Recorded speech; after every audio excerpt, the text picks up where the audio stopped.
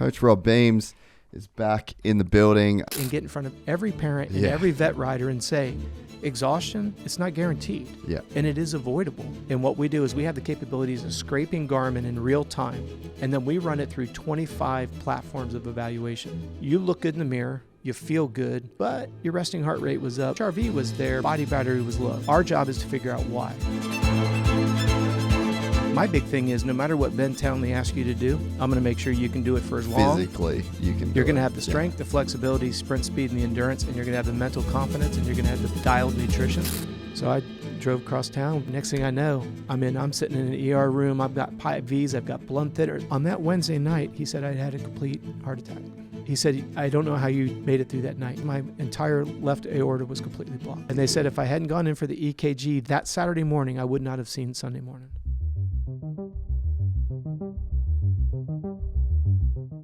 I met a gypsy. Hello. You got it?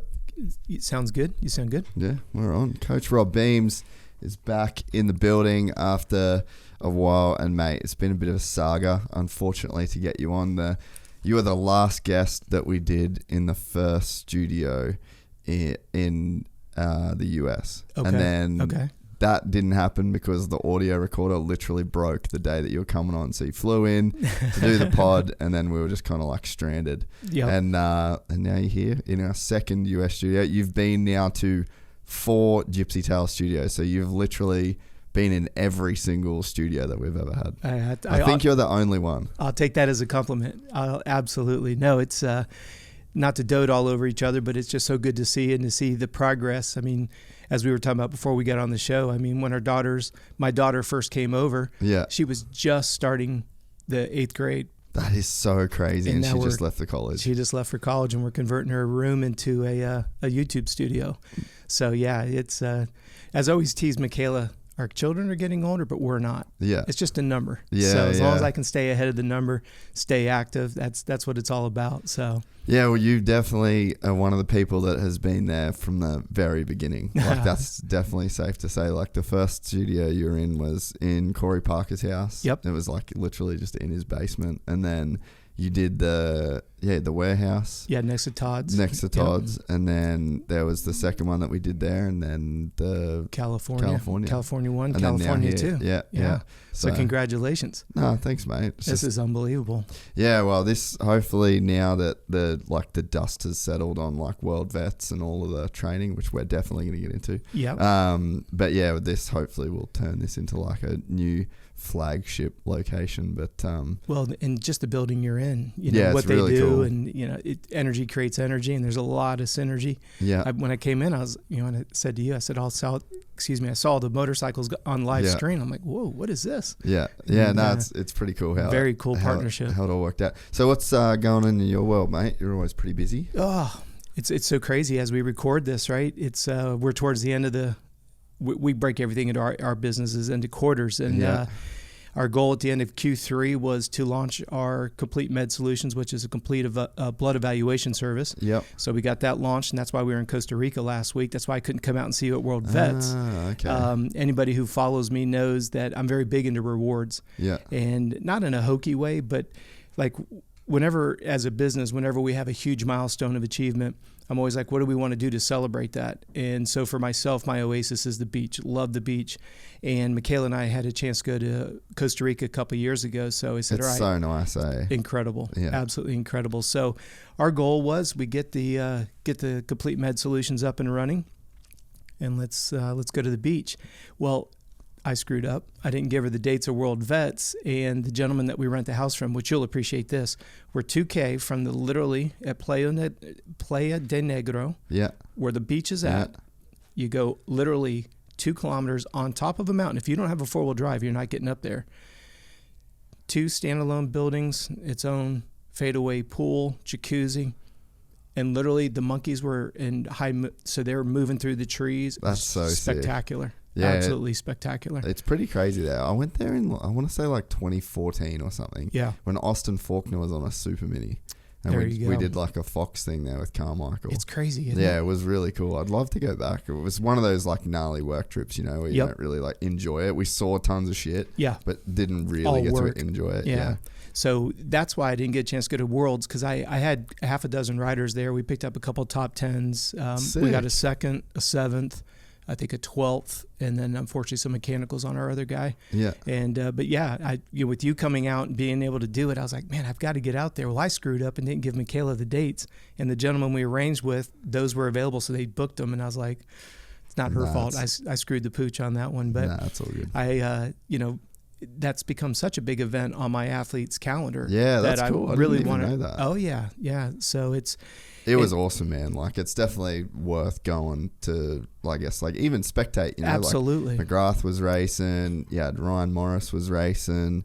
Who else was there? Like, you got like Doug Dubac. I was going to say, you've got Mike Brown was there sending it. Yep. And it's crazy how many old dudes rip. Yep. You know, not even old, like pro factory kind of big name guys. Yeah. Like, there's just a bunch of guys that they probably get into the position in life where I'm in, where it's like, I'm working, I've kind of can make my own schedule, I'm like doing my own thing, own my own business, want to put effort into riding. Yep. So, and then you kind of can get a little bit better. So, I mean, there's guys at World Vets that it's probably like the best they've ever rode in their life. You know? Absolutely.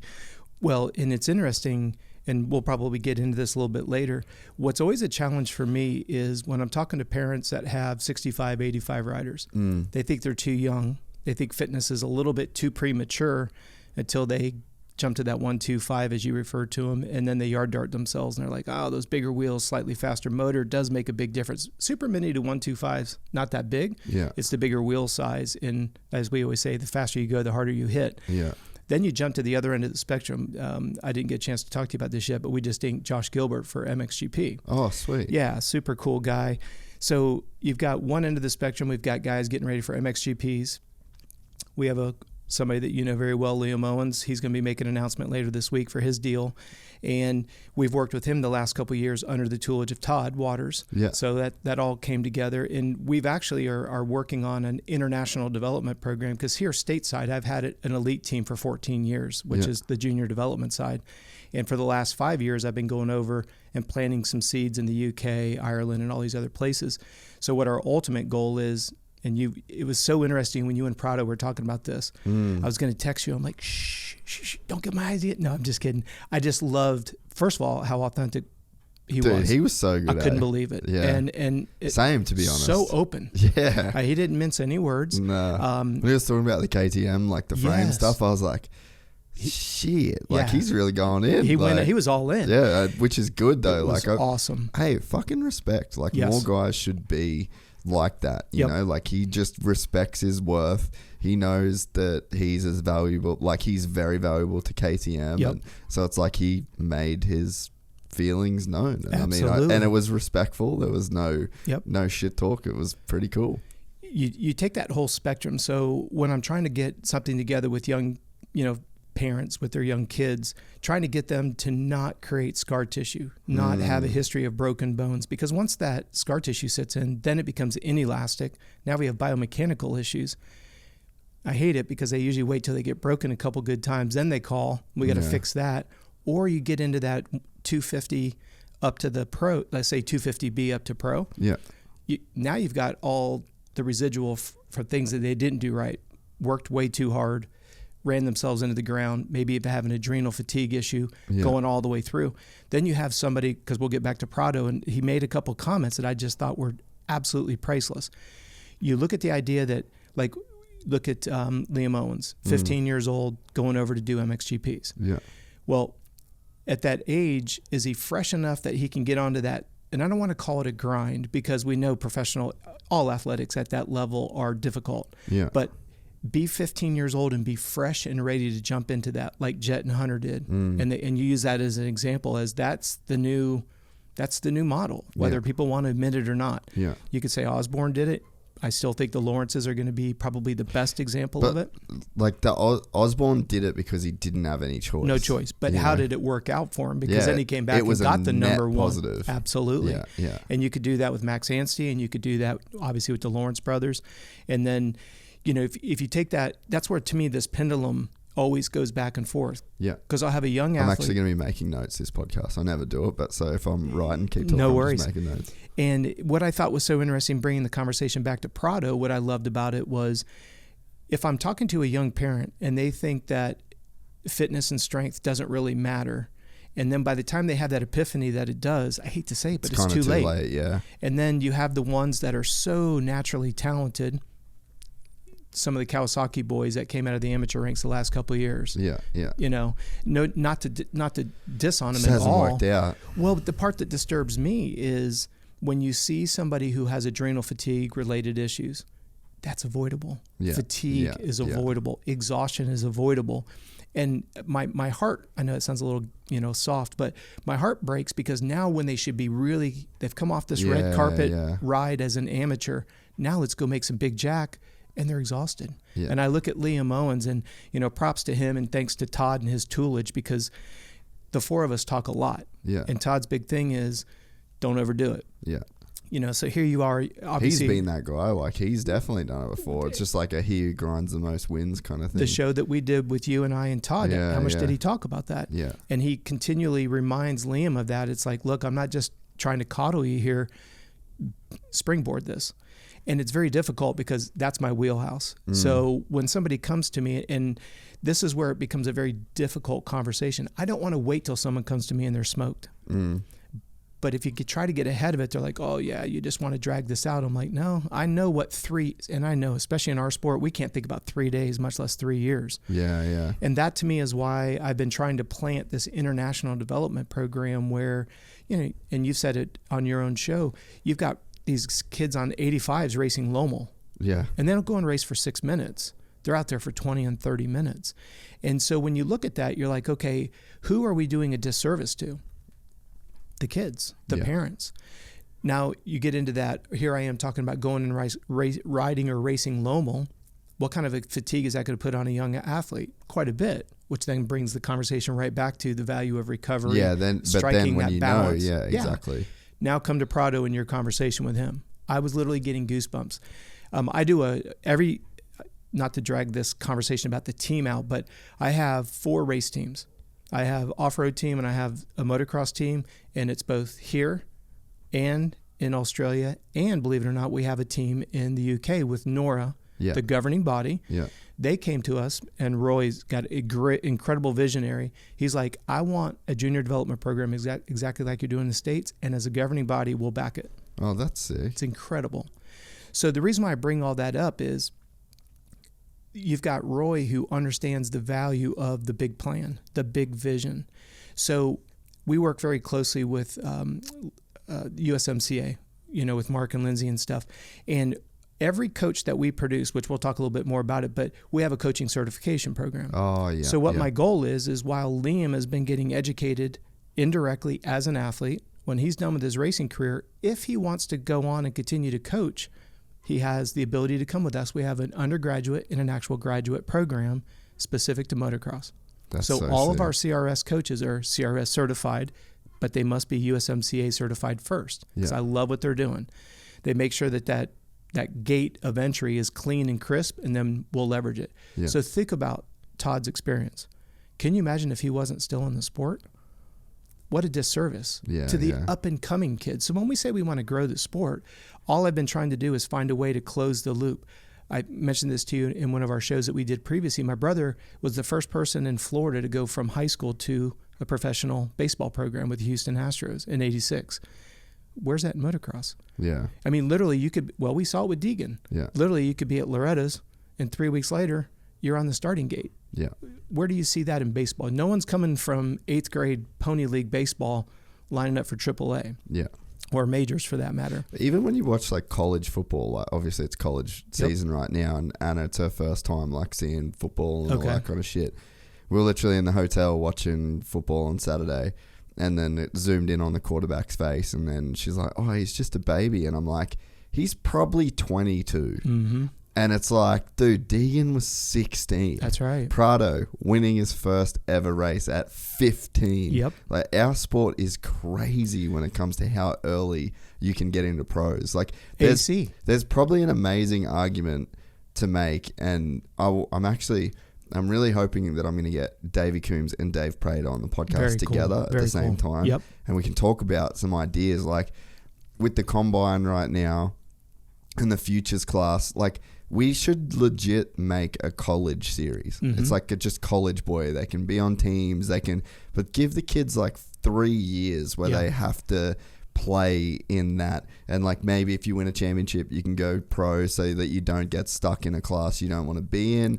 But it's just like, man, there's so much talent, and there's like, look how big college football is. Like I would watch the college boy class, the college equivalent of motocross. And then if you could tie that into schooling or education, like, I mean, we really, there's probably grounds to look into something like that, you know? Well, and it's funny you bring that up, because that's exactly what I've been trying to build for the last 15 years. So if you think about it, I've had an amateur development program where these kids come underneath my tutelage as an athlete coach-client relationship. Then we want to have an education when they're done with their racing. And then because I have all these Complete Racing Solutions affiliate programs, like we just need to deal with Daniel Blair at Next Level. Yeah. So now that's a CRS facility. Sick. We just, with Ian Gray at Psycho Ranch in Texas, that's now a CRS facility. So what my ultimate goal is now Liam Owens gets done racing at the professional level. He's got all this experience. He's been under our tutelage. He decides to go ahead and get an official degree. Well, now he can go in the UK. He can work with Richard McEwen at Desert Martin, MXGP track. Yeah. He can go over at Mount Kimball. He can go to Psycho Ranch. He can go to Next Level. He can go out west. And so now, instead of somebody having to, and I hate to say this, but how many people have you seen? We don't see them anymore. Yeah. This, because they don't have an education level, and they've been plagued with a bunch of injuries, and Lord willing, they haven't gone down the path of drugs and have other, demons to try to deal with. But and I'm not trying to come across like I'm the hero. I'm just like, see a need, fill a need, right? Yeah, from that movie Robots. Yeah. And it's just, it's just really, like your passion too. It like really you is. You just are passionate about this kind of stuff. Like it really is. This is what your mind thinks about. So it's, nonstop. Yeah. But to be able to give it back, to see a Brad West when he's done with his professional career. I've worked with him when he was on 65s, literally the first time he came to the States. Yeah. And him and Westy have done a great job. But when that time comes and maybe he doesn't want to go. He actually would be an amazing trainer. I think he'd be phenomenal. Dude, he's like, it was like staying with him for the first, like, so he went back to Australia, but I stayed with him for a while, and then I'm kind of like trying to train for World Vets, and then he's just on his daily grind, and like, so Loretta's, it looked like he fucking sucked basically, like he was fourth and then just went back, but he had health issues, right? Yep, exactly. And so you see, it was such just like a first-hand experience of seeing a kid that if you just looked at his results and you just looked at that one weekend, which is what a lot of people look at, the whole industry you're like, oh, this kid sucks. Yep. But then I lived with the kid and I'm like, wow. I've actually never met a kid that is as diligent and as self-motivated and that ticks all the boxes. Yep. And not just that, like he actually is interested in his training. Like he does his own research. He does a lot of his own reading. Ask he questions. Listens to podcasts. Heaven forbid. Ask questions. So he's actually, that's a really great point. Like from me knowing him, I would hire Brad West as my trainer. Absolutely. Like he's that good. You know? Absolutely. And just so that all the listeners understand, I know my fine line. I know my wheelhouse.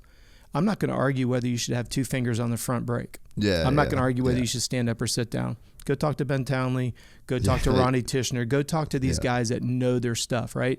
My big thing is no matter what Ben Townley asks you to do, I'm going to make sure you can do it for as long. Physically, you can do it. You're going to have the strength, the flexibility, sprint speed, and the endurance, and you're going to have the mental confidence, and you're going to have the dialed nutrition.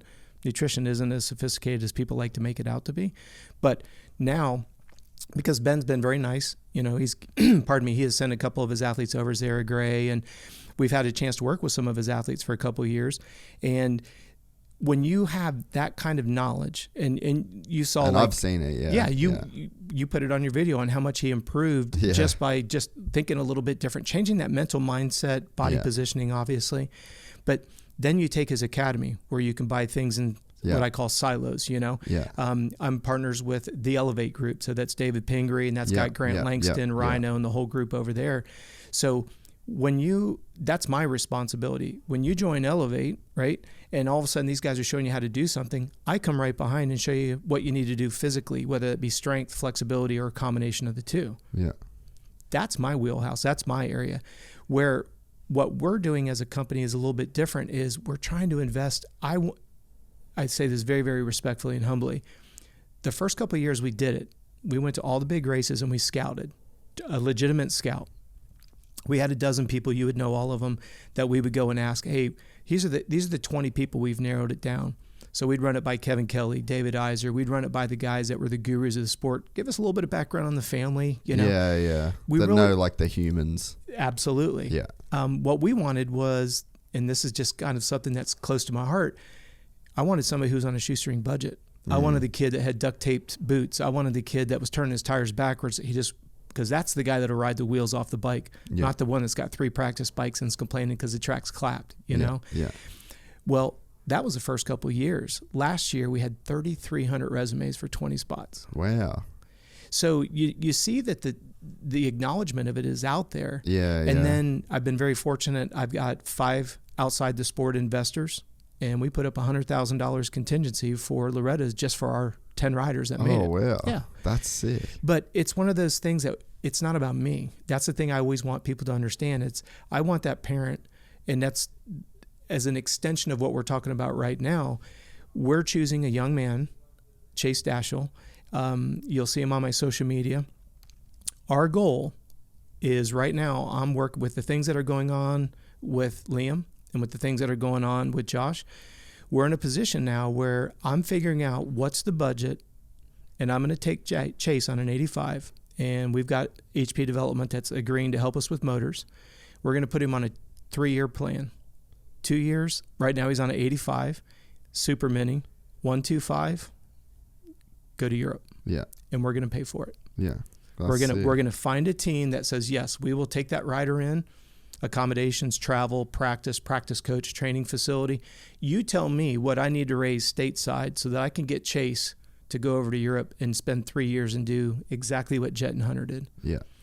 Which then brings me back to Prado's conversation. Every time we do a weekly team call with we have 4 different teams. We have 4 different calls because they're all at different levels. Every show that you've done, McGrath, and obviously with Prado, with the Lawrence brothers, I'm like, listen, this is your homework for next week. Listen. Because what I loved about Prado, I think he said 22, if I'm not mistaken, world champion. Yeah. Loves his job, loves the responsibilities of it. Is joking that, oh, I blew that corner out. I was a little too front wheel heavy. Oh, I got a little bit of wheel spin there. Oh, I'm not tucking the bike. I'm not on my toes. I'm on my That's a world champion at 22. He's not walking around with a puffy head going, I've got everything polished. I own life by the groin, right? Yeah. He was so transparent. Yeah. And like he said, his dad goes to every practice. I love that. Yeah. Not to rip a scab off, but how many times have we seen stateside the parents get pushed aside? Or it's so toxic by the exactly. like money and like all the shit. Like there's a lot of families that have a lot of crazy baggage. Yes, here, a lot. Well, and the reason why I bring up Prado is to be 22 years old and be where everybody wants to be and still enjoying it. Yeah. And I do get a little bit disturbed, maybe is not the right word for it, but it drives me nuts when people complain about, hey, I've got to race every weekend. You knew that since you were on Pee-wees. Yeah. So don't act surprised that you have to travel. Don't act surprised you have to test suspension, autograph sessions, photo sessions. Please don't act surprised by that. I tell my guys that all the time. Yeah. If you are complaining and bemoaning on what you've worked 15 years to get to, then you came in ill prepared. I always say there's nothing we experience in racing that we shouldn't already have experienced in training. Yeah. And I do that with putting them in uncomfortable situations. We talked about this before. I used to tease AC when I had him on 85s. I said, you've got to go interview yourself in the mirror because Erin Bates was the pit reporter at that time. She's literally plus 6 foot tall. Yeah. And I said, you're going to be interviewed and you're going to look like a little goofball because here's this big, beautiful woman and she's got a microphone because you know you're going to do well. Little did we know he was going to go up, at the age that that's why, I ended up losing AC was to Mitch wanted him to go work with Villapoto. Yeah. Because Villapoto is now renting Grant Langston's place, which is now known as Sandbox. Yeah. I said, man, I don't have a track AC. You got to go. Yeah. But his parents were great. They took me to dinner and they said, look, has nothing to do with you. I said, no, come on. At the time, Villapoto was on the top. And I said, you get a chance to ride with him at an established facility that will always be prepped and ready. You got to go. Yeah. But going back to being prepared is my biggest pet peeve. Just like we said earlier, when I hear about kids getting exhausted, what the hell is going on? We talked a little bit like with Anna and her heart rate monitor and same with yourself, right? That's where, I mean, if there's a new passion project for me, it's like I will get on every show I can possibly and get in front of every parent and every vet rider and say, exhaustion is not, it's not guaranteed. Yeah. And it is avoidable. Yeah. Now, the problem is a lot of times people say, oh, you're just coddling me. I'm like, no, I'm not wearing the watch. You are. Yeah. Stress score is high, body battery's low, sleep score is horrible, appetite suppressed. We'll get into it, but so I've got this based on your recommendation. I bought it, I think, Boxing Day, not last year, the year before. So I've had had it 2 years, and like I wear it almost every single day. And like even if I wear another watch for a show or dinner or whatever, then I'll literally driving here I had fucking 2 watches but it's like it's so important to me now, and it's and like I got one for my wife, I got one for my mum, I'm about to buy one for my mother-in-law. Perfect. Like they are so incredibly useful and important, and like we'll later on in the show we're going to go through my data for the year with training, but like man, every time I've been sick my HRV has been low. Yep. And like, so my HRV, we just went to Vegas. So I had World Vets. I was overextended that whole week, and then not much recovery after that. Busy as fuck the whole time. Yep. And then we just went to Vegas for F1. Okay. And like my HRV is at like 85 today. And normally it's in the 115, 120. So like, we'll probably get, and even my voice, like we started literally when you walked in the door to start doing this, my voice starts like acting up a bit. Yep. So it is insane how accurate it is, and the correlation between how you like physiologically, like what's happening in real time versus what the watch says. And like the stress meter has given me a complete new perspective on anxiety, different types of anxiety. Mm-hmm. Like, I cannot vouch highly enough for getting either a Garmin or like an Oura Ring or just something, or a Whoop or whatever. Also, why the screen's fucked is because I had it on my bike for 72 motos this year. So, and I crashed and smashed it at Glen Helen. But anyway, so I cannot agree with you more. Like, it was one of the best things I ever did was buy that. And same for Anna. And I appreciate that. And I want everybody to know, we're not being endorsed by Garmin or anything else. I wish. Yeah. I would fucking love it. Exactly. My big thing is the watch is an investment in yourself. And again, I know that sounds a little bit hokey and soft, but unlike some of the other platforms, like with Whoop, where you can't see it in real time, the Garmin, you can see everything in real time. One of the things that's become available, and it depends on what side of the fence you are. Like, as a physiologist, I do not want my athletes wearing the watch while they ride, because I don't want any limitation in range of motion for obvious reasons. Well, and you just go on Amazon and you can get the a little bar thing that goes on, and I just clip it onto the bars. And so if you can get that and you turn it away so the rock doesn't hit it, if you can safely look at it on the track. And then we can get into, okay, let's say that you need to be racing at heart rate zone high 3, low 4 because it's 6 minutes long. Yeah. Going over a jump or somewhere on the track where you can glance down and see what that number is probably one of the easiest ways to get people to recognize that there's free money sitting in the bank. Mm. Because if you feel like your red line tapped and you look down and you're 8, 10, 12 beats lower than you thought you were, you can go. Yeah. Free money. Yeah. Now, obviously, we want to do it safely and stuff like that. The other side of it is if you wear the Garmin HRM Pro. That's what I was too. The whole chest time. strap. Yeah. It's got a memory capacity. So if, let's say you get super busy and you can't look at your bars, you just race your ass off like a World Vets. You got the whole shot. So you got 40 guys trying to kill you. I'd actually be very interested to see what my heart rate was, because I was fucking shitting. Of course you were, going through Talladega Corner with 39. Did you see a video of it? Yeah? Yes. Yeah. No, I got like I haven't seen it. I got like the proper video. Oh, okay. I sent it to Danny Rick as well. Okay. And I was like, bro, I'm not even gonna lie, I was fucking shitting myself. I can only imagine. And he was like, dude, no shit. He's like, man, it happens all the time. Like, you miss a brake marker by like 5 meters. Yes. And then he's like, your heart rate goes through the roof. I was like, man, I'm just fully learned that I'm. Well, I want to see where you're at sitting on the starting gate. And then literally I'm interested too. I haven't even looked at it. Yeah. So these are things that we look at. Like, for example, you don't want to be sitting on the starting gate with a low heart rate and then the gate drops and then 1 lap later you've added 130 beats. Oh, this is a totally different angle. Yeah, this is the sickest angle of it. Oh, gosh.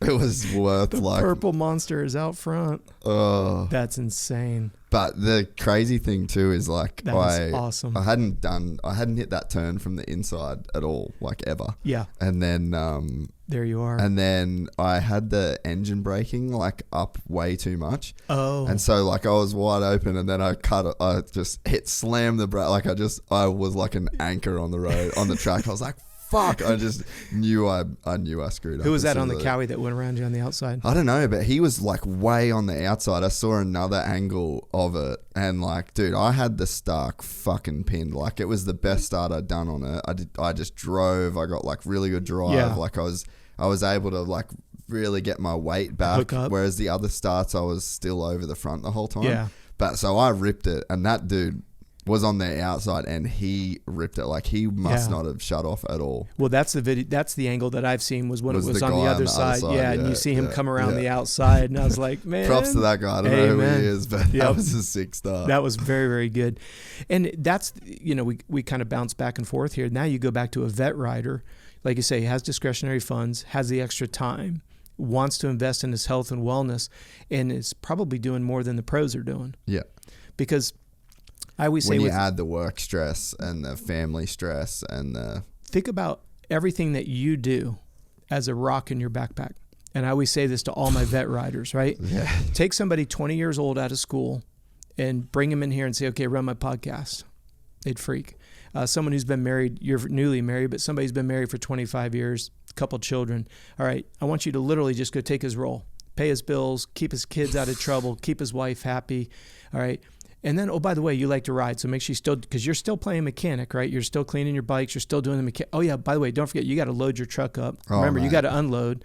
You don't want anybody else working on your bike. You just paid Mitch Payton $50,000 to build you a race bike, right? So you don't want anybody else touching it because you've got the money, but you can't delegate. Yeah. All those rocks. Yeah. And then you take someone like yourself. You've been doing this for so long. You're desensitized to the amount of stress that is associated with just this little quadrant of your life. You're newly married. That's all news. That's another big rock. Then all of a sudden you add, hey, let's go do World Vets. I'm back being a racer again. Not just any level of racer. You're going to World Vets, right? It's not like you're doing a pickup race at Mount Kembla. Nothing against Mount Kembla, but slightly different clientele. McGrath, Kurt, Nichols, all these guys. And so I always say, imagine delegating all of those rocks. And then you get up tomorrow and you take them all. You deal with your family. You deal with running your business or working for somebody. Your relationships, your finances. Oh, by the way, let's train, let's cross-train, let's race, let's prep, let's travel. Move to different countries. Move to 3 different countries. I mean, you're here. You're still have a place in Dubai. Honestly, like this year has been so insane. Like I took on way more than I could probably manage. But it was like, I mean, I said in like moving and like doing, I knew that this is what this year was going to bring. Yep. But I literally made the decision based on like, I'm just not going to have the energy to do this or the will. Like there's going to be a point in time and I'm like kind of getting to that point now in like some areas where like I'd people be like, oh, what would it be worth for you to come to the race? Mm-hmm. And I'm just like, literally no money. Yep. Like there's nothing like what I would need to go and do this now. Absolutely. Is like retarded and you won't get your money back for it. So like I'm actually not going to even embarrass myself by saying it.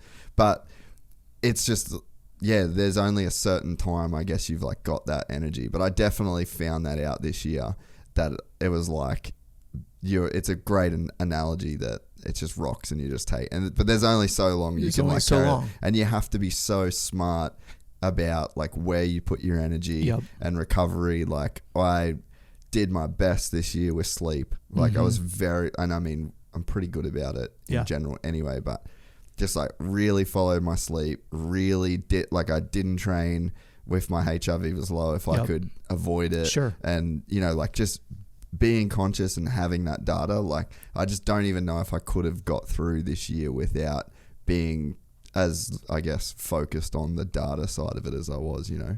I could see that. And then for somebody who may be a little bit skeptical, because, you know, obviously these watches, as all watches and devices, do they have a margin of error with them? Oh, for sure. But it's like, it's not like we're chasing scientific accuracy to like the exact. It's the consistency. And I'm so glad to hear you say that because like somebody. Like I don't expect that it got every one of my numbers right, you know? Yeah, or if you step on the scale and it's a kilo off, you're not worried about it because I always say it this way, if you're using the same scale, what does it matter? It doesn't matter. It factors the margin of error gets factored out. Yes. So yes, you can, if you, like for example, somebody will say, oh, well, I'm a big advocate of the Garmin scale. Step on it, gives you your body weight.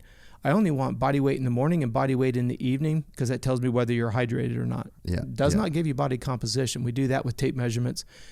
But if somebody wants to really argue that, hey, if you want to spend the money and go down to a local college and you want to do submersion, that's the absolute most accurate way you're going to get your true body composition, right? Yeah, it just doesn't matter. It just doesn't matter. Yeah. At some point, it's all going to marginalize itself out.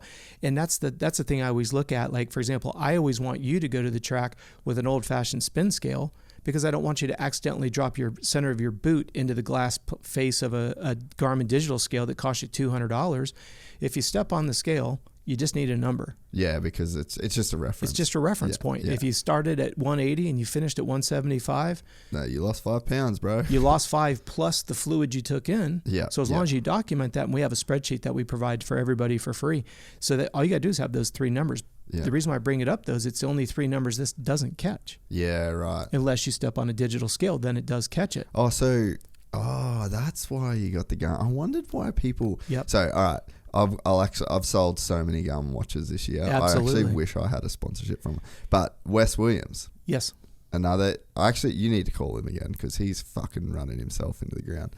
But I had my watch on when I was at his place and I was kind of like telling him about it. And I think he was like, I got to get a new one for this or that. And I was like, dude, just go buy a Garmin right now. Yep. So, but he ended up buying the scales as well. Yep. I think he bought it all on Amazon and it was like the pack. But I was like, why the fuck does Amazon make Garmin make scales? But it syncs to your watch. Well, it's crazy. And it's funny you say that because now I got to buy scales. Well, what's interesting is with Garmin, I actually was going to try to set myself up as a retailer. And the only reason why I wanted to do it was I wanted to sell them at cost to save my clients money. Yeah. I don't care to make $25 on a watch. That's not important to us. Not moving the bottom line. But what was great was Amazon kept coming after us saying, we want you to start a store. And I'm like, I don't want to make money on it.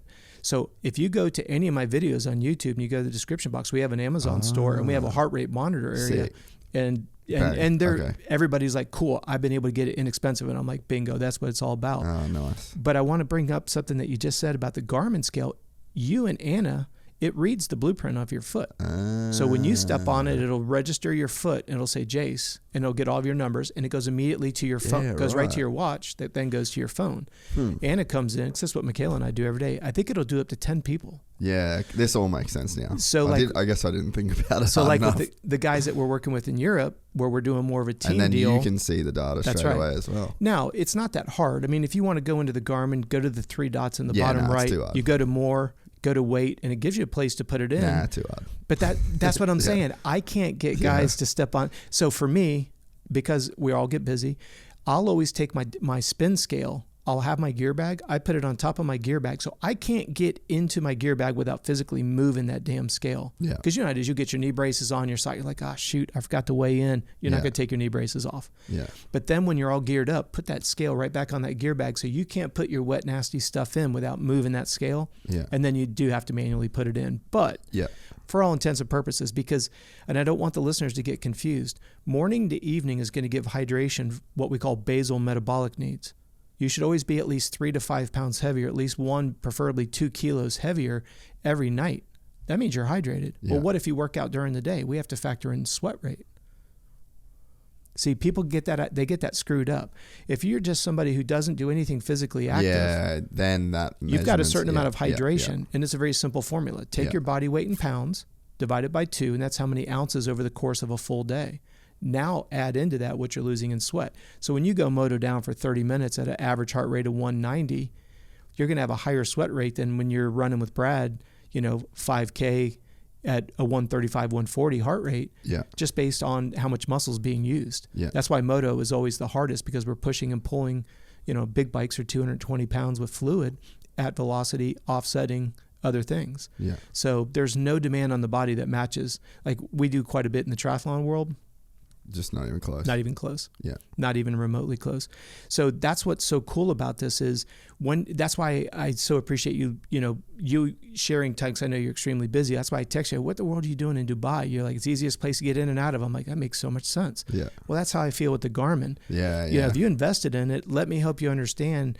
It is such an incredible, for those of you that are listening that are into cycling, right? How many guys and girls do you know that have bought power meters, acquired a ton of data, but don't know how to interpret it? Yeah. And it doesn't matter what platform you're on, the data is of no value unless you know how to interpret it. And that's what we do for a living. Yeah. And that's why I do so many videos on it. I'm not trying to commandeer the information and, hey, for 1995, we'll give you the info. No. If I can get one person listening to this show that can turn their stress levels around, like you said, that it can. Yeah, that was huge for me. Golly, man. It's unbelievable. Yeah. And I don't mind. I'm not going to mention any of the clients' names because he begged me not to. But like his body battery, since I've been working with him for a year, and you're going to die when I say this, and I'll send you a screenshot of it. His body battery has never gone above 35. Dude, what's the deal with that? So body battery. I'll blow Wes out a little bit on this. Like his body battery is like super low all the time. All the time. And same for my mum. And my mum's sleep score. It's fucking crazy. So my mum's one of the women, millions and coolest millions ladies. Of women all over the world. So that cool. She'll drink a couple glasses of wine a night before bed. Mm-hmm. And she's like, I don't sleep good. And I'm like, Mum, just please do some research on what alcohol does to your body before sleep. Yeah. And you are handicapping yourself every single day. Like, I'm telling you, this sucks to hear, but there is a reason why you don't sleep well. Yep. And it's because you consistently, and it's not much. It's 1-2 glasses of wine a night. Unfortunately, nighttime and alcohol and sleep do not mix. They don't go together. And the same with weed. There's things that when you smoke cannabis at night, like it kind of handicaps your REM sleep, and your brain needs REM sleep for certain things. So and how it affects you individually versus say Anna versus Michaela versus myself. That's the other dynamic, not just this quote unquote science, but that how uniqueness. It affects, so unique. And that's what I love about the Garmin, because every day you wear the watch, it builds more of a profile of you. Yeah. So when you go back to that, like with Wes having a low body battery, I want all the listeners to change their perspective 1 degree. Not only do we want to look at, okay, you end today at a 10, you wake up tomorrow at 100. All right, so you say I picked up 90 points. What allowed you to pick up those 90 points? Well, it's going to be how much load did you put on your body, which is those rocks that we were talking about, personal, professional, financial, and athletic. Yeah. If that load is too much, no matter how much food and how much sleep you get, you won't bounce back the next day. So something has to give. Yeah, yeah. Then you want to look at the depletion rate. The lowest number Garmin will ever give you is a 5. Yeah. So when you see every day you're at a 5. Now, if we're working with Austin Faulkner and he starts his day at 100 and he goes to 5 every day and he's on the track, he's cross training and all, we expect that. Yeah, that makes sense. We're not worried about it if he can bounce back to 100 consecutively every single day. Yeah. That's just a professional athlete. Yeah. But there's a caveat. If I got a chance to start working with Faulkner, what I would want to be, and if I get confusing for the sake of the listeners, please pull me back. Let's say that we're doing 2 hours total workout and we go and we look at what percentage is in zone 2, 3, and 4. And we emulate that every other day, just for the sake of conversation. Our goal would be that as we continue to get fitter, the depletion number becomes less and less, but a double negative. Instead of it going to a 5, we'd want it to go to a 10. Or it maybe he has a really good day on the track. He only goes to a 25 on depletion. Yeah. So now you're bouncing back on a daily basis and the depletion rate is less. Yeah. That's how I can tell you if, Brad, you're getting fitter and faster, and how I can guarantee you that you won't be exhausted. Yeah, yeah. Because the only way that your body battery doesn't bounce back is insufficient amount of food and sleep and or too much load on the front side. Yeah. But then you say to somebody, hey man, you're doing more than the pros. Yeah. Oh, fuck you. You don't know me. I'm Barney Badass. Those watches have no personality. Yeah, they don't care. Yeah. It's all quantification of numbers. Yeah. And when you wear it for long enough too, you can just start to see, like I said, the only times I got sick, my HRV bottomed out. Yep. And then I would use it as like, well, for example, World Vets Week. So it was supposed the week before, had nothing on my schedule. Like I literally just booked riding, and then Red Bull hit me up, and then I had to fly to Florida, and I did a shoot with the Lawrences. Yep. It was supposed to just be like fly Monday, back Wednesday night, and then it ended up being fly Monday, left Wednesday, slept the night in fucking Charlotte airport for like 5 hours. Then that flight fully got cancelled. So then we actually went to a hotel down, and then we flew back via, and it was just like, it fully cooked me. Yep. So all next week, I could see my HRV just dipping, and you're watching it go down, and then I'm taking every single precaution. Like you sort of go into like a very chill mode. Like I'm not having this conversation. I'm not gonna take on this. Hands, I'm just like literally, it's like protecting my energy. Like as cliche, like lame as it sounds, but when you start to see the data and you go like, okay, I actually feel what the data is saying, or oh, I got sick and my HRV bottomed out. So it's like, or I did not charge up last night. That, and then I was stressed right before bed. So you can really too many rocks in that backpack. Well, you just start to trust the data because it correlates to how you're feeling, you know, and then I think you end up in like a bit of a relationship with the data, you know, and it's been the same for Anna, it's been the same for my mum, it's the same for Wes. Like I think Wes probably needs he needs to like look at the data and be like, all right, fair enough. Well, the hard part about he's just got rocks in his backpack he can't get rid of. Exactly. He is a rock at this point. Well, and what's interesting is when you zoom out to 10,000 feet, by the way, just for the listeners who don't know me from Adam, you know, I do my contracts month to month. I always want an athlete never to feel like he or she is bought into a long-term commitment. I will educate you. When you feel like your wings are good to fly, fly, baby, fly. I'm always going to be here. I don't ever want somebody feeling like they're committed to us. Even when I was working with Dunge, it was always month to month. Yeah. So the big thing is the numbers, you have to trust when you like them, and you have to trust them when you don't like them. And that's the hard part, because that's actually true. I can't tell you how many times people have said, man, I feel good, I look good, all symptoms say go, except start filling in the blank: body battery, stress score, resting heart rate, sleep score. All right, well, that's 4. And again, for the sake of the listeners, never take one number as the gospel. You keep referencing HRV. It's a very good one, but that's why, as we're an analytics company, so what we have developed, I've got a full-time programmer, Davey, who is the bomb. We literally, we do everything in Excel, and what we do is we have the capabilities of scraping Garmin in real time, only with the athlete's permission. We have the ability to scrape that data in real time, and then we run it through 25 platforms of evaluation. So, for example, you look good in the mirror, you feel good, but your resting heart rate was up, but HRV was there, but body battery was low. See how there's like 3 of the big 5? You're a little bit. Our job is to figure out why. Now, there is some level. That's why we started our blood evaluation company. Because your mom may have something going on hormonally, and she's stuck in a medical system that she's got to get 34 referrals, and it takes a year to get her blood work. Especially in Australia, man. When it comes to the blood stuff in Australia, it's so bad. It's crazy. And so for us, what we try to do is we have a great relationship with Dr. Brainy out of Colorado. He does all of our blood evaluations, and we do it on a tier program. So if we have a mom of 2 that just wants general health, we're looking at her blood from that perspective. If that mom of 2 is a professional soccer player, we're looking at that plus another dynamic. And then we take that all the way up to where we're doing blood that, I mean, some of our tests are $5,000. But because we have to look at all of the different, now I will say this in 100% transparency, we don't make much money on it. Yeah. It goes to the actual cost of the services. But it goes back to a Brad West who's got health issues in the prime of his career. What's he going to pay? Because it's not about me trying to get money from people. It's about getting them the information that they need, and no system exists that makes it easy for the end user to get it. Yeah. That's why we created Complete Med Solutions. Yeah. That's why we have our analytics company. Someone's going to invest in the Garmin. I'll do a consultation with you.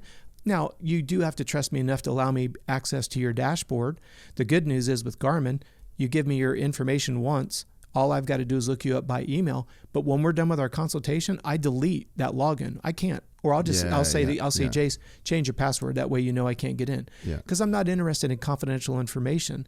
What I want is give me a couple hours over the course of a month. I'll get you to look at one or two things, evaluate it for a week. Let's come back and look at it so that you always understand the how and the why it all integrates. Yeah. Because fatigue can be avoided. Yeah. And unfortunately, when we'll go back to moto for a second, because it is such a young person's sport, if you've got smoked adrenals by 19, you're just going to be behind the eight ball for like most of your career. Yeah. Because at the exact time you get a 2-year deal with PC and now your adrenals are diagnosed as adrenal fatigue or Addison's disease. That's what had Marchbanks under the ropes. He had Addison's disease. You have adrenal fatigue. You have Epstein-Barr.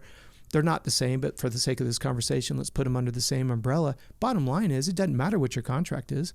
You can't make a 15-minute moto without being exhausted. And then if you do a race day simulation, it takes you 4 days to recover. Yeah. Well, that's pretty hard when you're racing on Saturday night. Yeah. Yeah. And you've got suspension to chest, and you've got to break down motors and soften frames and do all the stuff that you do. And that's why I'll say it for the second time in this show, I want to get on any platform I can to get people to understand we're here to keep you from smoking yourself. Yeah. Because the training, like, it isn't rocket science, really. There's nothing new that's ever been created. What does Johnny always say? Plagiarism is something, there's nothing really new. Yeah, nothing's new under the sun, right? Yeah.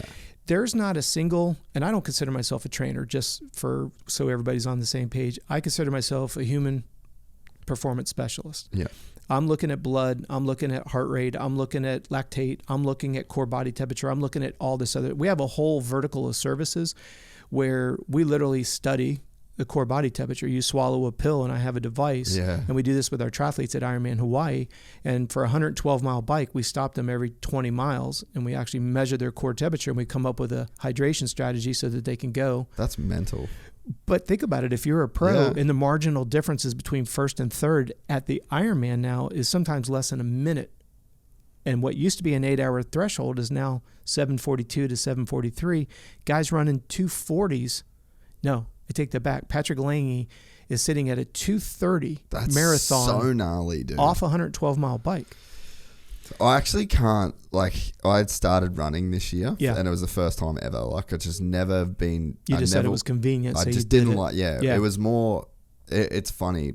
We actually could probably do like a full running chat. Yeah. But like once I got into that world a little bit and started looking at like times and I would just like, I was talking to Jack Doohan the other day. Yep. He's trying to do 10 tris next year. Yep. And he's a fucking he's going to be a Formula 1 driver. Like, he's so into it. Yeah. He was telling me his times, bro. Yep. Of how, like, his 5-minute times over 10Ks and shit. And I'm just like, It's holy insane. fuck, bro. Like, that's not okay. No. Well, for anybody who's listening that has a triathlon background, or swimming background, you're looking at these top pros. They're running 103s to 110s per 100. They're averaging almost 30 miles an hour for 112, and they're getting off and running 230 to 240 marathon. Yeah, and they've got a stride rate. Completely cooked. If you look at running, an elite athlete's running stride rate will be above 180. These guys are humming 182, 185. And that includes aid stations, and that includes after biking 112 and swimming 2.4. You start putting all that together, it's just insane. Yeah. And to be able to hold that threshold, and that's why, because our largest segment is the endurance division, I've shared that with you previously, all I'm trying to do is bring that knowledge vertical into our sport where knowledge of this type of stuff is just not there. Yeah. Jeff Spencer back in the Honda days in the early 80s, then we saw a gap for a long period of time. But if you think about it, there's been no medical doctor. You've got Dr. G who puts a lot of the guys back together, but nobody has had a designated team doctor like Team Honda did back in the 80s.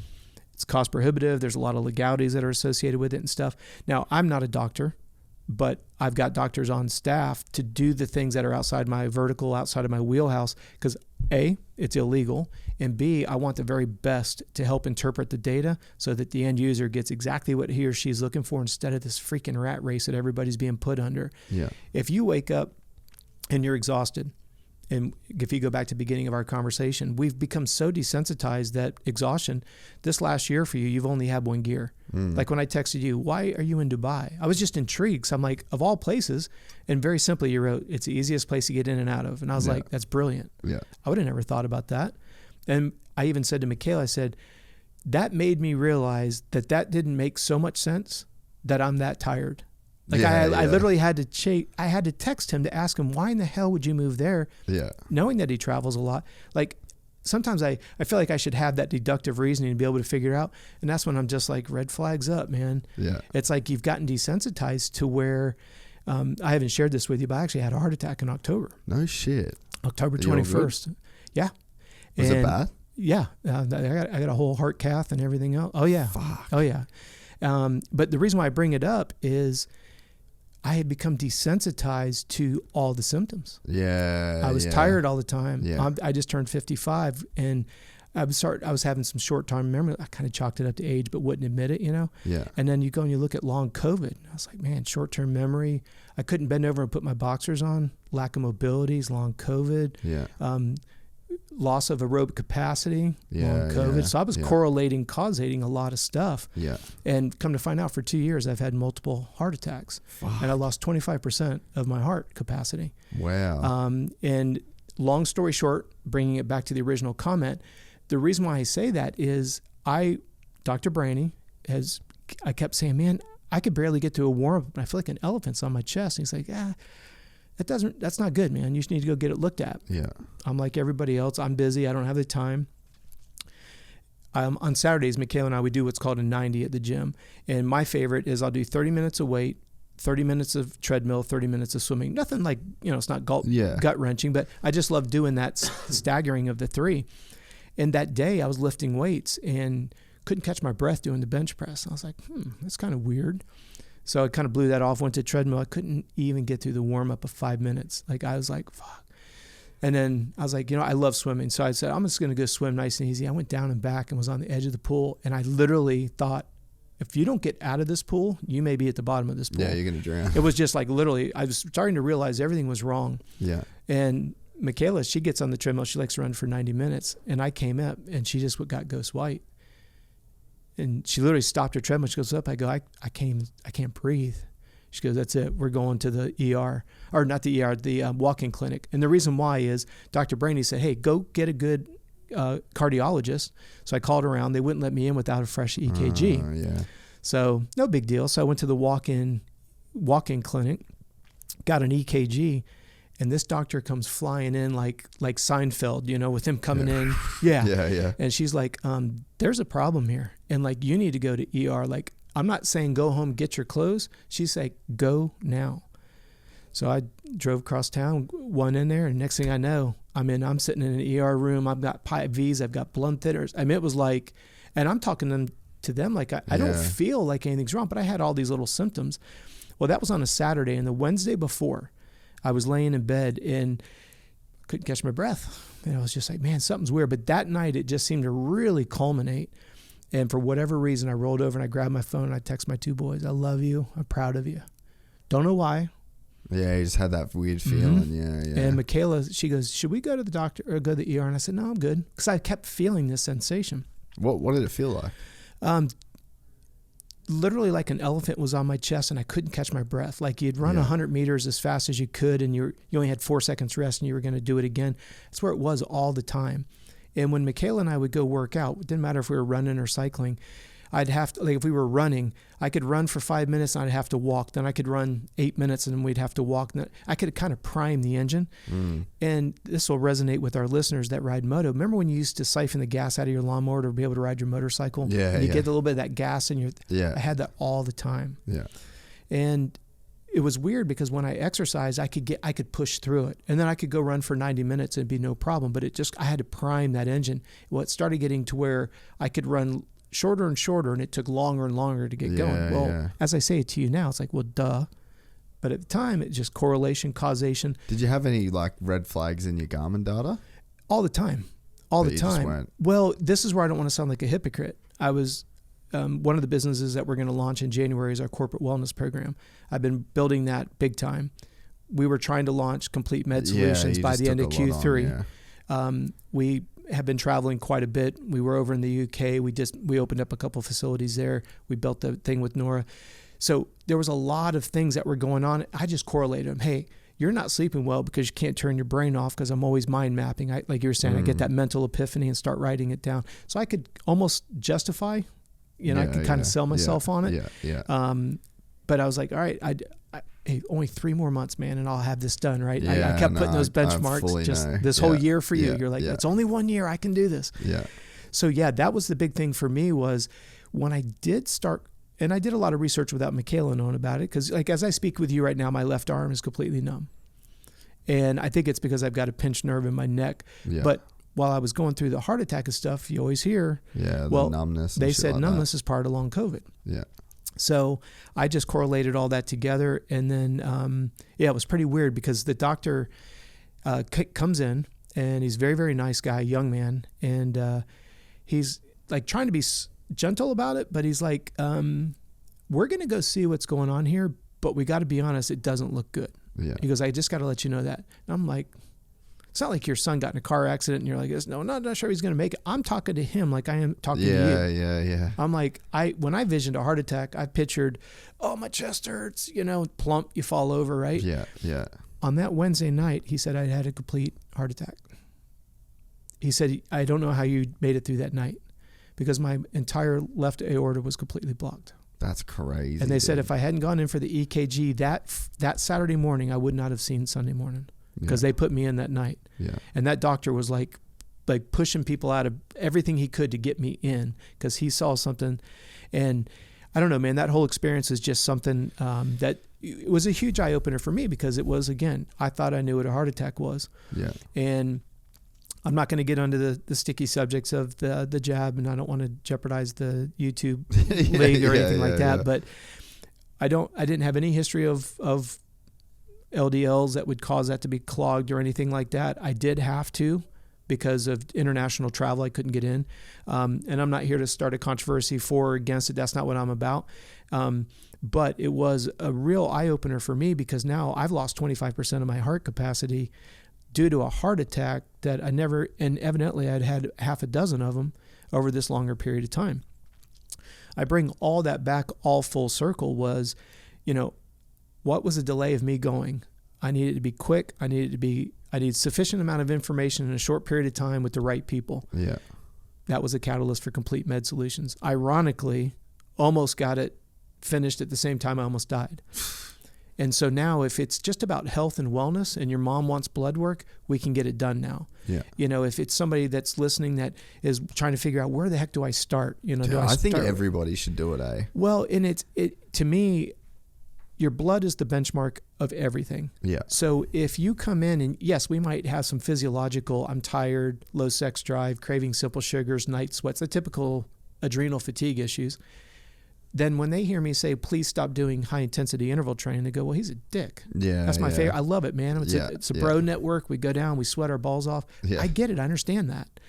But it's not what your body needs. It's not about me punching a hole in HIIT training.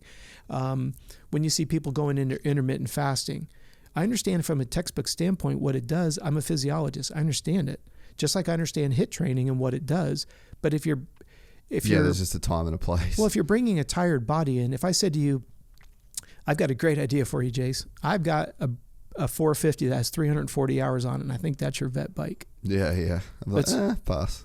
Right? Nobody, if you put it in mechanical terms, nobody would opt for that tired bike. That's so true. But yet, when you've got a body that can't sleep, has no appetite, no sex drive, craving simple sugars, irritable, blah, blah, blah, blah, blah. You go down your whole laundry list. Like, how many more red lights do you need in the room? Now, I'm not here to be everybody's savior. I'm just saying, help me, let me help you find the information. And that's the thing. And then you do with it what you will. And I will. I'm gonna go after our sport a little bit. And I don't mean to be negative Nelly, but so many riding coaches, they work against me. They think that I'm a threat to them. That's why I said at the beginning, I don't give a rat's ass if you're standing or sitting in a rut. Go to the pros like Townley and Tishner and Ben Riddle and these guys that know their stuff. That's not my wheelhouse. I do know enough about riding that I can look at strength and flexibility. And when I do performance camps around the world, I'm just identifying, hey, look, you know how Ben was talking about you need to be sitting far enough forward? Yeah. Well, you don't realize that you're transitioning in a single leg squat from standing to sitting when you've already got your right leg out. That's a single leg isolated squat. Yeah. And you wonder why you're pigeon-toed because your adductors are so tight. That's all I'm doing. I'm not saying I know as much as Ben Townley on a motorcycle. I never did say that, and I never would. Yeah.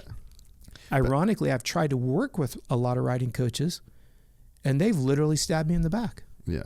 I'm like, I brought you in to complement what we're doing, and instead, I had one riding coach I brought in. He literally had 3 of my clients fire him because he wanted them to move their motorhomes onto his property, and they did. Yeah. I'm like, fuck, man, I just don't have time for these catty high school games. Yeah. We have an affiliate program where if you're a riding coach and you send somebody our way, we have a residual revenue that comes back to you. It's not a kickback. I could spend money in advertising, but you gave me the nod of approval. So when I've got, the people that I'm very fortunate to have worked with, when a Ronnie Tishner gives you a nod of approval, or all these other guys that we've had the privilege of working with, and I don't want to drop names because it sounds like you're name dropping, I'm forever grateful. But to me, your reputation gave me the nod of credibility. There's financial compensation because your name is worth something. Yeah. I don't know why this industry has a problem. They smell money and everybody wants to eat each other's throat. And I'm like, there's plenty. That's why I'm trying to get this coaching certification going so we can get them out there. I don't want Brad West's experience to get lost. Yeah. That does not need to go. I know his dad's got the big heavy equipment. No disrespect to Westy, but I'd like to see Brad come back and help the next generation of kids go, hey, I was there in that futures race when you're in a stadium and you're shitting your pants for the first time. Like, think about when you're, what are these kids on 85s doing, in that SMX series where what a great opportunity. And they're just losing their minds too, sending it. And you're like in a stadium and you're on a track. I mean, how many places can you say that you went out and rode the same track that Tomac was on, or Webb or Sexton or the Lawrence brothers, whoever your thing is, right? How many kids can say that? It's not many small baseball players that could say they went out on the Houston Astros Major League Baseball field. Took a 120 mile an hour pitch down the plate, right? Yeah. And yet those kids did, like when Canyon yard darted himself over that finish line jump. That's the same jump that everybody else was going over. Yeah. And that's true. I always love when people talk smack. I'm like, you go do it. Show me how to do it, man. I can't imagine being that young. And that's what I always try to, when it comes to the young parents, I try to tell them, you've got to realize you've got a child that's 8, 9, 10, 11. I use that window because to me, those are such young children.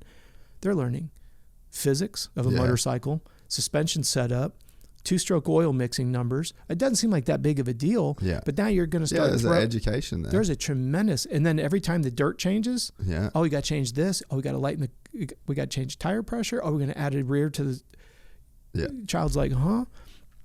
We talk about this all the time. A dad realizes that he needs a little more snap coming out of the corner, throws an extra tooth on the rear sprocket, forgets to tell little Johnny. Little Johnny sits on the bike in the same place on the seat. Well, the rear wheel's a 1/4 of an inch closer because he put one tooth on. He's loop out Larry. Nobody told him why. The little guy doesn't realize that the wheelbase just got smaller. Now and we expect these kids to be able to adjust on the fly constantly. And then if we tell them, hey, let's talk about glycogen synthase enzyme, the power of a warm up, move your butt a little bit further forward and watch that get device. Make sure that you don't, forget to grab that second shift over. Have a good day. Yeah. Kids like, and I'm in the Daytona Stadium. Lights and the big jumps and the shadows and all. I can't imagine doing that. No. I mean, I would love that opportunity because that's what we all do is give our kids what we didn't have. But that's why I want to be a conduit for the parents. Like when I do phone calls with them, I'm speaking to you as a parent, and I'm going to constantly, when I talk about a subject, I'm talking to little Johnny or Susie, and I'm talking to mom and dad. So, because they're all going to hear it a little bit differently. Then when I go to a vet rider, I love it when their partner's on because he or she's going to hear it a little bit differently than you will. It's all about, think about when we ruck up to an event. We've got, let's say we have 2 riders. Let's just take Honda with Hunter and Jet, right? What's the only responsibility for every single person involved to make sure those two guys win. Yeah. And yet what we're trying to do is mom and dad is playing truck driver, food, cook, mechanic. And then I jump into the equation and trying to get them to understand the value of a warm up, the importance of calories, blah, blah, blah, blah, understanding their sweat rate. Well, I've got to get it into a format that it's going to become part of it. Yeah. Because Johnny's not over there telling anything to the truck driver. Johnny O'Mara is talking to the two boys. And Lucas may or may not be in that conversation. And Dazzy's definitely going to be in that conversation. Well, you don't think Dazzy is he's hovering, and if something, hey, don't forget, not that he's trying to overstep he's just making sure that all the puzzles fit. Yeah. And that's my job, But my whole thing is I never want anybody to be dependent on me. I always want them to feel comfortable enough to ask, why are we doing it? And if you have to ask the same question 1,000 times until I put it in a format that you get it and then it clicks, then we'll move on to the next thing. But that to me, again, it goes back to, I think there's so many people in our sport, and I hate to throw our sport under the bus, but we cannibalize ourselves. We eat ourselves alive. And my whole thing was, if I can't get a network of quote unquote riding coaches, then what I'm going to do is I'm going to take the athletes that we developed and take their skill sets. And then when they're finally done racing, they've got all the experience. They can argue over stand up, sit down, hard settings and all. Guess what? All I know is that when you go and see Ben Moberg in California, you're going to get the same conversation from Griffin Maxwell in Indiana as you will from Jamie Hunkler up in the New England area, that you will from Ryland Munson in Jacksonville. Yeah. When it comes to nutrition and strength and flexibility and sports psychology, we're all singing the same song. Yeah. Now, how that track changes when you're out at Mesquite versus when you're at WW Ranch, that's where you and your riding coach. And I always say, and I tell every one of my certified coaches, I tell them, never discourage them from working with another coach.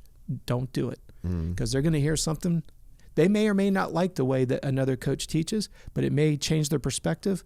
Please don't get into this. You go work with him, you're never coming back. Dude, that shit's the worst. It's insane. It's crazy in jiu-jitsu too. Oh, is it really? Oh, bro. Like the first gym that I trained at on the Gold Coast, that's who I was with for I don't know, the first 4.5 years or whatever. Okay. Yeah. And I used to just like going and training in other gyms. I had plenty of friends, people I met through the podcast, all that sort of shit. Huge no-no. Just fully fucked my progress in terms of my belt. Sure. And I just got put down because I was going to other gyms, and in the end I was just like, fuck this shit. But yeah, it's such it's just zero sum mindset. Yes, that's exactly. all it is. It's like if you're good enough to do, if you're providing a good value, people will come to you for that value. And if they want something from somewhere else, then you have to be okay with them going somewhere else to get it. That's exactly it. And it's not zero sum. For you to win, someone else doesn't lose. Right. That's the problem. Well, it's interesting you say that, because I'm fortunate enough, I've got a good working relationship with Daniel Blair at an athletic standpoint. And, with him being over the KTM Pierre Mobility group at the amateur level, what I like about Daniel is he's at the facility, he's working with these guys, and he keeps saying, if I had your knowledge when I was racing, my career would have been different. And I love to hear that, because I've heard Ricky Carmichael has said that to me. Jeff Emig has said it. Guys that I look up to, Jeff Stanton at the RCU, because I got a chance to teach at the RCU 3 times. That's right, yeah. And the last one they did it at Ricky's place. And I'm, you got to remember, I'm still a fanboy. Yeah. You know what I mean? I'm still that geeky fanboy. I have a picture that's hanging in my hallway. And I was very fortunate. Tim Cotter got us into Ricky's last race, because I'm from Orlando. Yeah. Ricky's last race was in Orlando when Ursula gave birth. And then this fly helicopter came in. Yeah. And Tim Cotter was super nice. And my ex-wife, her cousin is Tim Cotter. So good relationship there. Well, my boys were itty bitty. And we have a picture, in utmost respect to Ricky. Literally, the pits were emptied. And Ricky is sitting on the stoop of the Suzuki rig with Josh and Caleb, literally before he's getting ready to go out and do opening ceremonies. That's how cool Ricky was with this. And ironically, at this time, I was working with Kyle Chisholm, and Kyle was at James's place. So it was the ultimate coming of heads. But that afternoon was the first time I got a chance to meet Roger DeCoster. And that was because Timmy had taken us into the Suzuki rig, and that was Ricky's at the time. Yeah. And my hero is Jeff Stanton. As a kid growing up, I love his work ethic. He's not a flamboyant guy, just puts his nose down and gets it done. To this day, still have I love the man. And I got a chance to meet, Timmy had taken us into Bevo's Scott rig, and of course, Stanton being a Scott guy his whole career, in comes Stanton, and I'm just like, so I got a picture. My point is this collage of pictures. It's 4 pictures. It's me and Ricky, me and Roger, me and Stanton. And to this day, I go to the RCU, and who's standing behind me but Jeff Emig, Jeff Stanton, Ricky, and I'm giving a presentation at lunch, and Ricky interrupts me and goes, if I'd had this, my career would have been longer. Yeah. It just gives me goosebumps. That's Ricky Carmichael, right? And I have no vested interest for him to say something like that. I'm just speaking on behalf of RCU. Yeah. Jeff steps up and says, if I'd had this information, maybe I would have beat McGrath a little bit earlier. Now, you just fucking changed history for me. Yeah. Because I remember Jeff coming out in the black shift outdoors the first time he ever beat McGrath. Like, when he showed up in the middle of summer in all black shift gear, that was a statement that I'm here to win. I'll never forget that. And I've got 3 of these cats sitting behind me saying, and they're interrupting me politely saying, if I had this knowledge, coming from me for these dudes, that's Christmas. I mean, it's just like you said, I'm still a fanboy. They're still, I'm so thankful I've got them on my phone, and it's just really cool to think that these guys recognize the need for knowledge. And that's another area that I've tried to work really hard these last couple of years is, like, for example, we're currently negotiating with Steve Hatch to put together an off-road program, and I've been in communication with Cody Webb in the Enduro Cross. And then like on the moto side, working with Daniel, and then working with some of these other facilities. It doesn't matter if they're a pro or they're not. Daniel obviously was a pro, but I want these facilities to understand that I'm here to help make their facility better. Yeah. Collectively, again, using a Hopper affiliation, or reference, high rises, water, a rising tide raises all boats. Yeah. Like you said, what was the one you said, net zero? At the end of the day, they just all... like zero sum. Yeah. Zero sum. At the end of the day, we can't continue to just go, well, that's just the way it is. Yeah. I have to find ways to associate myself with people. I'm hoping that we'll have a moto dad that'll be like, that's what we're looking for. Yeah. The kid may be a C-class hero. That's fine. Yeah. If we can make him a little bit more flexible, a little bit more durable, and he can extend his enjoyment, i.e. ride a little faster, maybe ride a little bit longer. Bit safer. Safer is the name of the game. Yeah. So for me, when you're stronger, when you're cardiovascularly fit, when you have stabilized blood sugars, and then you're strong and you're flexible, well, then we can enjoy riding our dirt bikes. Yeah. I never want to get away from the fact that we love riding dirt bikes. Yeah. I saw a picture quote today about Jean-Michel Bale, always got a lot of crap because he liked to play ride. He liked to be in the dunes. And, at that time on Honda, there was a lot of tension because of his methodology versus someone else's. But how do you say it's wrong? Yeah. It worked. Yeah. And then we can get into... Jet's the same. Like when you're around Jet, like all he's doing is stoppies and wheelies and like he just does nothing normal on a bike. But what's interesting with Jet is if you look at Jet and Hunter, would you say that their training facility is group setting like Alden and Stars, or would you say it's more alone like Eli Tomac? It's probably a mix of the two, to be honest. That's my point. Yeah. Because the talking media for the last couple of years has all been about, hey, the best thing in the world is race your competition Monday through Friday. Yeah. But yet if you go to the most successful athletes in career, and you and Prado talked about this, Chad, Ricky, and James would never train with anybody. Now, yes, Ricky had Townley in there for a while. James had Kyle Chisholm in there. He even had Dunge in there for a while until Dunge put that wheel in on him at the U.S. Open, and then his bags were packed. Yeah. People don't realize they never trained exclusively alone. They always had one rider out there. Yeah. Like at the Goat Farm, it was always like when I was with Dunge, it was Dunge and Jeremy Martin. Yeah. It was a 450, 250. But the point being is that the media world has really focused on how great is it that you can race your competition, you raise the bar, every day's a race. And then we talk about burnout rate, attrition rate, injury rate, sickness rate. Yeah. And then I think that's only good for the top dog. Like that whole, so like I think of Star and I think Deegan. Mm-hmm. Like he's the guy that's winning the scrimmages. Yep. Because essentially what that facility is and what Star is like, even like Hayden said it himself. He's like, it's just scrimmage. Sure. And that competitive environment and that that is sick for the dude that wins, and it sucks for everybody else. And it's the same in like a jiu-jitsu gym. Sure. There's such a hierarchy. Like I walk into the gym and I go like, I can fuck those dudes up and those dudes fuck me up. Yep. And it's like, I know pretty much where I'm at. And then there's a group of 3 guys that I'm like super competitive with. But there's always a very distinct line in the sand, and like the people that enjoy those scenarios the most are the biggest dogs in the playground, you know. But here's the catch, here's the caveat, until it doesn't work anymore. Yeah, that's what I mean, until you're not the biggest dog. But that's my point. Unfortunately, the reason why they no longer are the biggest dog is because they're exhausted. Yeah. No matter what scenario you want to give me, if you put all emotions aside and all opinions aside, and you just look at that, if you look at the calendar and the hierarchy, because if you look at it, the greatest of all times, because I think they all are in the same category, and you've done a great job on your show talking about, it's hard to say James is better than Ricky, Ricky's better than James is better than Chad. They're all just beasts. They're just all beasts. And they got their own different way. Yeah, you've got McGrath, who you just had on. 72, maybe, Jet does beat it. But, for all intents and purposes, the best of the best in history have all trained by themselves. All the way up to and including Tomac right now, that nobody seems to be talking about these last couple of years, and yet he's won the most. Yeah. So if you're going to argue with me that the group environment works so well, then how come if you look at the lion's share of championships, they've all come by training by yourself? Because it would go Ricky, then it would go the generation of Chad and James, because those two to me were, I guess all 3 of those would be about synonymous. Yeah. Then you look at the transition over to Eli, he's out there doing it by himself. Him, a heart rate monitor, stopwatch, and his dad. Yeah.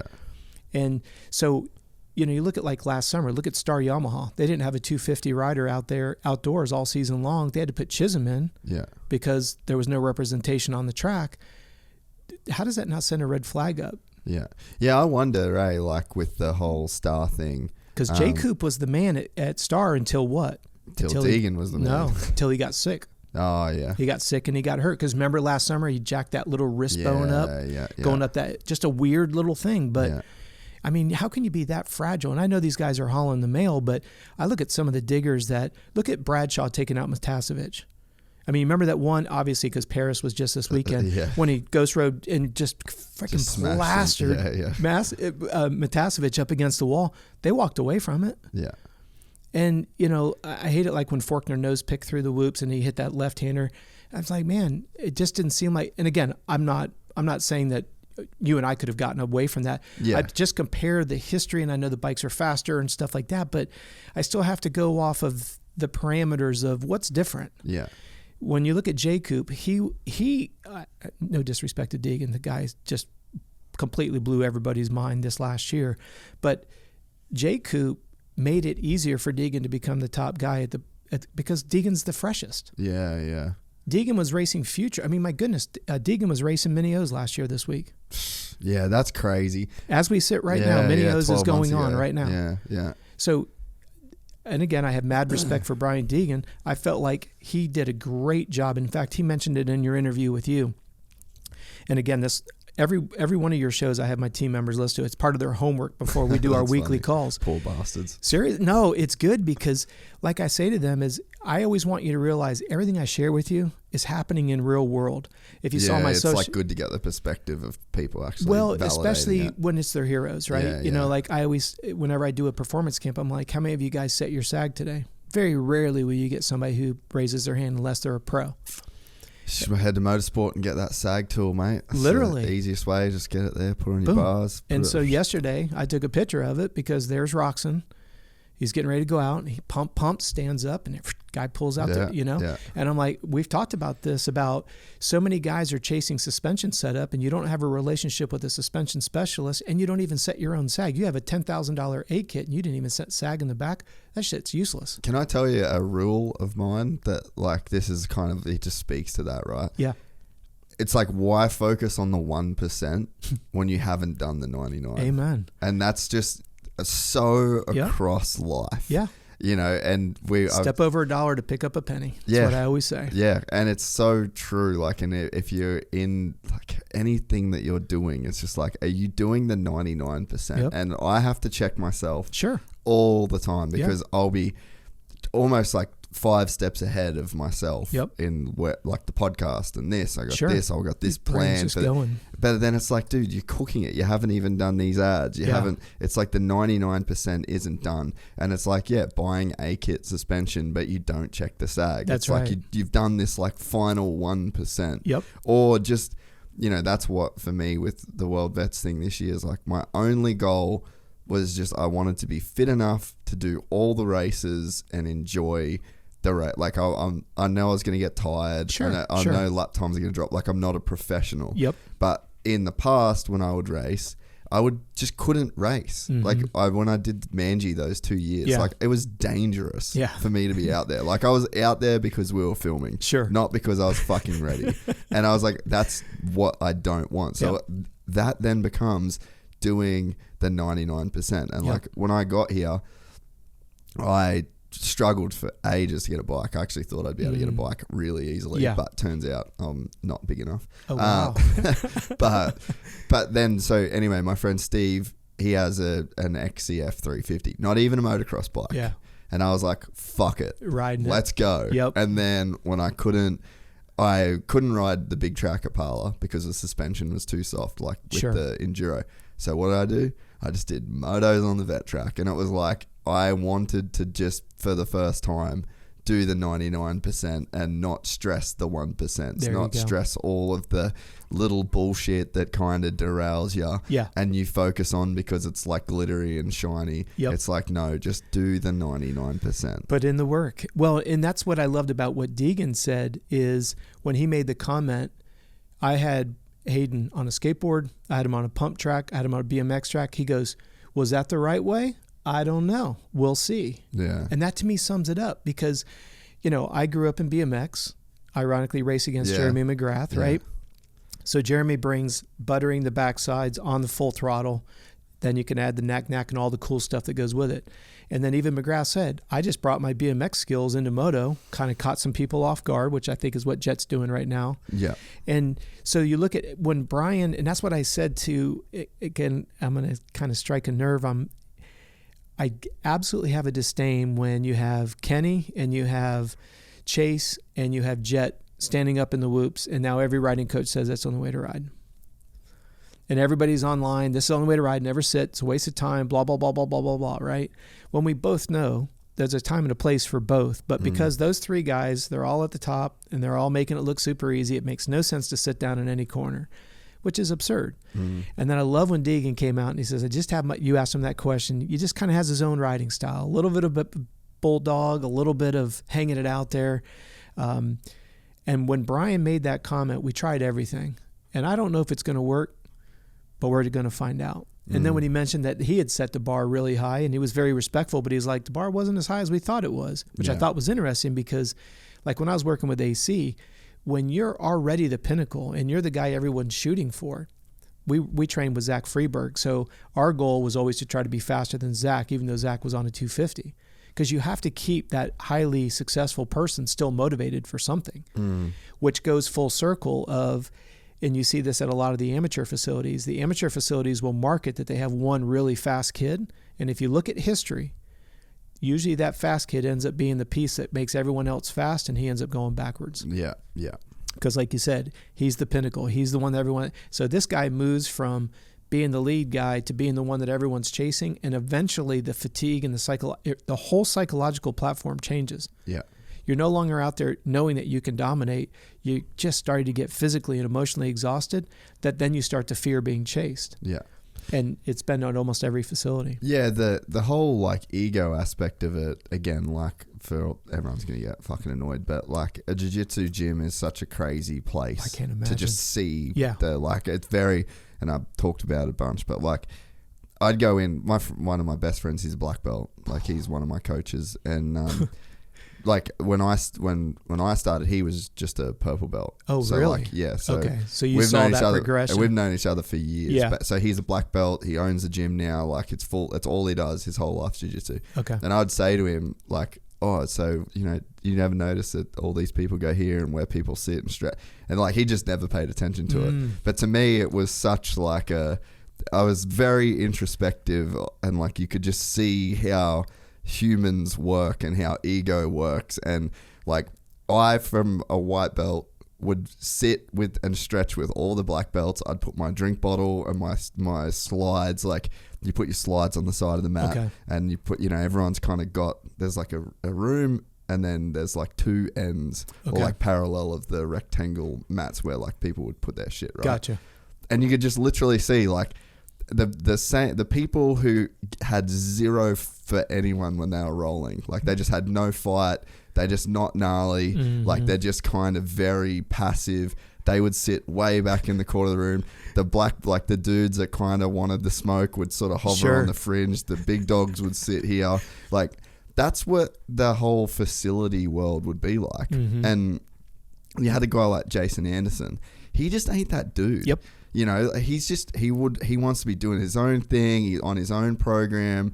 Bikes isn't like this competitive like he's just working on himself, and then you go to a guy like Deegan or Webb, like they fucking love that shit. They want all the smoke.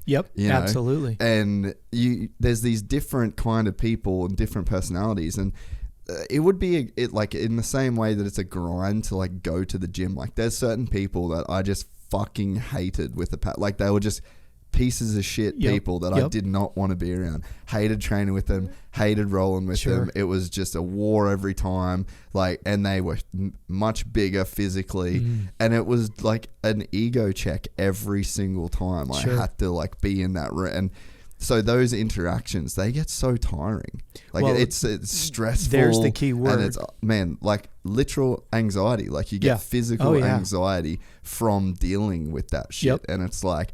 It's the same. It would be the same at the bakery. It would be the same. It'd probably be worse at the goat farm. But see, it's interesting you say that, because when I was at the Olympic Training Center as a triathlete, I'll never forget walking into the cafeteria and you realize every single person on this property is the best in their sport. Yeah. Now I was on the development team. I was just there to get tested. But that epiphany when you walk in and you just realize. But what was interesting though, when you're at the Olympic Training Center, they only train together for a very short period of time. Other than that, it's all by yourself. So again, we're back into that philosophy. And again, I'll articulate what Deegan said. We think we might have the right, but we won't know. And I thought that was such a mature thing to say. Yeah, people joke that Deegan's brash and all that, but he's smart as hell. Yeah. And I don't think it's by, and I don't know, maybe you have more insight. I don't know if you're at liberty to talk about it. Like with Deegan being out there in Colorado, whether it's for a video shoot or a documentary or whatever is not the point.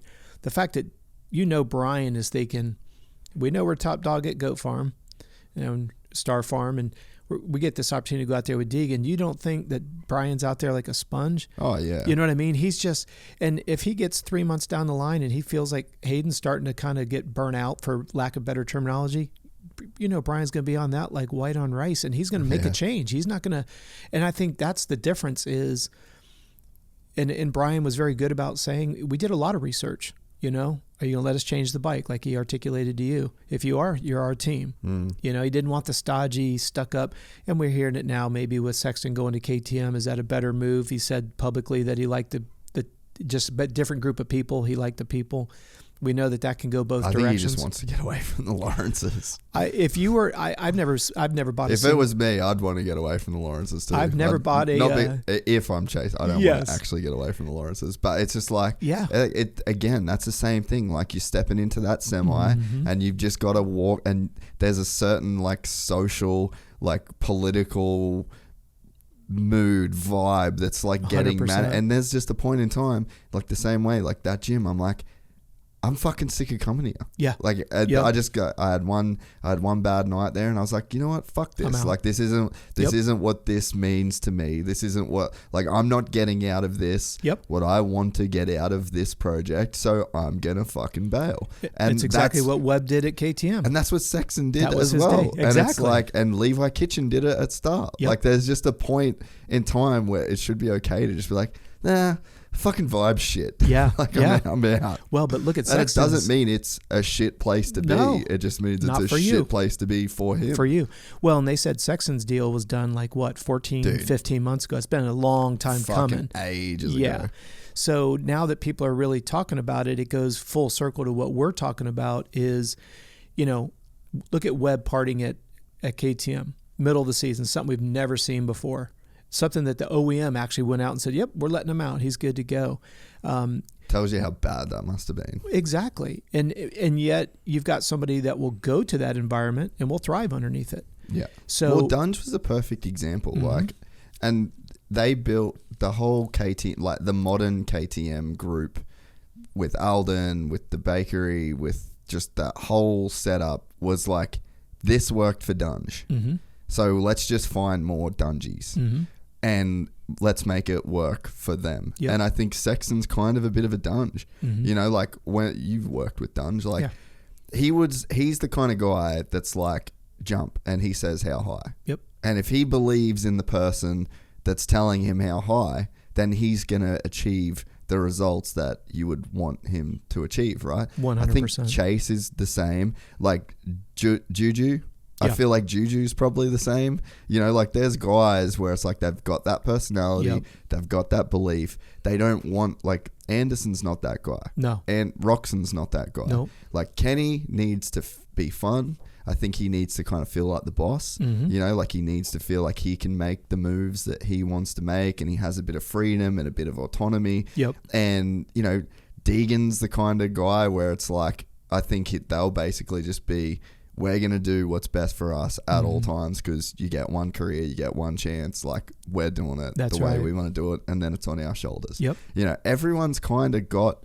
the thing that makes them tick. So, yeah, I think that the modern KTM philosophy was built around what worked for Dunge. Like, there's no way anyone saw him having the career that he had out of the B class, you know, like crazy formula. No way. And they made that dude work with that kind of program, you know. But you just hit the ultimate bullseye right there. It was Dunge being identified by Roger, and a trust and a bond that's, I mean, think about it. When Roger left Suzuki and went to KTM, they said it's going to be a kiss of death for his career. And then when Dunge followed, I said the same shit. Same thing, right? Yeah. And then Roger, I can imagine the conversations that they had behind closed doors.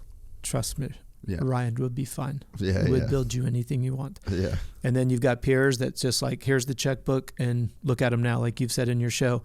I think you were talking about with McGrath. You know, they're on top of MotoGP, they're on top of MXGP, they're on top of outdoor motocross, making fucking billions, doing great, right? It still has the most diversified portfolio of all bikes: 2 strokes, 4 strokes, small bikes, big bikes, in between bikes. And kind of reminds me of the old days when you had Suzuki PEs and Yamaha ITs and everything else, right? Yeah, that's KTM. Dude, they got 350 EXC, XCF, and SXF. Yeah. And that's one. Yeah, that's just one. It's one little size. Yeah. And again, you've got to give them credit. I mean, for those of you who follow cycling at all, a lot of people don't realize that KTM, the Pierre Mobility Group, they bought felt bicycles. And that, you know, they didn't go in and buy some small part of the market share. They just went in and said, we're just going to take felt over. Who they've got Daniela Reef on the women's side. I mean, a very big footprint in the cycling, particularly triathlon world. Well, that was a platform to get their e-bikes out there. They didn't go in and try to create it. They just bought it. Yeah. And when you go back to somebody like, I think about like Will Hahn when he was at Star Yamaha, and just the bond that he built with those riders. And then when he went, you know, to Gas for different reasons, but that bond that he has with Barsha, you know, where they're like, okay, we know what works. And I've had some brief conversations. I've tried to have more conversations with Will. One of the things I really respect about Will is he knows what he doesn't know. Yeah. Like, he doesn't declare himself as a trainer. He's just like, I know enough that I think I can help. And you know, but he's that go-to guy that you can always be loyal with, which comes back to when I said you hit the bullseye. Roger and Dunge, that was the bullseye. You could say that Troy Lee himself and Barsha, because they have the same personalities. For sure. Right? Yeah. You look at Webb with Bobby at Star. Yeah. You know, yes, I think there's a little bit of oil and water with Bobby Reagan to Tomax, but you've got John and Kathy in the middle that becomes, Eli can still be Eli. Yeah. He's a metronome. He just goes in, does what he needs to do, and leaves. Yeah. And I think John and Kathy have done a good job of being a liaison between that bridge. But if you look at the key, like I said, when I was working with Dunge, it was me and Dunge against Roxon and Alden. And look at Roxon and Roger. Yeah. Oil and water. Yeah.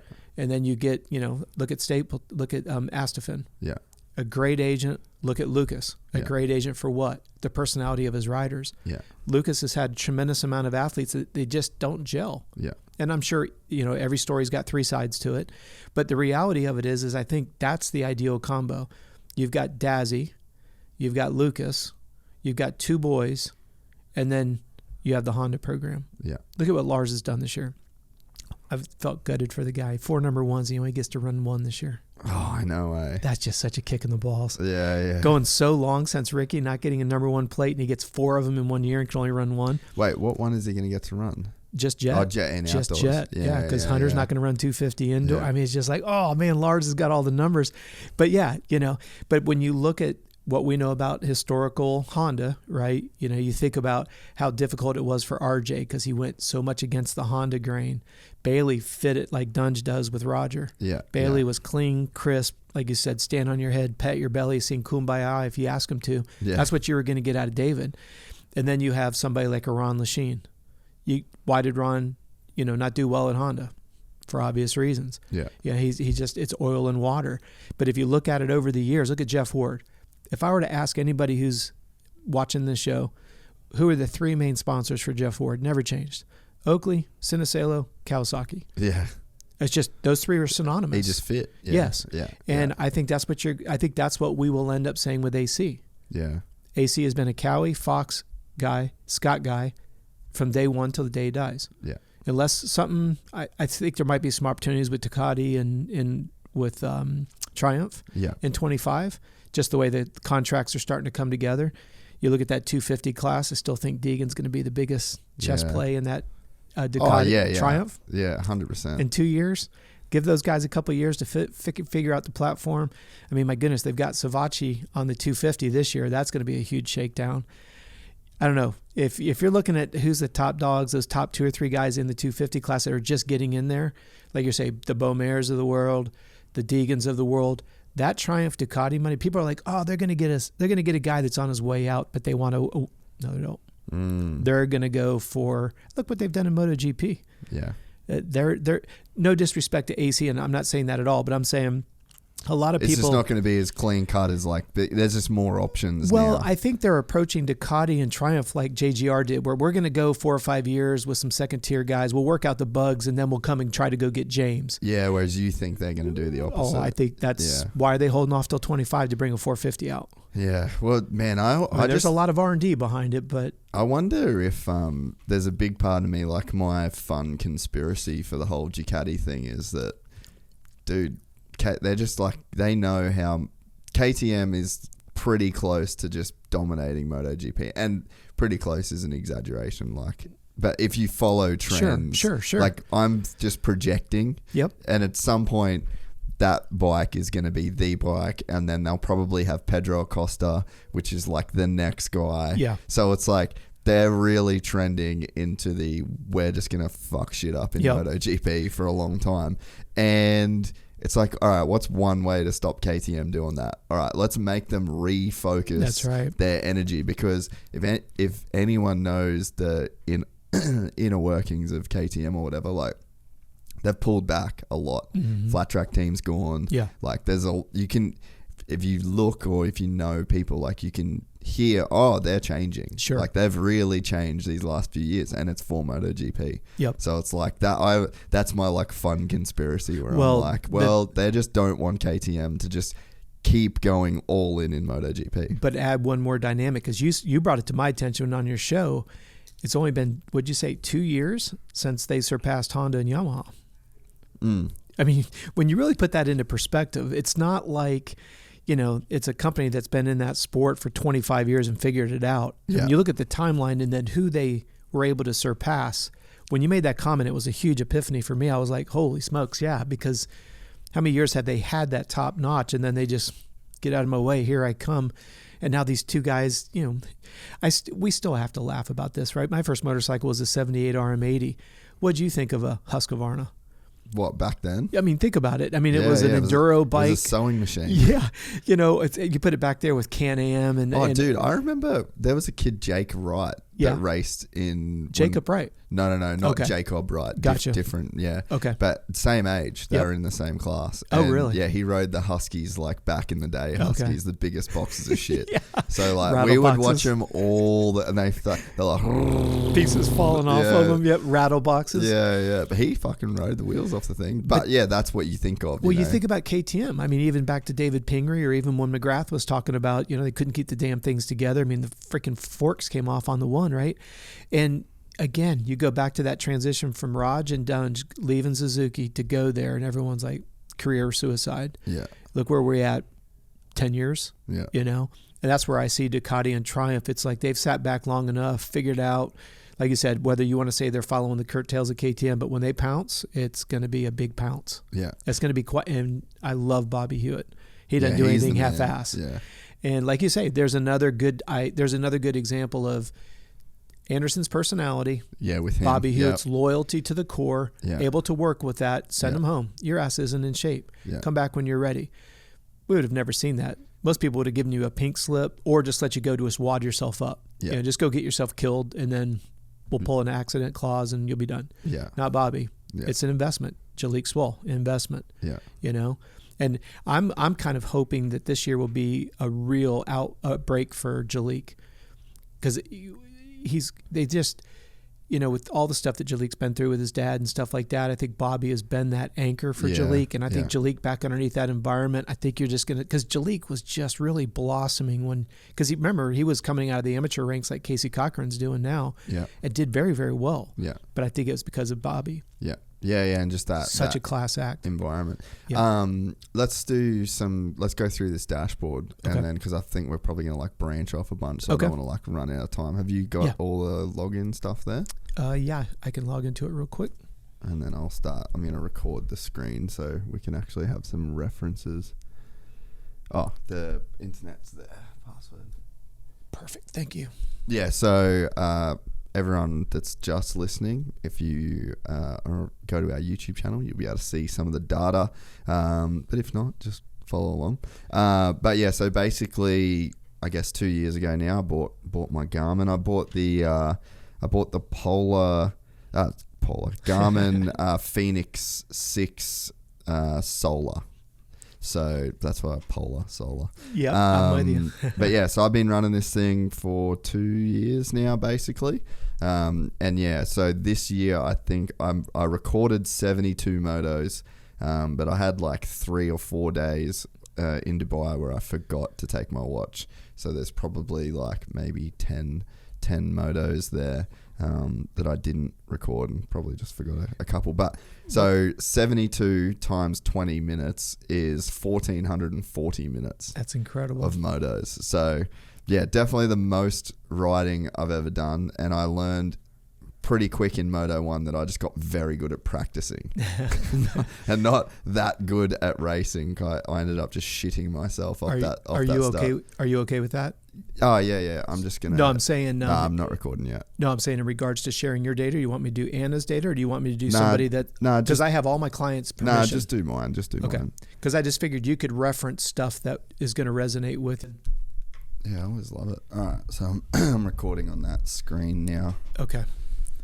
So we're into my Garmin dashboard. So this is the good, the bad, and the ugly of my 2023 training. That's what you were in now. That's crazy. So yeah, I guess I'll give everyone maybe a bit of a rundown. Okay. Of what I did, what I kind of thought. Originally, I wanted to try and just do a program from you, basically. But so I ended up pretty much started training January 1. I think there's even motos on January 1. But yeah, I was basically I'm going to record all my motos for the year. I'm going to do 20-minute motos just nonstop, basically. And then I also was I'm going to start running as well, because yeah, just with moving and with all that, I just wanted, and a lot of travel, I was I just want to be able to do it wherever. But I got friends that run, and a lot of people really love it. And once they start doing it, they really get into it and they really love it. And I kind of just wanted to find that out for myself. I wanted to have that experience, I guess. So yeah, I just did a bunch of running. I ended up, if you do buy Garmin, like I just literally click into the top right, click run, and it'll give me a suggested workout. So today's suggested workout is base 140 BPM for 27 minutes. Yep. So yeah, basically I just did a whole lot of base runs. Yep. And yeah, so maybe one thing that could be cool is to, I guess, I know you've spoken about it before, but maybe like a brief intro to somebody that doesn't know what like base training is, or like running training via base, because there's a lot of, I guess, like misconceptions about running, and when I like basically low and slow. So you want to be at like a low heart rate, which means you're just running pretty slow and you just like do it for time. And you'll see, like, if you go to my first runs, like it was pretty shit, and I was doing like a lot of walking because my heart rate would elevate. And then over time, you can just like keep your heart rate kind of more in control, and then you learn a lot about like breathing and stuff like that. But yeah, so I think I didn't run as far as or as much as I kind of thought I would, but I just did a lot of like 5K That's runs. Perfect. Yeah. And then I ended up doing like 125 Ks. That's awesome. So far for the year or something. Yep. But I probably ran 0 the year before. So it was like a pretty big step up. Yep. But definitely for 2024, I think I want to run more. I probably might even try and do like a half marathon or a marathon or something like that. And then my wife, she's started running as well, so she's kind of the same thing, base training, like she's got the heart rate monitor. Yep. But yeah, because I think the one thing that running did for me more than anything else was stress relief. Yep. And I found that out a lot too. Like, well, you can't take your phone with you. It's not like when you're on a stationary bike, you always still have these attachments to you. Yeah. You get out, you're gone. Yeah, you're in the sun, or you're in like the elements, or like some vitamin D, fresh oxygen. Yeah, trees. Loved running on the beach. Yeah. But I found out, like, so obviously in Dubai, that like there's no substances there. Right. So like I would definitely use substances as like relaxation and stress relief. Gotcha. So that was kind of like, all right, end of day, I'm winding down, I got no more work, Yeah. So then you kind of go to something like that. Whereas in Dubai, you don't really have that option. And I found myself going pretty fucking crazy. And there'd be nights where it'd be like just before dinner and I'm kind of working and I could just feel I'm stressed. My stress is up on my watch. So I would just literally go running. See, and that like, right there to me is interesting, because as intuitive as you are, the fact that you didn't walk that through, knowing that was kind of your go-to. Yeah. That's well, kind I of guess interesting. I guess it's just a long, like, habits, yes, like it's like a long time. And that's just really cool. And I didn't like running, and I would have told myself I didn't like running, told myself I wasn't good at running, which is also another thing to speak on, is like you kind of just are the story about yourself that you tell yourself. Oh, yeah. Whether you think you can or you can't, you're right either way. Yeah. I know it sounds a little corny, but think about that. It's so true. Yeah. But yeah, so anyway, running was a big thing that I did. I didn't do...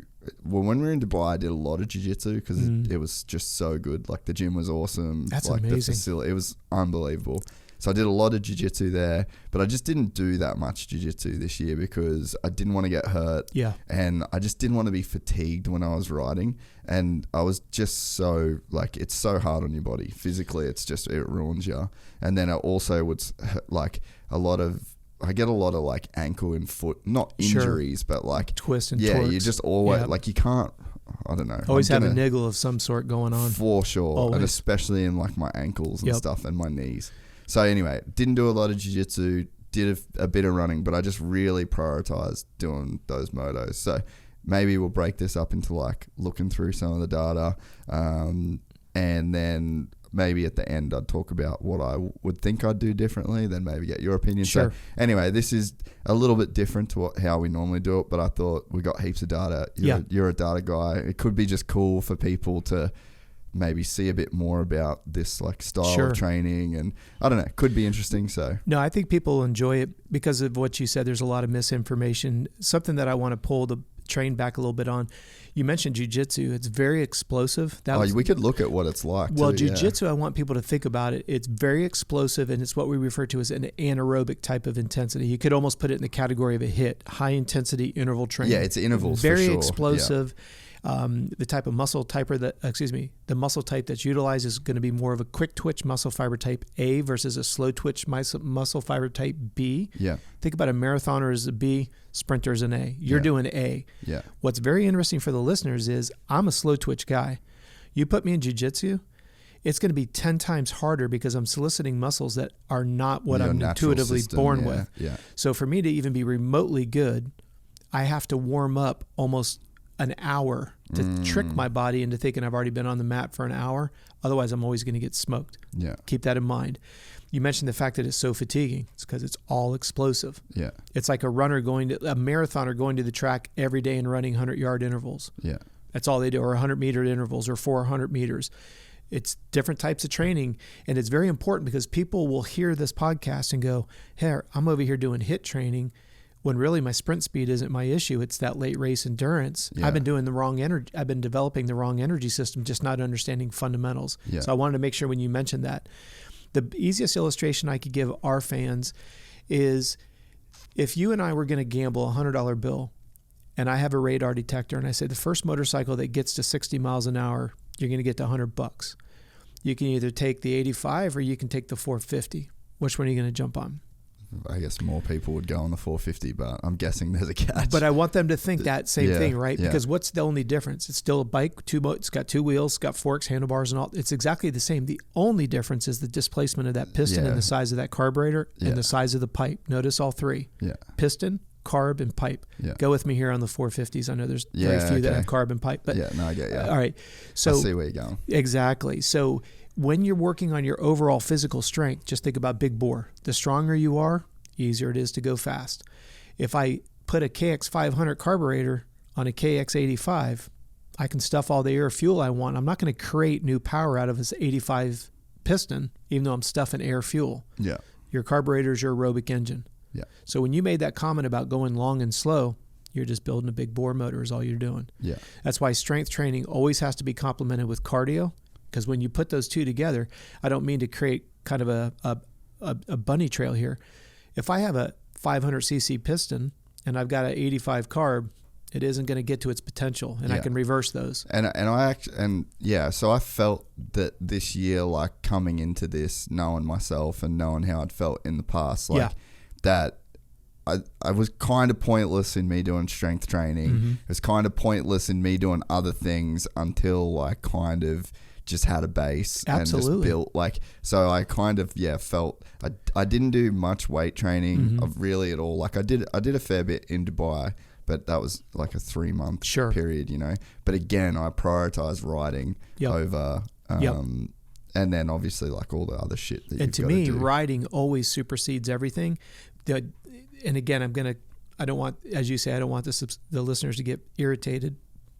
When you look at a triathlete, he or she doesn't have nearly the danger associated with swimming, biking, and running. People who don't like swimming would argue drowning. But I would much rather build your strength and your anaerobic threshold off the motorcycle than I would on. That way, when you get on it, you're much safer. And that's how I felt it's too. The only sport. Yeah. Because when you talk about running, I normally, for anybody who rides moto, I don't advocate running with a caveat if you're going to run consistently. Yeah. Because if you do it sporadically, there's so much residual soreness. Yeah, 100%. Besides motorcycle, the only thing that's more load bearing is running. Yeah. So that's why your heart rate's always the highest. The more muscle you use, the higher the heart rate. So moto is always number 1. Running is always number 2. Yeah. Rower's number 3. Then it goes gravel, mountain bike, and then we get into swimming. Yeah. Then you can go add things like elliptical, Nordic track, and that kind of stuff. Just think about how much muscle you're using. So that's why I don't want people to take it out of context. I always prefer the bike, but I don't want you to go out and yard dart yourself because you're not strong and fit enough to. And just add one little component. I'd love you to get on your bike, just don't go haul ass. Yeah. Jump on your bike and go do turns. Go jump on your bike and work a section. Don't try to moto down because the risk of it. Yeah. And watch your heart rate starts getting around, I'm just using a loose number range, gets to 165, 170. Stop doing your cornering. Let it come down to 100. Resume. Yeah. You reduce your risk of getting hurt. Yeah. Because I would never say cross-training supersedes seat time. But there's a point where if you're not in good enough shape, seat time could yard dart you. That's pretty much like where I was. And so Sam Sunderland as well, when I was in Dubai, and we were just talking about training and shit. And And yeah, he said, he's like, I personally think that to get in shape for moto the quickest, you should run.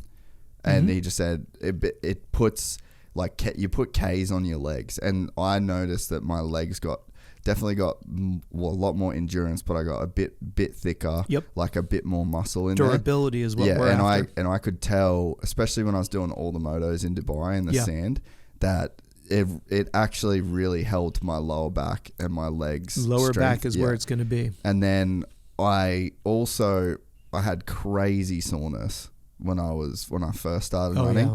But that actually went away surprisingly quick. And I think that's probably the biggest barrier for people. And it was my biggest barrier, was that every time I ran way too hard and I got really sore. And I was just like, man, I'm just not built for running. But it's just kind of not true. Like, you're going to get sore, but also you should just run to a certain heart rate for a certain distance. And I'd stopped a lot. Like if you pull up my first run, like I was walk, run to try and keep my heart rate. Now you bring up again, let's back the train up just a smidge. A lot of people will say that the running is super sore on their body, and that's because they're running in old shoes. Try not to have a pair of shoes that's more than maybe 3 to 4 months. Like I live in Florida in the heat and humidity, and it's frustrating because you'll get a manufacturer, you find a pair of shoes you like, and then they discontinue them. So you buy 6 pairs and you put them in your closet. Well, the heat and humidity will actually solidify the heel. So even though the shoe hasn't come out of the box, that material is solidified. So you're out there running essentially in concrete shoes. So when someone starts running, try to run off-road if you can. Yeah. Make sure you have good shoes. And then if you have an old pair of shoes, look at the bottom of them and see what the run pattern is. Are you a heel striker, which means now you're grabbing what we call the e-brake. When you're running, you should always be falling forward so that you're landing head is over your knee is over your, because now we're going to get into biomechanics. Like I said, I don't want the subscribers to get irritated, but I do want to address their frustrations. Why am I so damn sore? Because your quadriceps are essentially the most powerful decelerator of the body. Well, when you land on your heels, you decelerate. When you fall forward, you're actually springing. We measure it in vertical oscillation. How much is your head going up and down versus how much is your belly button moving forward? That should all be in there too, actually. Yeah. Because so that was another thing. But I want people to understand the importance of it before we jump into numbers. And like, I'm not a runner. Who gives a shit? Because if you do want to get in shape. Yeah, because I've never looked at that. I know it's in there, but I've never really looked at it. But I agree. Running is so convenient. Yeah. But there's caveats. If you're going to do it once a week, it's going to be too sporadic. It's going to hurt so much. Now, you made a comment again that's worth reversing, backing up a little bit. When you notice that the recovery, the soreness went away quite quickly, high five knuckle punch. Is that adequate protein intake? Is it contrast therapy? Did you foam roll? Did you get 9 hours of sleep? Because, and I cannot emphasize this enough, when someone has a run and the next day they're so damn sore they can't get down to use the restroom, they'll look at every small detail. But when things go well, I go, how'd you do it? And you go, I don't know, I just did it. Stop. Yeah, we can't duplicate success. Right. But when it goes wrong, everybody wants to micromanage it. When things go right, most people can't duplicate it. Yeah. So I just thought that comment, as benign and quippy as it was for you, that was huge. Did you make a small change in your protein intake? Did you start adding foam rolling? Did you just sit in an Epsom salt bath? It's that 1% after the other 99 are in place. But I like running. I'm going to sound like a hypocrite here, but I don't like running if it's sporadic, because our knees, our hips, our ankles, they all take enough abuse with the G-ing out of the bike. But it is the most inexpensive, quickest, most convenient if you're going to do it consistently, and you have to do the supporting stuff. Foam roll, contrast therapy, chiropractic adjustment. A lot of times people will complain of their lower back when we ride sand. Yeah. And that's because your quadriceps, if you can imagine the pelvis from the side. Yeah, it's like your hips are coming to the front top of your pelvic girdle. So when they get tight, they pull down, which tilts the lower part, and now you get lordosis in the small of your back. So Anna, the other day, so she's like just started running, I think. Yep. And she's probably doing like 10Ks a week. Like she's doing pretty good. But she was like, man, I got this pain that's like it's like in my lower back, but it feels like it's from the front, and I got a sew right. Oh yeah. And so I said, and I always like at night, I got my little nighttime routine. Like I'll just kind of like finish my day on the foam roller and the massage ball and then the sew right. And she always looks at me like, what the fuck are you doing? Yeah. And so then she's like, oh, I got this pain. She's like, oh, it's not in my back. I'm trying to, and I said, it's your psoas muscle. Yep. People don't even know that it exists. Yeah, psoas goes from the lower, at the very bottom of your lower lumbar. They originate there. They go through the pelvic girdle and they attach to the head of the femur. Yeah. So, and it's a deep muscle that's hard to get to because you have all these superficial muscles that are already super tight. It's kind of like when you get into the deep lateral rotator, especially for those that ride moto. Here we come into the corner. We know we should have that foot turned inward. Yeah. Well, imagine this is my leg, right? Here's the head of my femur up in my pelvic girdle. Well, I know I should have my toes inward, but the muscles on the outside of the leg, up in the, literally underneath your glute muscles, you have the deep lateral rotators. They do exactly what they say. They laterally rotate. Well, when they're hypertonic, you look like a duck foot. Yeah. You got a riding coach like Ben saying, get your foot in.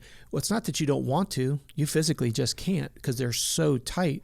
The problem is people will foam roll or trigger point. They think they're doing deep lateral rotators. You haven't gotten through the superficial muscles, which is gluteus maximus and minimus, your two butt muscles. Yeah. Those are so damn tight that you don't get deep enough, so you keep dabbing your foot, and you're like, what the hell's going on? Well, funny that you should say that too. Like, so with BT, we're doing like the coaching, and then he's like, point your toe in or whatever. Yeah. And so I was like, oh, so why? Like, what's going on? Like, he's like, oh, because it keeps the connection. And I was like, all right, I've thought about this a lot as well. And I was like, I feel like there's an easier way for this to be explained. And so I was like, all right. So I got him to put his foot up, and then I said, now rotate your foot outwards. And then I pushed his leg. And then he's like, yeah, see? And I'm like, rotate inwards. And then it was much tighter. And I'm like, by rotating your toe inwards, pointing inwards, you're contracting the muscles that are on the inside of your pelvis. So like your hip flexors and your like adductors. And then I was like, so if you can contract that, then you're actively like there's a muscle supporting the inside of the bike. Whereas if you point outwards, you're like any movement is going to head the direction of the contraction. Well, for the listeners, if you're not able to watch this on YouTube, stand straight up and literally just move your feet in your shoes or on the ground. Torque your feet inward. That's what we call a medial torque. And you'll feel the head of the femur. You'll feel those glute muscles just tighten up immediately. Yeah. And this is why when Prado was talking about the idea when he was talking to himself that he's too far forward on the bike or his feet aren't right, it's those little small awarenesses. I don't say this to sound sarcastic at all, but think about when was the last time you got a foot massage or a hand massage? Yeah. And they're the two most important contact points. Yes, you could argue the knees as well, but that's there you've got knee braces sometimes. I know you've tested some and some without, but when you're looking at the two most consistent contact points of the bike, gets no attention whatsoever. Yeah. You go get a massage, you're getting your shoulders, your leg, your back. Yeah. You're not getting your hands done. Yeah. And so that's why I always have my athletes, like when we're sitting at a desk environment, have a tennis ball under your left foot and have a tennis ball on your right glute and then swap them. So at the end of the day, you've worked all those muscles that are a contact point.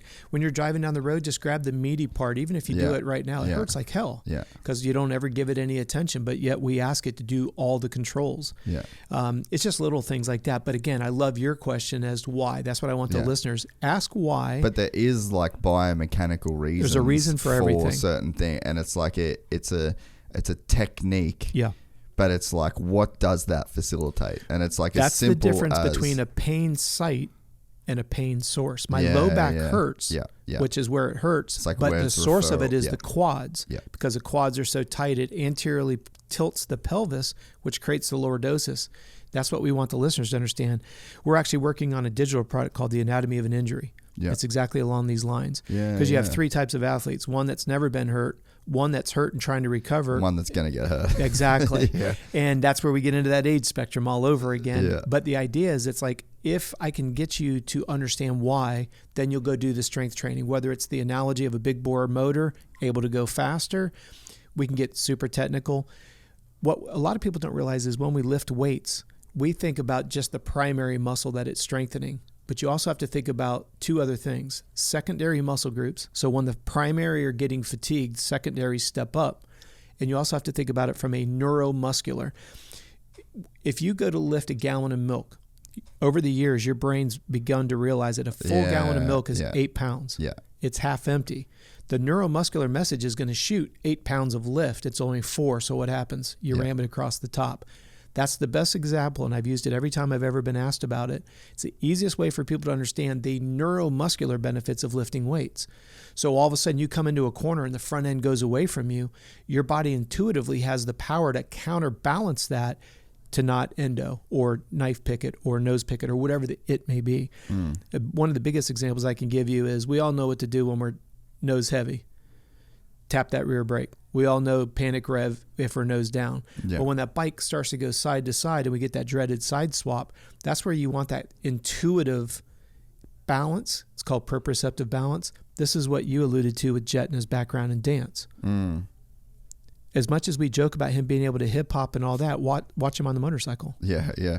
Well, dude, it's the same as Lomachenko in boxing. Yes. Like his dad made him quit boxing for a couple of years. Wow. And join the Russian Ballet Academy. There you go. And the dude, like the way that he moves and cuts angles, like he's just invisible. It's unbelievable. Yeah. Which goes back to what Deegan said. We've done a little bit of everything. Yeah. We can't tell you it's the right way, but right now it's looking pretty good that we might be on the right path. Yeah. And I'm glad to hear him say that because again, it goes back to there's not a one shoe fits all. There's not a one riding style. There's not a one technique of anything. Selfishly for me, that's why I love and appreciate these types of opportunities to talk about it, because I want people to understand there is a methodology behind the madness. As much as I get teased about being the mad scientist, it's stop treating everybody like they're incompetent. If your low back hurts, just understand you probably should foam roll your quads. Now, if you want to talk about what's tight, I'll go through all the anatomy with you. And that's why we want to do this digital product. Most people are like, this is what hurts. What do I need to do to fix it? See you tomorrow. Yeah. If you want to get into the nitty gritty, we're going to have it in there for those that want that info. And it's going to be digital as well as print. And because I have a massage therapy background, I want to educate the physiology because you can offset it if you know what's causing it. So a lot of guys go to the gym. They want to do stuff that looks good. Chest, back, buys. That's pretty much it. But if I can get you to understand that all movement on a motorcycle is in a three-dimensional plane, on a motorcycle we have a left and a right peg, above and below the seat, and front and behind the pegs. Then you get this human body that jumps on it, moves in the exact same level. Left leg, right leg, above the belly button, below the belly button, front and a back. Well, if you yin and yang against that motorcycle, you're screwed.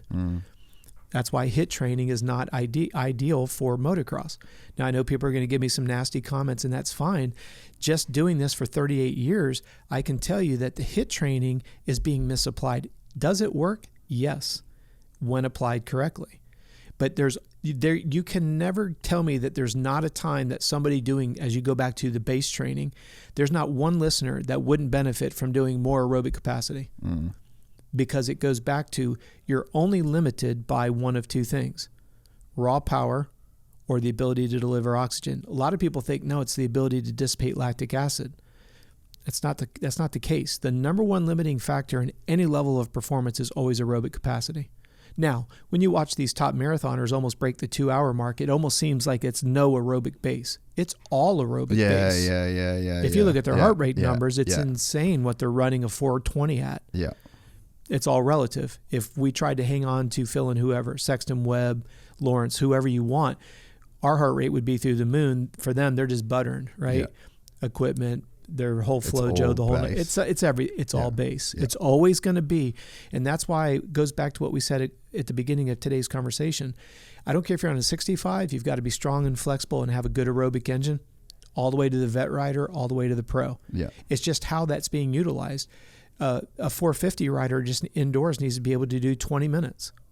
And if you go and you look at the heart rate, it comes up on a very gradual. A lot of people don't realize that. They think when you're in the best aerobic capacity, it's going to take the heart rate a little bit longer to get up. Yeah. I started noticing that on my runs. Yeah. Like I couldn't start my watch at when I started my run, you know what I mean? Because like it had started taking me a few minutes to like hit the 140 mark for it to begin. Yeah, whereas like before I'd literally just run for like fucking 200 meters and I'd be there. Yep. So then it was like minutes where you'd have to like actually. So think about how interval training is so frustrating for somebody. When you're not in good cardiovascular shape, please stick with me.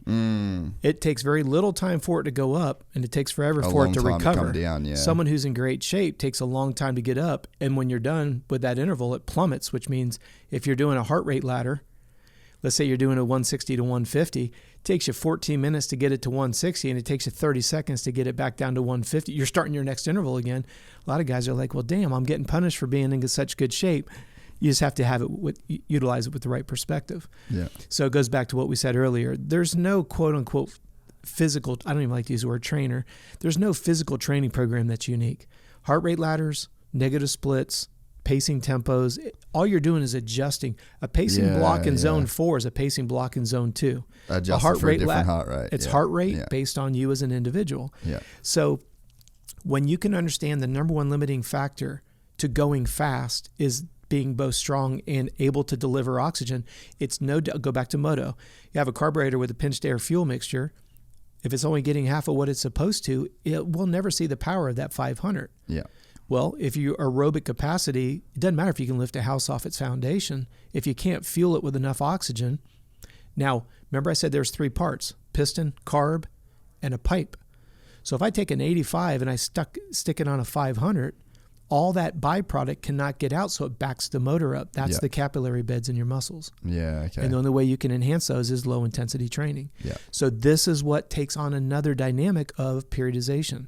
If you don't allocate some period of time to build that aerobic capacity, when it comes time to doing speed work, you don't have the channels to get oxygen in, byproduct out. Yeah. You back up. Yeah. And that's what's making it so hard for these guys when the season gets longer and longer and longer. They don't have that base period. You can't periodize. You go to the professional cycling world, we ride 12 to 16 weeks in nothing but zone 2. Mm. But these are the same guys that'll time trial at, 50K and hold it for literally a 40K, not even bat an eye at it. That's insane, eh? But that's why and that's why I appreciate these conversations is if you look at it from another sport, like for example, warming up, just watch the Tour de France. They'll have a 10K time trial. They'll warm up for an hour and a half. Yeah. They're underneath their awning. They're on a trainer. And I can't get guys to sit and warm up on a starting line for a 6-minute race. I haven't warmed up once. And yet Usain Bolt will warm up for an hour to run 8 seconds. Yeah. But that's the difference between a sport and if you watch cycling, as soon as they come off, they don't just go jump in a cold plunge. Yeah, they're back more. spinning, bringing the heart rate Yeah. down, dissipating metabolic waste. Yeah. We don't do that as a sport. And it is interesting, not because you're from Australia, but I always point this out to my team members. Every time they show a race and they put the time clock up and it's 5 minutes to the race and they go down the start line, notice you never see Jet, Hunter, or Kenny or Max on the starting gate. Their mechanics holding their bike. Where are they? Probably on a spin bike. They're back at the wall doing jumping jacks because they're on the stadium floor. Yeah. They're the only ones that do it because they're not worried about looking uncool. Well, the crazy thing too, when I started getting better with the competitions in jiu-jitsu, I would roll hard as fuck before you went out. Because the first few times I did it, so there's this dude Craig Jones. He's like pretty much the second best dude in the world. He always gets second. But he's an Aussie guy. He's been on the podcast before, and I would just get these crazy adrenaline dumps in the first match and just not be able to recover. And I remember, like, I would get in, like, anytime I'd got in, like, a fight at school or, like, a street fight or whatever, Sure. The first couple times I ever got into a fight, it felt like I was punching a dude with, like, a feather arms because you just get this adrenaline dump and you can't, like, you have nothing. It's a fight or flight, literally. Yeah. And so I was getting that when I was doing jiu-jitsu, and I was like, man, this is the same shit I used to when I'd get in, like, a street fight, fist fight or whatever. Sure. But yeah, so then Craig was like, dude, I do like full blown 100-meter sprints, like as hard as I can. And it's counterintuitive because you're like, I'm wasting this energy, but you're like priming your nervous system and you're priming like that reaction. The official term is called the lactic acid shuffle. When your body converts stored sugar, glycogen, into energy, the byproduct that comes off of that is a hydrogen ion. That's where we get the word lactic acid because it's acidic by nature. So what you're doing is you're starting to literally at a neuromuscular level, you're letting the muscles know that the production of lactic acid and the accumulation of that is coming. Yeah. So it literally speeds not only circulation, but it speeds up how quickly it grabs and moves that lactic acid. It's called the lactic acid shuffle. It's literally engaged by hormones. People need to understand that hormones' only role in the body is to communicate. That's its only job. Send signals, basically. Send signals. That's it. Yeah.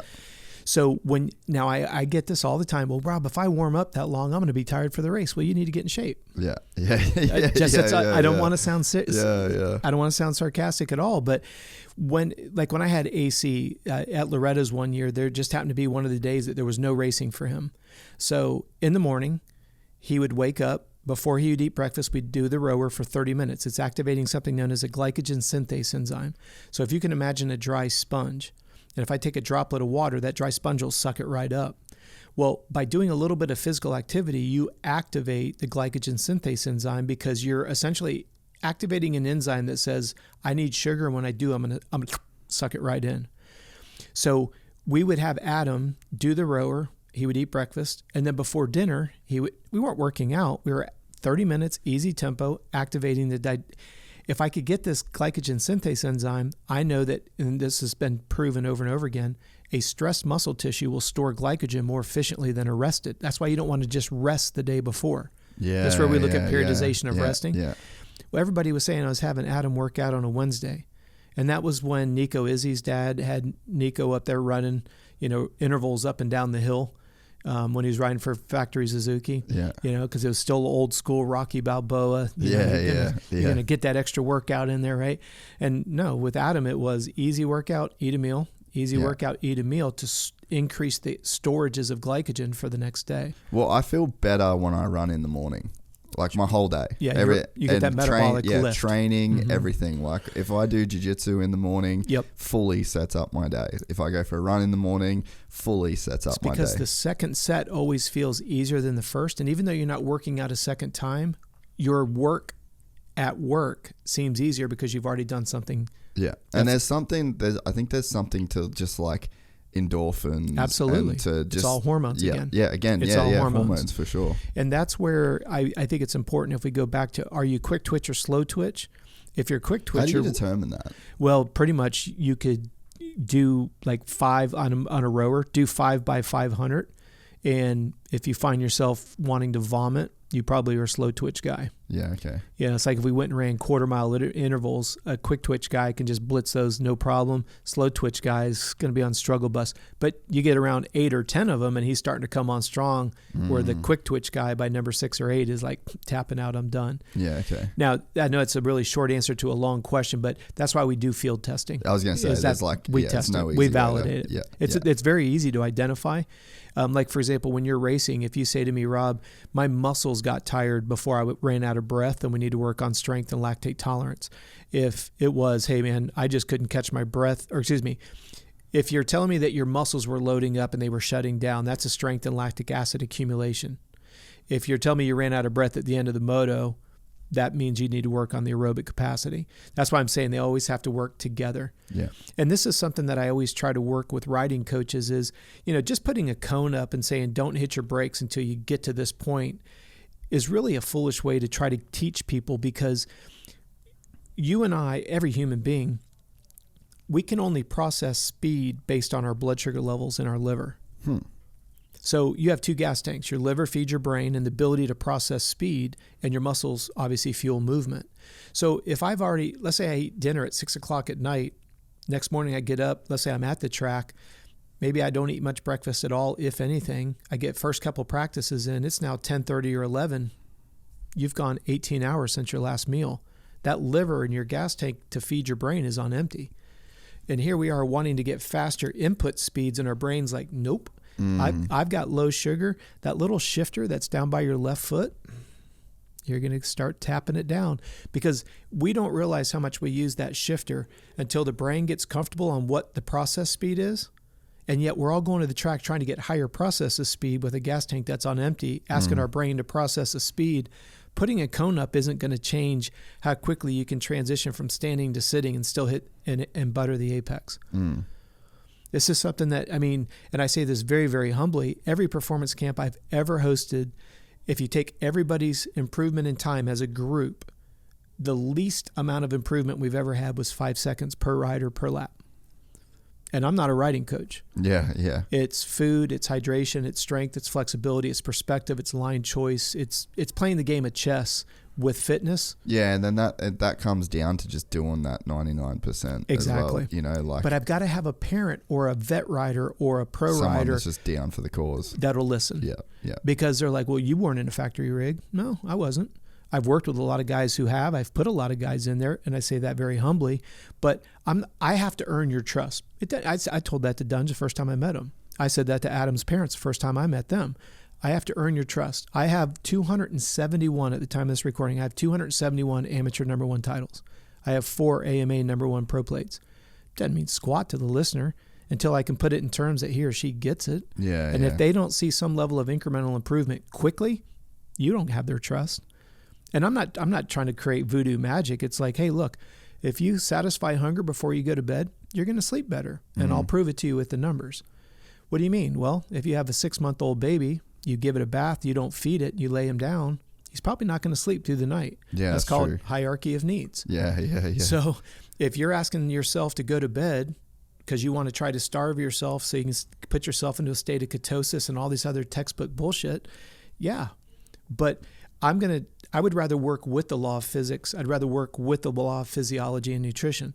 I'm always going to use, and I know there'll be somebody that'll leave me a nasty comment. Oh, well, after you're 38, stop with the bullshit. There's no timer inside your lip that goes, oh, it's 8 p.m. I'll put this on as body fat. Oh, it's 8 a.m. I'll convert it to energy. Yeah. Stop. Yeah. Stop. When you look at, and I always love this when we get into the subject of nutrition, all I advocate with my clients is that you eat fruits, vegetables, and lean protein. Graze every couple hours. Now, there's going to be somebody who says, oh, it's going to give you a big insulin spike, blah, blah. You're eating a low glycemic diet. You're not going to get a big insulin spike. You're going to get an insulin spike. But what we want to do is we want to eat before we're hungry. That keeps your blood sugar stabilized. What do you eat on? Fruits, vegetable, and protein. When you do those, because you'll always get, you get the school that goes real extreme. Well, if you eat a lot of extra meat, that's very acidic in nature. Well, what offsets the acidity of meat? The pH from the fruits and vegetables. So you're eating a balanced, your way of eating is going to balance pH and alkalinity. Oh, well, what about, is it a high or low glycemic? Fruits, vegetables, and lean protein is going to be low glycemic. Anything else you want to argue about? Yeah. Not that I'm trying to be combative at all, but it's like if you want to go and pull an extreme. Yeah. It's like intermittent fasting. It's like the truth is in the middle. Well, to me, it's like, yes, if you got stranded on an island tomorrow, and there was no food for a week, your body would eat its body fat for fuel. It's first going to cannibalize muscle tissue, and then it'll start tapping into fat. You're right. Well, that's surviving versus thriving. I would rather take the stress off of the body. And I know there's going to be people that are big advocates for intermittent fasting. I understand it from a textbook standpoint. Doing this for 38 years, if you saw how many people have come across our desk, been down the road of keto, been down the road of HIIT training, been down intermittent fasting, and they're sick as fucking dogs. Yeah. And their doctors have told them, you've smoked yourself. Yeah. We had a guy that presented himself. He was eating 3 envelopes of some paper protein. I don't know what the hell it was. Paying a shitload of money for it. It was 300 calories a day. That's not enough. He was 23 years old, couldn't get an erection, was starting to bald, hadn't slept in days, and he's paying for it. Yeah. Now, again, I'm not here to throw anything under the bus. I'm just showing you what fallout's coming across our desk, and we just ask them, what are you doing? Yeah. We had a girl, her whole career was based on what she looked like. Super hot, super thin, wore very small clothing. She came clean that she'd been shooting up HGH and testosterone for about a decade. And she literally smoked her adrenals, and her doctor said there's nothing we can do. Yeah. There's a point in time where you just can't come back from it. It literally just, it's done. It's dead. Yeah. And it's just sad because she literally is exhausted going from the couch to the refrigerator and back. She has to take a nap. Yeah. And she has a young daughter, and she's a single mom now. And, you know, and again, it's not about gloating in someone. It's just, if I can have somebody who's listening go, shit, I'm on that path, turn it around. Yeah. Stop, turn it around. And that's why these numbers help you. Like we were saying, when somebody's body battery isn't getting above a 35, yeah, you've got something going on. You got something going on. Yeah. And that's why we want to look at blood so we can get a baseline. We want to look at these biofeedback indicators, and that's how we build a training program. And again, I'll be transparent. I've been fired more times than I've been hired because, especially for moto dads, I hired you to bust little Johnny or little Susie's ass. And I'm like, well, what they really need is a nap and a lot of food. They need sleep and a lot of food. Need to eat and treat them like they're 6 years old again instead of they're some elite athlete that you. And, you hear a lot about calorically restricted diets because it's like, oh, we don't got to get too heavy for the 250 or the 125. We got to get that whole shot. And I'm like, yeah, Yeah, you're robbing Peter to pay Paul. Yeah, especially when you have, and it's so interesting when you look at AC, because when we were racing against Coop in the 85 class, Coop was on the 150 and Coop had us by about 15 pounds. So we got every whole shot. It's like when I had Ashley Filick against JP Money. There wasn't a single start that we didn't get the whole shot. And the difference is now look at AC. He literally grew that second year he was on PC to where he needed to go the 450 because he was making he looked like Benny Bloss on that 250, Yeah. And it was perfect now that he's in the 450. But on the 85, Mitch literally built our 85s based on his body weight because we get so much excessive spin off the start. Yeah, right. We couldn't get the hookup. I mean, if you look at pictures of AC, he's renowned for being on the rear fender. Yeah. We were just trying to get traction. Yeah. But then once we got through the first turn, we could use that lightness to get in and out of the corners because Coop's only MO was just fucking T-bone you. Yeah. So like that right-hander before 10 Commandments. Yeah. AC knew that was your corner. If he's going to get you anywhere, because that's such a long, wide corner, you got to get in and get the fuck out now because he's coming in and he's coming hot. And you could always hear him, of course. Yeah. But isn't it interesting that when AC really started to sprout, now that size for him to throw, and he's even beefed up even more so, of course, in the last couple of years. And that's the different. My point being is if you may call it unfortunate. You've got a 13-year-old that's 6 foot tall and weighs 135. It's going to suck on the super mini, but it's going to be great on that 125 or the 250 when you get there. Yeah. But it's hard to run that whole course. Yeah. You know what I mean? Yeah. And that's the short-sighted versus because this sport is long term. You're only as good as your last race, literally. Yeah. So parents lose their freaking minds. Yeah. I was working with one athlete and no exaggeration, he had literally just hit puberty a couple months before. And he was told by somebody that he was fat. Dad lost his marbles. And I said, hang tight. I said, we just now are getting testosterone in his system. Let's work that. No, I need that off now. Well, I knew from that conversation forward, I knew we would never see eye to eye again. And I knew it was the beginning of the end because his dad was being told by somebody that was influential in the sport that his son was fat and he wanted that changed right now. And, the sad part about it is, we parted ways because I knew it was coming, and unfortunately, he spent the next couple of years injured, and that ship has sailed. Yeah, it happens quick. It happens very quick, and once you start getting hit with a bunch of injuries, and you could choose any group of riders. You could go back to when it was Chisholm and Bonnie and Boniface and Kennard, all those guys, Stroop, Izzy, they were all on the gate, right? So they're all racing against each other going forward. I mean, any of the listeners, whoever's in your gate right now, if you're on a Super Mini, you're racing them in A1. You might as well get used to starting. I mean, Villapoto and Alessi never left each other once they were on 85s, right? Yeah. And the whole idea here is you've got to play the long game.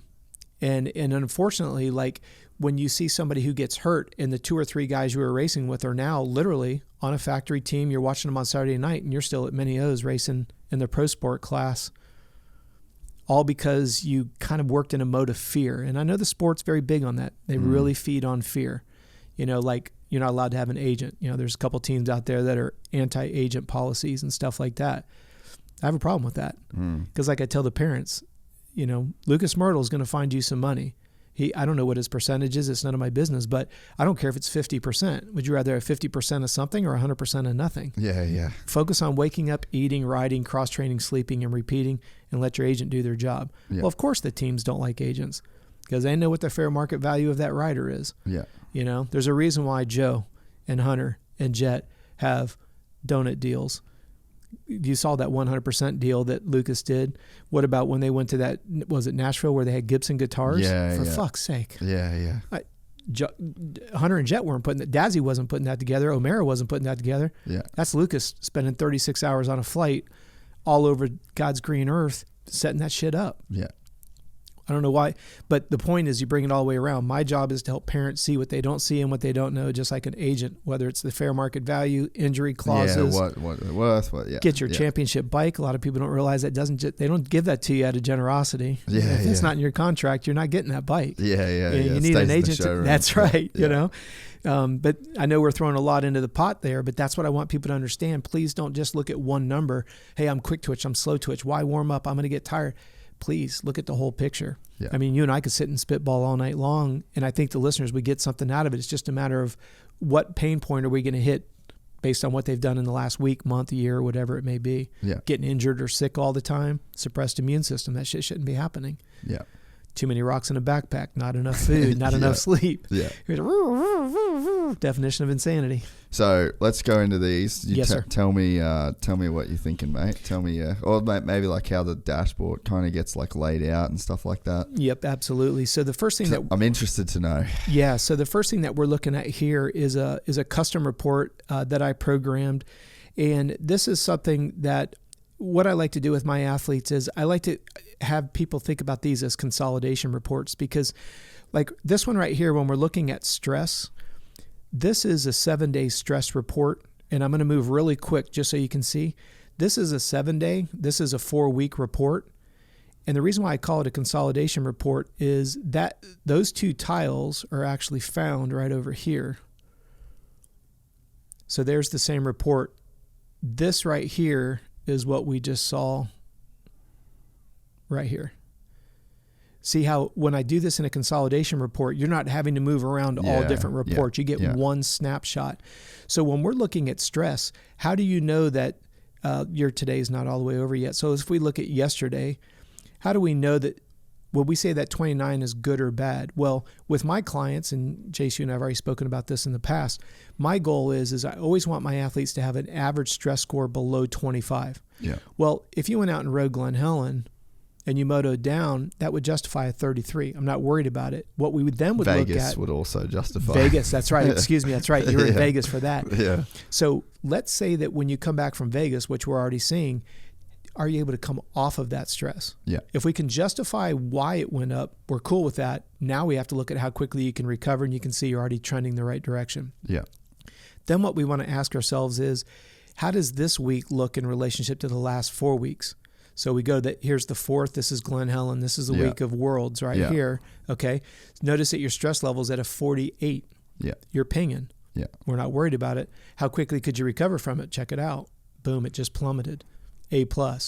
Now this goes back to what we were teasing earlier. When we look at this in hindsight, we go, good job, Jace, high five, knuckle punch. How'd you do it? Yeah. Now, do you have MyFitnessPal hooked up to yours? I don't think so. What is it? Is it an app? Yeah. So Should just I download it or? Well, take a look at the screen here just so you get an idea.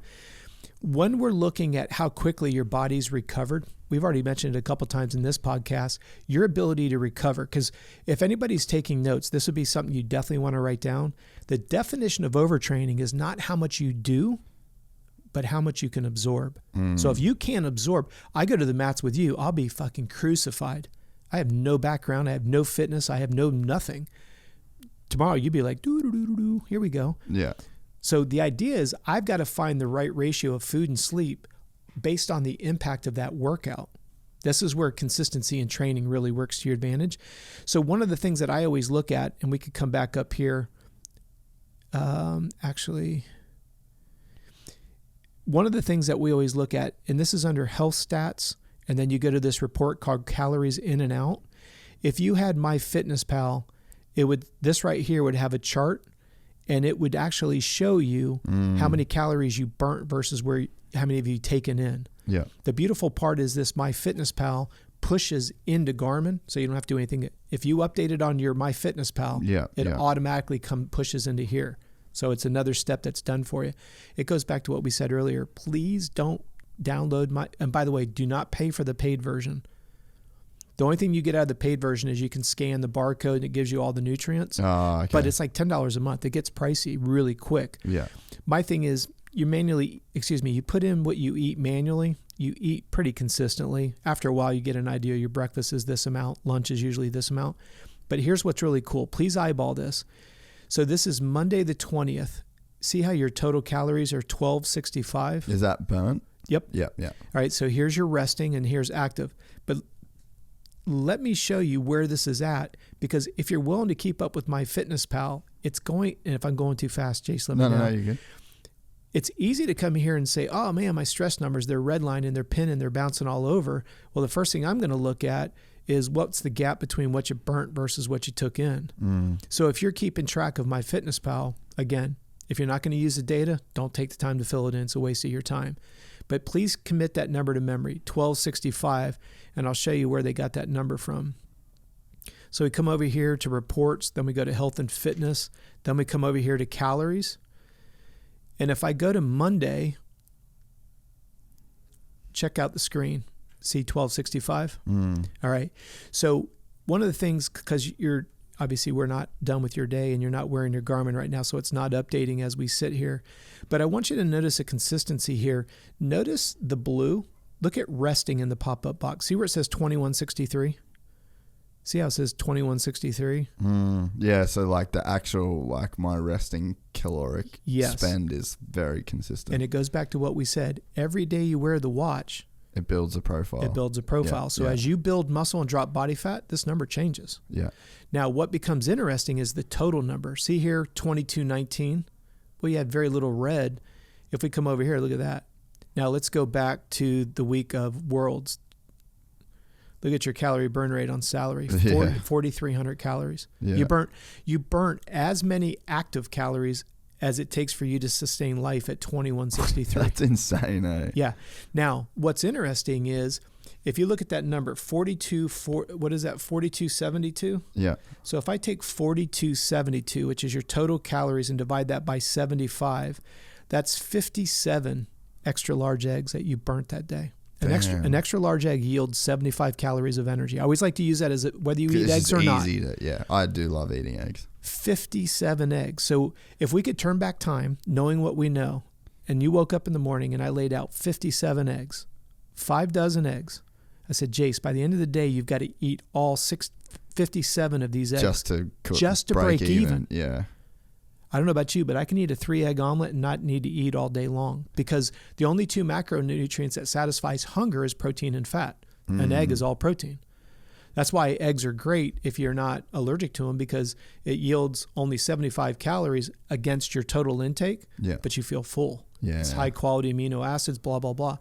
Then you come over here to the Tuesday before, you burnt 1,500 on that day. Yeah. You go, Rob, who cares about what I did? So that was Glen Helen testing. So Tuesday, this is what's cool about having the data too. So Tuesday was Glen Helen. I tested road all day. What'd you do though? Do you know, did you do like 10s, 20s? No, we were doing suspension testing. Okay. Yeah, so it was just like, so think about that. A lot of 1,600 calories just going in and off the track. That's not going out and doing 320s or something structured. Just to put it in perspective of you're saying, you just set up suspension, 1,600 calories, and then I think 3,700 for the day. Yeah, and then I think Wednesday, me and Anna went for a run, and it was just like a cruisy kind of run. I think I did the same thing on Friday. Okay. And then Thursday was Glen Helen again, but it was a bit of a lighter day. Yep. Which is reflected in the numbers. Yep. And then Saturday was like the hardest day for me, so that makes sense. Yep. That was the way that it was. And then Sunday, obviously racing again.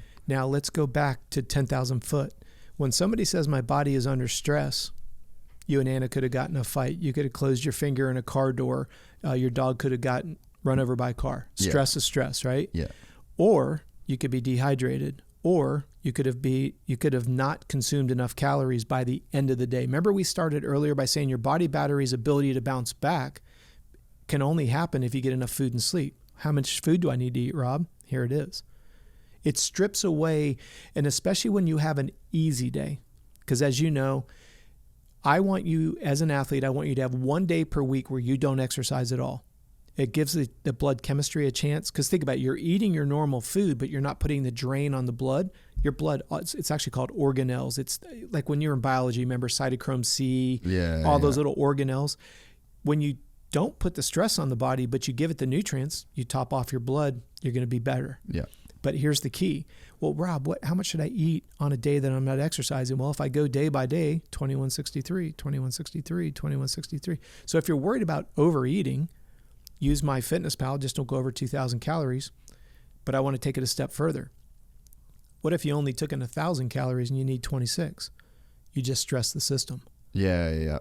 Because if you because then it's got to find that energy somewhere. That's because right. It takes 2,100 calories to exist. To break even. Yeah. That's why we call it basal metabolic needs. How many calories does it take for your body to stay healthy? Well, it's right here. It's already spelled out. 2163 across the board. Now here's a double-edged sword. As you get leaner, you burn more calories because muscle is a lot more efficient at burning calories than fat. So the bad news is you're leaner. The good news is you're leaner. If you don't compensate for that, you're fucked. So you have to eat more. You have to eat more. That you get. And yet you've got a group of people out there telling you to fucking cut calories and don't eat fruits because it has sugar in it. Yeah. Well, what's in a fruit? A vitamin and a mineral. What's a catalyst for energy? Fucking vitamins and minerals. Yeah. But you're telling somebody to take it out because it has sugar in it? Yeah. But it's a fruit sugar, which is low glycemic. And if you're combining it just like two-stroke oil, a carb, a protein, and a fat, it's always going to be low glycemic. Yeah. That was one thing as well this year. Like, I'm pretty lucky with Anna. Like, she's a really good cook, but then she's a really smart cook. Mm-hmm. So she'll cook really good food. Like, it tastes great, but it's like very healthy. She makes everything from scratch, like even gravies and like all that sort of stuff. Like, she's making from scratch. But we don't really restrict anything. Like, I like eating chocolate, and I'm like I like dessert. You should. But this way through, or like this whole year, I would say I ate really good and I ate a lot of food, but I didn't restrict calories. I didn't go on any weird diets. I didn't do any fasting or anything like that. I like to wake up, eat straight away. Yep. I like a big breakfast, and I like eating meat with basically every meal. Yep. So like, I don't have a diet, but there's a pattern to the way that I eat, and I feel like I eat in the way that kind of like makes me feel good, you know? Well, in the litmus test is, do you feel stronger? Has it been a while since you've been sick? You sleeping like a baby, and are you recovering? Yeah. Because again, we can go as micro. See, what I find so interesting is when I'm asking someone to step on the scale twice a day and they tell me it's an inconvenience, and then they want me to calculate macros for them. Yeah. It just doesn't work for me. Yeah. So this is why I always like to say, if you know what your quantification of burn rate is, if you're using MyFitnessPal, you can at least minimize the gap. If you hired me as your mechanic for Worlds, and let's say that you're running a 4-stroke motor. I said, Chase, I got a great idea, dude. We are going to lighten this bike up. We're going to run the radiators at half full. We're going to drain the oil. But we're going to be light. And you're like, dude, the fucking thing's going to seize. I'm like, no, dude, we're saving weight. Trust me. That's how stupid it is when someone says cut calories and all this other textbook weekend certificate trainer ideas. Yeah. Stop with the bullshit. Because it's like if I went to Bones Bacon and said, I've got a new way to redesign the linkage on these bikes. He'd be like, you are a dork. You're always going to start with a foundation. Yeah, there's like just parameters you have to start within. And then you work from there. If you talk, we live in like a closed universe. Exactly. Yes. Yeah. You know, if we talk to Bones when he had Purcell, it was completely different than when Tedesco was on the bike. Two totally different setups, same bike. Yeah, same bike. Two totally setups based around the same foundation of principles of linkage and suspension and on spring setting and all. So stop fucking with what is the foundation of everything we're doing. How much are you burning? How much are you eating? And are you eating and sleeping enough to recover the amount of rocks, i.e. stress, that's in your backpack? I would say that based on like my experience this year too, that sleep and hydration were the two biggest factors, like even more than food, I would say. But think about it. If you looked at your motorcycle, what are the three things that you check every single time you go out? Oil, radiator, tire oil, pressure, and gas, right? I mean, gas is your food. Your oil is your fat, and your radiator is your hydration. Yeah. If one of those three are out, it doesn't matter what it dynoed at. Yeah. It isn't producing it now. I'd say that hydration too has like the most direct feel of like muscles. And here's why, and this is going to blow the listeners' minds. If you lose more than 2% of your body weight, so just take for an even number, a 100-pound person. I know not many people are 100 pounds. If you're off by more than 2 pounds, meaning you've gone over that 2% loss, you're already officially dehydrated. And it's going to have a negative impact on both your power and your endurance. Yeah. So guys will go get... I can literally feel it in my muscles. Well, and then people get waxed on the weekend. They go, I got to get in better shape. And they're like, again, stepping over $1 to pick up a penny. Yeah. If you weighed yourself in the morning and you weighed yourself again at night, and just so we have the listeners that are here watching with us, we'll just go over here to health stats and go over here to body weight. Yeah, I wish I had this now. That's okay. Data. Let's see. Is there any body weight put in there? I doubt it. Okay. So let's, if... I'm like 172, 173 though. Well, the idea is, because I want to answer that specific question. So Rob can lay out a statistic that your ideal sweat rate is no less than 1 and no more than 2. It's a double negative. Yeah. If you don't at least lose a little bit, you've overhydrated. Yeah. If you lose more than 2%, now you're officially dehydrated. Yeah. Very important. So there's just a window that you need to be in. It's a very tight window. Yeah. Yeah. But here's the problem. If somebody goes and they weigh in at 175 when they ride and they weigh out at 170, as we said earlier, you didn't lose 5 pounds. If you drank 16 ounces of fluid, that's another pound of fluid that went through your respiration and your sweat and your urine and other bodily functions. Yes. So now you've lost 6 pounds. Now people are starting to go the wrong direction. Well, you got dehydrated. You're fit as a fox. Unfortunately, we never got, it goes back to if you and I, let's say we're with Derek at HP Development, and let's say we're dynoing a motor. Well, if we have the radiator half full and we don't have enough in the engine casings and it starts to run hot, are we really dynoing the bike's capabilities? No, we're dynoing based on the limiting factors that we're giving it. You build a modded motor and you put an undersized, you build a modded 450 and you put an 85 carburetor, a radiator. We're not surprised it overheats, and what's heat do to the power? Rob's power. Absolutely. Human body's the same way. But we're only working on a 2% margin. Yeah. We're fucked quick. Yeah.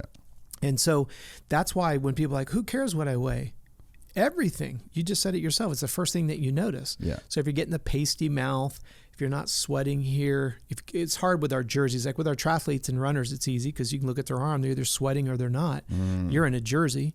And then stop and think about how ironic that is. Can you imagine my professional triathletes at Ironman Hawaii in helmet, goggles, gloves, jersey, boots, pants, riding their bike down the Queen K? That's what we do on a motorcycle, and then we add a 600-degree bike underneath us. So our ability to wick away heat, my athletes are running next to naked. Yeah. They've got a 1 millimeter piece of material. Yeah, true.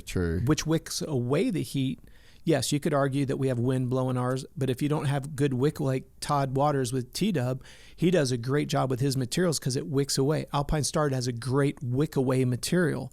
That's what you need. That makes so sense. when you've got that kind of material, at least it facilitates getting that core temperature out, because we're essentially working against ourselves because every square centimeter of our body's covered in gear. And it's no other sport is like it. Yeah, that is true. And it's very hard, and nobody's riding a 600-degree.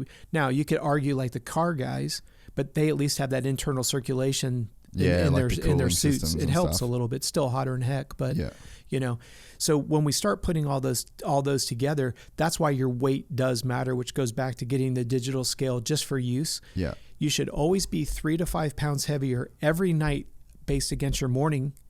And again, if people are taking notes, if you want to test hydration, be 3 to 5 pounds heavier morning to evening. Be heavier at night, because you're going to wake up tomorrow morning pretty much the same weight you were today. Yeah. If the morning body weight changes, that's inflammation and swelling from either food or exercise. So the scale is not about body composition. We do that with tape measures and calipers, and we only do that every 6 weeks. It's just more about like that homeostasis of like where 1%. Your system's at. If you wake up tomorrow morning and you just got busy traveling and you literally are parched, it's probably going to have... Let's go watch this camera real quick. Keep going. If what we notice is if you wake up in the morning and that body weight is down, well, that probably is going to have a negative impact on your sleep. And because it had a negative impact on your sleep, it has a negative impact on your ability to recover, which is reflected in HRV and body battery. Yeah. So you didn't get enough fluids at the track. You didn't drink enough fluids when you were traveling. It negatively affected your sleep. So then it negatively affects your ability to recover. You go to the track the next day and you're a puddle. Yeah. People go, I got to get in shape. No.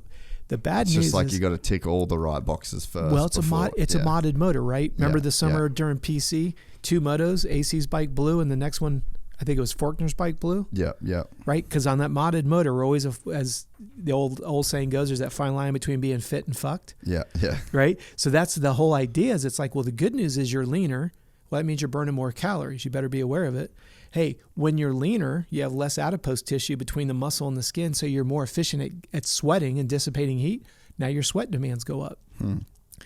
Now, what I think is a little bit disturbing is when someone tells you not to eat fruits and vegetables because it has sugar in it.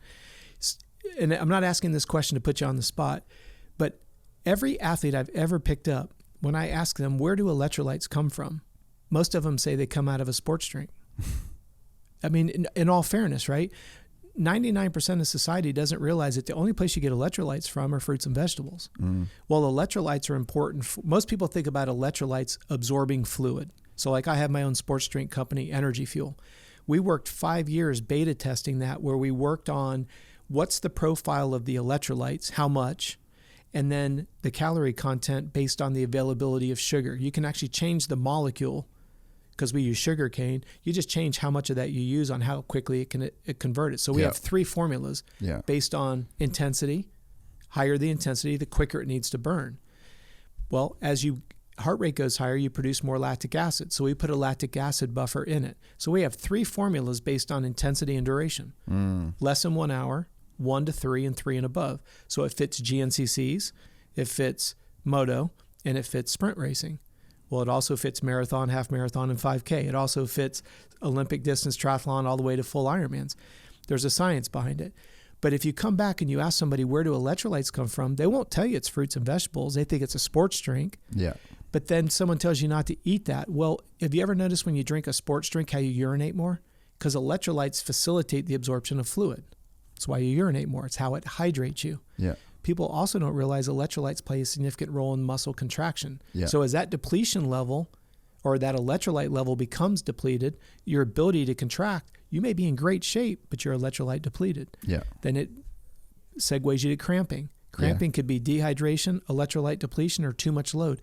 If you and I just decide to go up to the mountains, and let's say we go to Tahoe and you decide you're going to run a 10K straight uphill, yeah, you've been running, but you haven't been running like that. Yeah, your legs are going to load up and probably cramp because it's just too much load in too short of a period. Is that a fitness issue? No, it's a load issue. Yeah. Is that an electrolyte issue? No, it's a hydration or all the above. Yeah. And that's where I like, these reports. When I ask you to weigh yourself in the morning and the evening, it gives me hydration levels. If you weigh yourself before and after an activity, I get sweat. When I merge those two together, that's when I know you're hydrated. Yeah. Because if you're not hydrated well, then what happens is it has a tendency to smoke your sleep scores. Yeah. So when we come down here, this is your total hours. Yeah. And you can see our goal is always to be around 9 hours. And then what we want to look at is, I don't know why it's not providing it here. I'm not sure why it's not popping up. What we want to look at is what's called the sleep ratios. How much deep sleep to... You might have to go in per day for that. That's why I was wondering, because it doesn't seem like it's giving it to us otherwise. See, Garmin just changed this platform actually about a month ago. So like things that you used to get under the reports are no longer here. There you go. Here we go. Thank you. So see how sleep is at 34 minutes? Yep. We want that to be closer to 2 hours, because when you're in deep sleep, that's when your body releases hormones. Yeah, I don't think I get enough deep sleep. Yeah. I would say that that's probably the one that I don't get as much like. And this is where it becomes literally a compounding problem. Yeah. If you don't get as close, 2 hours is ideal. Very rarely do I get anyone. In fact, Liam Owens is the only guy that I have currently that nails it like a hammer. Every day he kills this one. But I have some guys that don't get a minute. They're just literally, they're redlined. I have one gentleman who averages 3 hours of sleep a night. He's a bigwig at a German company, and when he normally should be going to bed, Germany's waking up, so he's getting bombarded. And dude, it's just, Dubai was like that for me, man. Like, I bet I could work 24 hours a day there. Literally the middle time zone. I got America in the morning, America at night, Australia most of the day, Europe most of the day. Like, I was so productive there, just based off communication. But if you're looking at the impact on the body, where do you tuck those 9 hours of sleep where you don't turn somebody off in the world? Yeah. And that's the hard part. Well, and I was having all these meetings too at like 11 p.m. and I was doing the podcast from 8 till 11, and my sleep, I struggled with my sleep quite a lot in that period. Well, and it's funny you bring that up, because that gets into what we call circadian rhythm. And we see this a lot with first responders. This is why they're so overweight, because literally they're going to bed when they should be waking up, and they're waking up when they need to be in bed, and then they rely on stimulants. Probably not getting the hormone. That's exactly it. Actually burn the fat, and that's where I wanted to go. You're right on the money with me.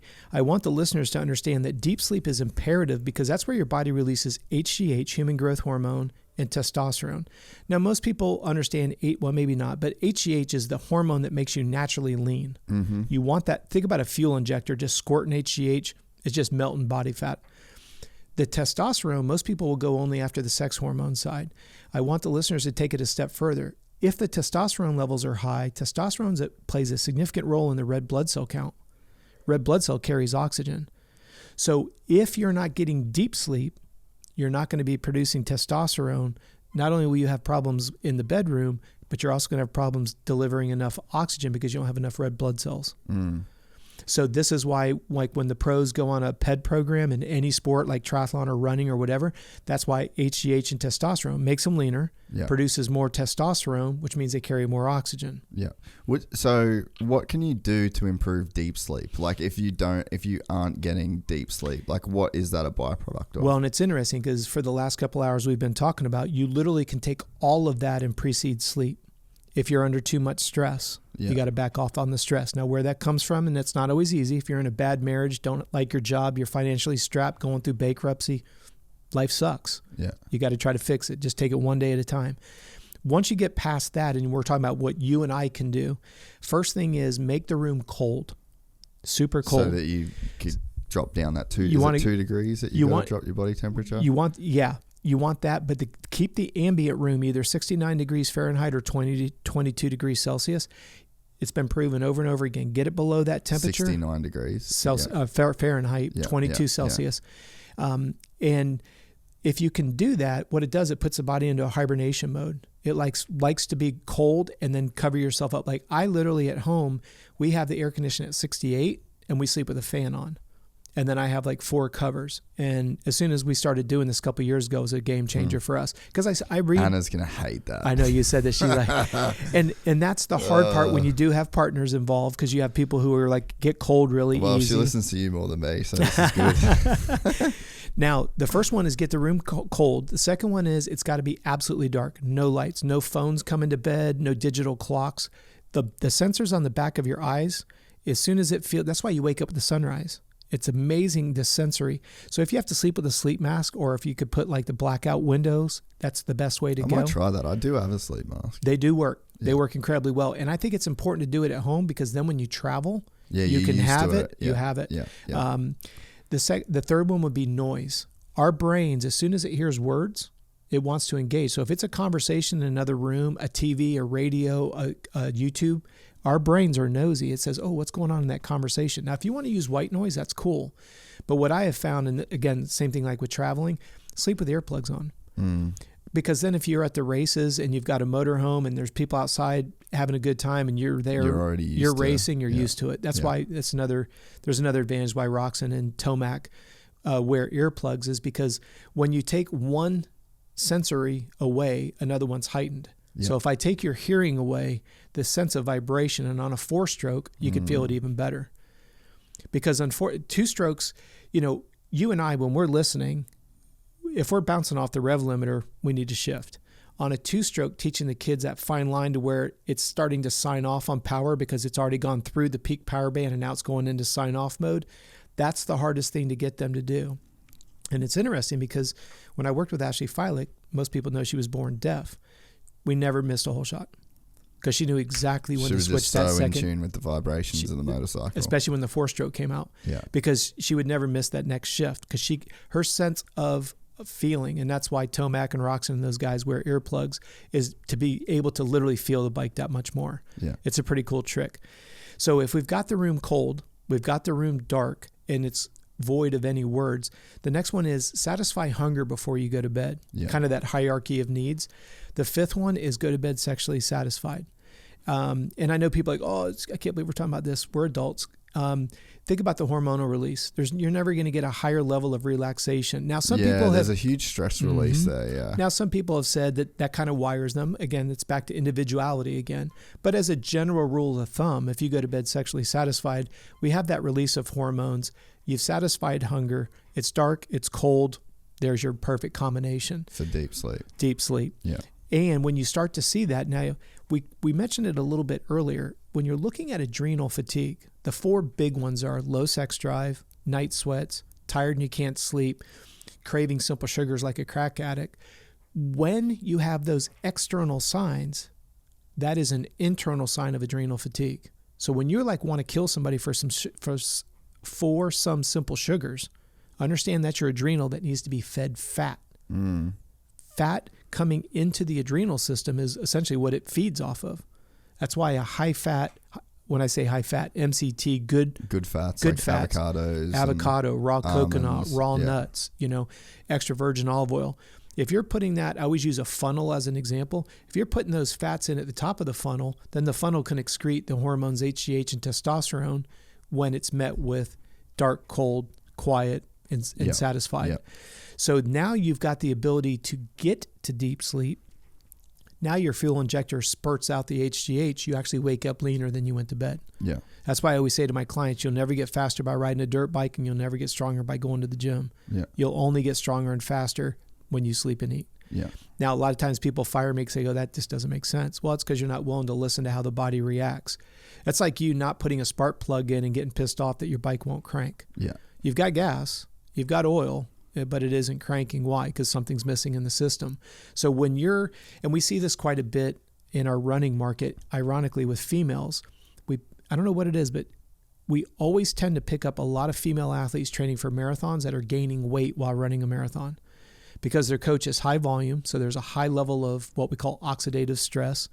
There's very little to no calories because they want them on a calorically restricted diet because they promote strength to weight ratios, because there's all kinds of formulas. As you're 1 pound lighter, it's 6 seconds per mile. And they've got all these arguments on pacing and what that is.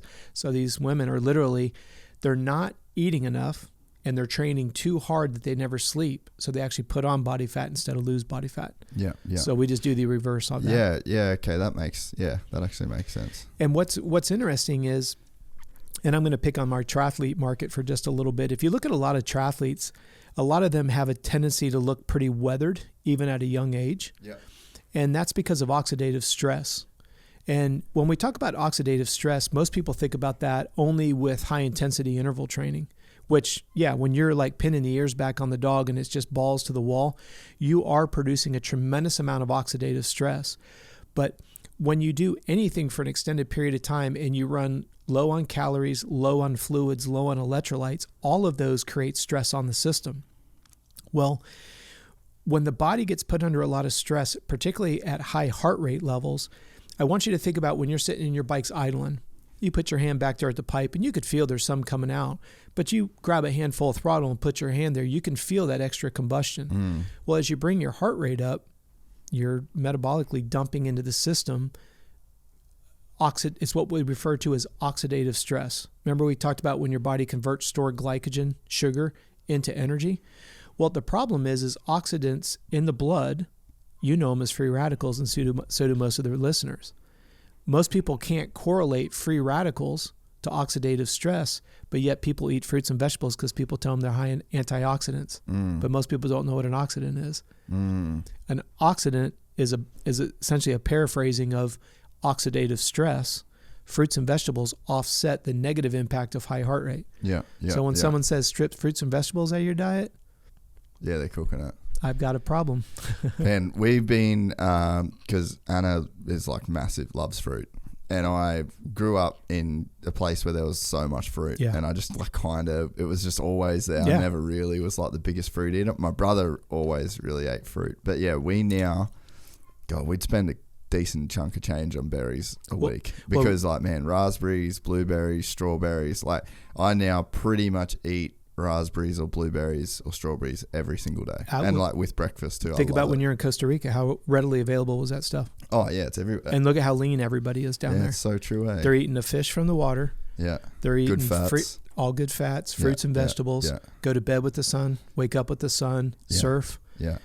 And I know that sounds a little idealistic for somebody who hasn't been there. You go there, you'll pick up the vibe very quickly. And I know that word vibe nowadays is a little bit, with some of these younger kids, is getting taken out of context, but it was unbelievable. When Michaela and I were there, we were there for 10 days. We literally slept 12 hours a night. Yeah, right. Because it gets dark there by 5. We would always finish up dinner downtown. When I say downtown, a kilometer down the hill. From the water to, there was 3 restaurants, high-end restaurants. All the fish came right out of the water, and we would eat twice a day because we weren't really hungry. Because you were getting so much from each. You have the acai bowl with all of its fruits. Like I say, anything that's in season. And the bowl's not a Jethro size. It's just good quality. And then at lunch, we would have some mahi or some seared tuna. And we're pretty much done. We go to bed at 7 o'clock when the sun went down. An hour later, we'd sit in the jacuzzi or whatever, and we go to bed. And then we come back here and immediately we're 8 hours of sleep, 9 hours of sleep, and you're just like, how fast when you're there, you're like, nope, I'm going to make sure I hold this cadence, and stuff starts to stack up. And we don't have little ones at home anymore. So for some of our listeners, you might have 2 or 3 little ones at home. Maybe you're starting a side hustle. You've been there, working your day job, working the side hustle, trying to build a relationship. Got a lot of rocks piling on. Yeah. And that's where I want the listeners to take kind of a deep breath. Yeah, we may talk about our goals get deep. We may have a listener that's getting 5 minutes. Shoot for 6. Yeah. Please don't try to shoot for 2 hours. Yeah, just do incrementally. Where are you at? Where are you at individually? When we start looking at this stuff, we really spend a lot of time with our clients, believe it or not, working on time management. Because you can't manage time, you can only manage yourself. Well, and your expectations of time. Yes. I think that's the biggest thing. That's probably been one of my biggest learnings as well. Have you read 4,000 Weeks, Time and How to Use It? No. There's a book by, I think it's, I'm pretty sure, Oliver Berkman. 4,000 Weeks, Time and How to Use It. Okay. It's really cool. I love it. I'll get you the thing. Yeah. But there's, that book was awesome. Just in changing like your relationship with time. Sure. And like what you're actually able to achieve. And just like, it sounds silly, but the whole concept of the book is like, hey, you're a finite creature that's trying to do an infinite amount of tasks. Absolutely. I had this conversation with Jason Wygant because he was like, man, well, it was at Loretta's actually, and he was talking about like training for world vets, and he's like, I don't know how you do it. I don't have the time, and I go to bed every night pissed off that I haven't done my thing. Yeah. I'm like, bro, you're just fighting it. Like you're fighting the fact that you're a finite dude that's trying to do an infinite amount of things. So like even, just changing your relationship with like, what am I capable of doing in a day? Well, and I love to encourage people to start their own businesses. That's something that I do on the side. And that's why we're doing our corporate wellness program, because a lot of my clients own their own businesses, and they've got a C-suite where the guys are a little overweight. Some of the women are struggling with weight loss. And so that's what we're going to be launching in January. So anybody who's listening, we'd love to help, not in regards to a sales pitch, but your C-suite has a completely different set of needs, wants, and desires than say your not board of directors, but your marketing director, and then the people that they manage underneath them, they may go all the way down to boots on the ground where they just need to have good functional range of motion, less downtime, less injuries, and then they have a family. So the way that we do our corporate wellness program is I'll make sure that Jace, the CEO, and his wife, they have what they need, but then your VP of marketing, she may have a son that's in soccer and a daughter that's into swimming. It's different. And we develop everything that they need as an added value for being an employee for Jace. So now the family and everybody underneath, instead of it just being some generic, here's the food pyramid, eat from it. Yeah. We do once a month, we do like a live webinar where everybody can come in and ask questions. We meet weekly with the CEOs. They all wear Garmins. They all have Garmin scales. They do blood work once a quarter. We're just doing it from the inside out. But it doesn't matter if you're a C-suite or you're the Vet World Championship. Yeah. The science is still the same. It's just what is the desirable outcome and how dedicated are you to it? And whenever we encourage our entrepreneurs to start businesses, I always ask them the same question: why do you want to be an entrepreneur? Yeah. They say, well, I want to be my own boss and I want to have a lot of money. And I said, well, you'll be your own boss, but you won't have any time and you won't have any money if you do it right, at least for the first 20 years. Yeah. And it always catches them off guard. And then we start getting into, okay, how much do you want to make? And they always kind of, they always throw out a real big number. And I'm like, okay, well, how many weeks do you want to work? And that always throws them off. And I'm like, well, you take Christmas off, you take New Year's off, you take 4 weeks off during the year. Now you're making that money. I literally don't have any days off. Nothing really. But they think that they will. Yeah. And I'm like, so let's reverse engineer this. You told me you wanted 120 grand. That's not 10 grand a month, because you're going to do that in 11 months. And then when you take that monthly amount, where's it going to come from? And then it goes back, like you said, you're doing the 1% against the 99, and the 99 is the foundation to catapult it. So it's just fun, because what I always ask my clients to do is create a projected versus actual. Yeah. This is what you started saying you were going to. Fuck that right up. Well, but what it does is it's not a matter of slapping them on the hand as much as it is to say, okay, you projected, this is what's real. But then what got in the way? Yeah. And is that something that needs to stay? And you need to move your original, or do you need to, especially when we get in these phones, people are like, I don't have time, you fill in the blank. walk 30 minutes, foam roll, whatever. Well, you know how bad I am at replying to texts. But like I told Michaela, I love it because to me, and I don't want this to offend anybody who interacts with me at all. The problem I have with text messages is what I'm essentially saying is what I want right now is more important than what you're doing. So stop what you're doing and give me what I want. That's what text messages have gotten to. Yeah. And you've seen where tones have been kind of taken out of context. Oh, he's kind of snide with, everybody gets butthurt. That wasn't what was intended. You were on the fly. You hit it quick. But that's what text messages are. Pretty much, I don't care what you're doing. What I want's more important than what you're currently doing. And like with my assistant, Jennifer, respectfully, I only do client calls Tuesday, Wednesday, Thursday from noon until 7 p.m. That's it. Yeah.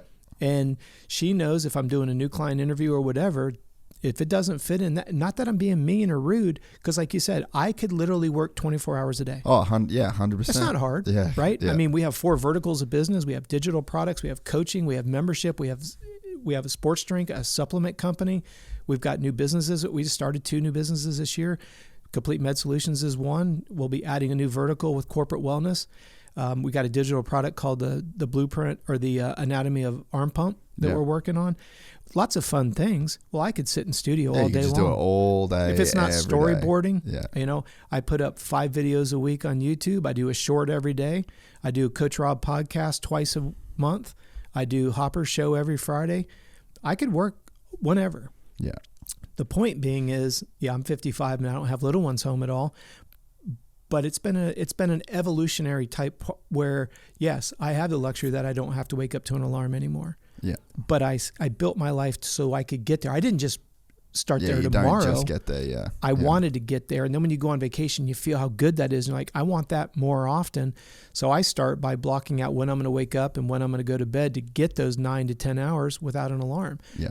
Does it take work? Yeah. Is there interruptions? Absolutely. Yeah, well, that's what you find, I think, when you're, like, especially, I guess, like, being a business owner and entrepreneur, whatever. Yep. But, like, I just look at, the way that I look at my life is I have a thing that I want to do. And I have, like, a way that I want to live my life. I like to prioritize myself in a sense of, like, my health, my mental well-being. I have interests that I want to pursue. And I have, like, outlets that I need to do, so it's like I've just always very, very staunchly put myself first in a sense to where it's like, if I'm not happy, I can't make anyone else around me happy. And it's like you run on borrowed time if you do the opposite and you fill up everyone else's cup first before yourself, and like my buddy actually, Azza, that I did the World Vets with, like, he's an awesome example of it because he,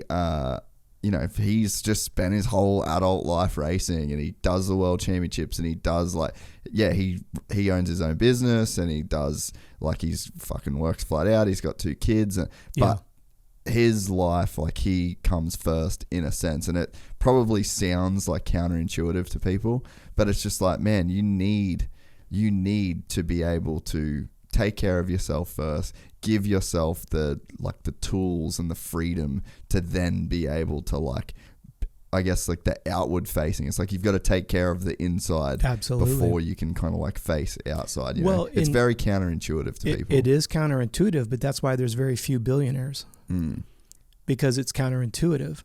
And you look at Bezos. Bezos will not do a meeting before 10 a.m. He will not. He will not sacrifice sleep for any reason. Whether you like him or not, that's not the point. But again, my wife, she grew up as an artist, as you know. She grew up in a very liberal family, doesn't understand. And this is a big eye-opener for me because I grew up in a very athletic family, very business-regimented, very business-driven dad, and my wife, she really opened my eyes because, like, to me, stuff seems pretty straightforward. Like, literally, I'm a zeros and one kind of guy. And she's like, she would literally say, I don't understand that. And she really opened my eyes to the idea that she didn't grow up in a family of economics. She doesn't, her dad was a teacher. So he just relied on the fact that the university always provided him a paycheck. He never had to worry about where that money come from or came from. Or if they took a van on a trip somewhere to go do a visit to a museum, he just jumped in a vehicle and the vehicle was there. He didn't think about who paid for it, who bought it, who maintains it. And so for me, it has helped me help my clients who want to start businesses, because I understand now that a lot of people don't understand the difference between being an employee and being an employer. Some people like that idea of, when do I show up? When do I go home? Oh, definitely. I understand that. Yeah. But if I can get people to change their perspective by 1 degree, when you have a passion and you want that passion to become your primary, starts as a side hustle, yes. But then when you start looking at the idea of, how foolish is it when and I'm not, anybody who works for somebody, I'm not making fun of you. I'm just asking only from a perspective standpoint. That's all I'm saying. When you get up in the morning, you're stepping into a car that you purchased with your after-tax money, and you wear and tear the wheels, the tires, the oil, the gas on your dime with after-tax money to go work for somebody to build somebody else's business. And then they tell you what time you're supposed to show up and go home. And then they reward you with 2 weeks vacation. That just is a kick in the groin to me. You are going to work 50 weeks out of the year for your 2 weeks off. And I know there's taxes and employers have to match it. I understand. Trust me. We own quite a few businesses. I understand taxes. What I'm saying is the mindset. When you tell me, I don't mind confessing here, I was married for 25 years and was in counseling for 15. Right? I mean, it wasn't going well. I got married very young, not because my wife was pregnant. We got married. We were high school sweethearts. We got married in college. We didn't start a family for 5 years later. But the point being is, I know it takes a lot of work. I knew that things weren't going right, but it was about a perspective change that I'm adopted. I didn't want to my 2 boys to be a product of divorce and all that. I fought it tooth and nail, but eventually you got to say to yourself, okay, what's the right and wrong thing for me, as you just articulated a few minutes ago.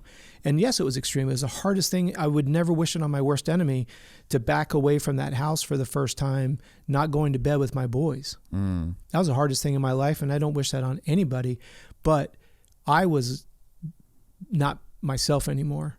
Yeah. I was very vocal. I was very loud. A lot of false accusations that just makes your blood boil, and you can only fight it for so long. My point being is, whether it's a bad relationship or whether it's a bad job or a bad boss or whatever, like you said, at what point do you change your perspective and go, okay, I don't like it here. First. I got to put myself first. New job, new relationship, new whatever. And it's always the hard stuff. Yeah. I put out a post. It was choose your heart. Actually, I did a podcast, choose your heart. Saving money and being out of debt's hard. Being in debt strapped is hard. Being in relationships hard. Not being in relationships hard. Being out of shape's hard. Being in shape's hard. Choose your hard. Yeah, exactly. Yeah, and that's where it goes. Pick your problems, because you're going to have problems. Amen. Yeah. And so to me, and that's what we do with all of our clients, is you block out what time you're going to start tomorrow and go back 9 hours, and that's when you got to go to bed tonight. Yeah. You always start with sleep. Yeah. Then you start with when you're going to buy, cook, and consume your food. I know it sounds tedious, but if you don't put it on the calendar, you're running through a drive-through. Yeah. Then once you get that outlined, then the times you either have to be at school or work, and then your children's obligations if you have any, and then what's left is your athletics. And it might be 19 minutes a day. Yeah. Start walking. Use it. Yeah. Use it. Yeah. Yeah, and that's I think that's sort of the point. I've kind of got side-skirted. No, but you're it's like spot on. The point I was trying to make is like, there's just some shit that I just don't do now, and I just accept it. Yep. I'm like, kind of shit at texting people back, kind of shit at certain replies. I don't have as many phone calls as I used to, just like with friends and things like that. But that's a conscious choice. Yeah, and you have to. It's awesome. Like there's like, I won't go to bed until I've done. I mean, I'd probably skip it more these days than I have we've stopped officially training. Yeah. But it's like, I'll make sure that I'm doing my massage stuff. Yep. And it's like every single night I'd go do meditation when I go to bed. Like there's just certain, like when I'm in a good routine, I'm reading every single day. And it's like, that is all time that, yes, theoretically I could be putting into other places. But it's just like, are those other places like ultimately serving me, serving the goals that I have? And just like, you talk about like a lot of this podcast, we talk about what we need to achieve homeostasis in our body, but it's also like your mind has like a certain level of homeostasis. Absolutely. Like there's a certain level of like put togetherness or wellness that you have to cultivate, I guess, mentally and within yourself, like purpose. Like I never have a lack of purpose in my life, you know, and it's just like I have a goal and it's in front, and it's not necessarily like a goal with this podcast, with any, like, I wanted to reach X amount of this. Sure. But it's like, it's like a process that I'm living. Like the goal is the process. Like,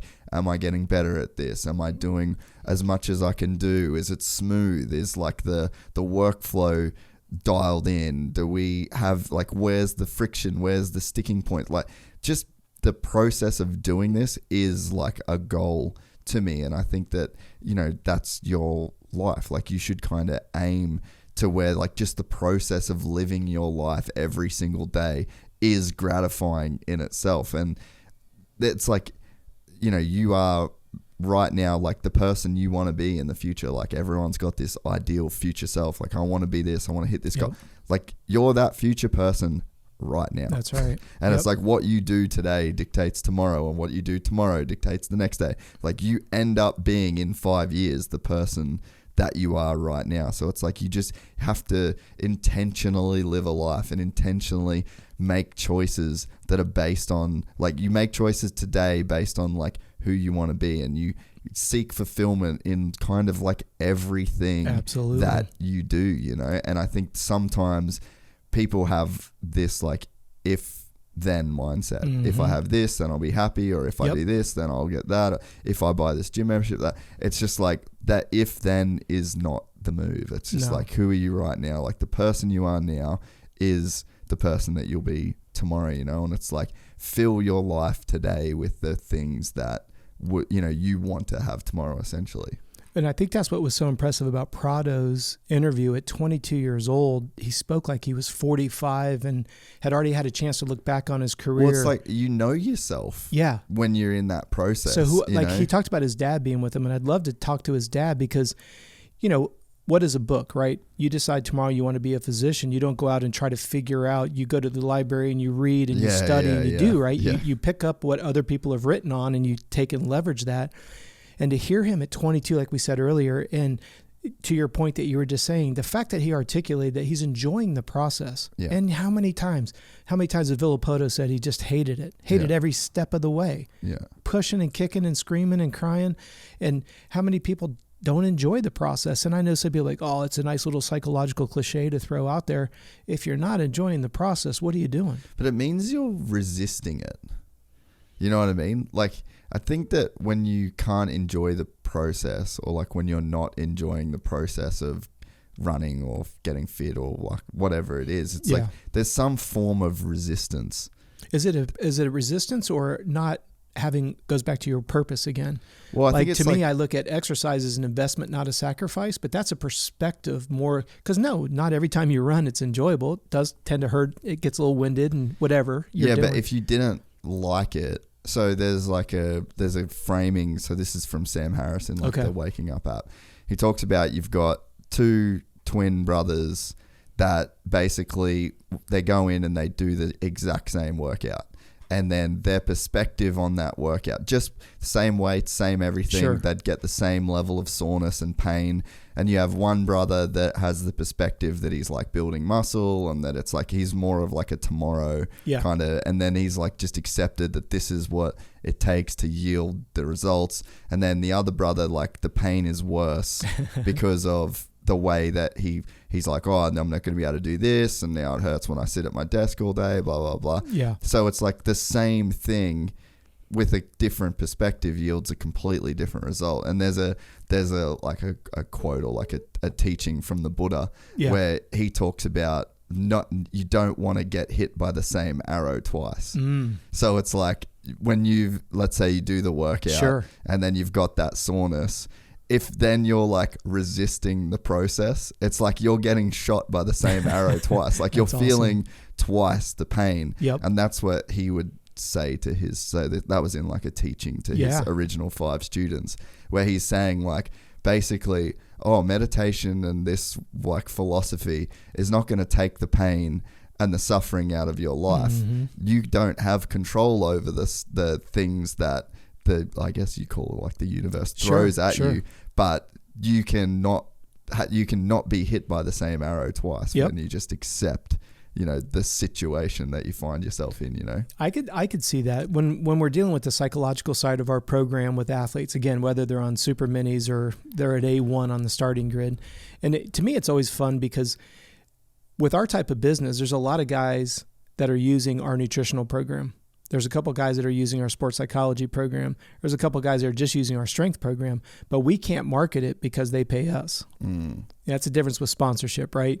It's like if I want to put somebody's logo or I want to promote something, then I've got to pay them according to their agent, which makes total sense, which makes growing our business hard because it's not like a helmet company where if I can just have you wear my helmet, we're in partnership together. Yeah.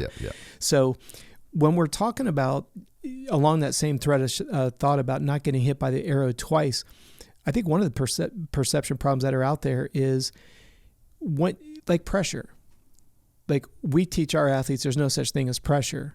Now you could argue pressure either is going to create a pile of rubble or a diamond. Which one are you going to be? It's the two twins with two different perspectives on it. Yeah, it's all perspective. But when we're dealing with sports, the psychological side of pressure, we're never promising that we're going to remove the pressure.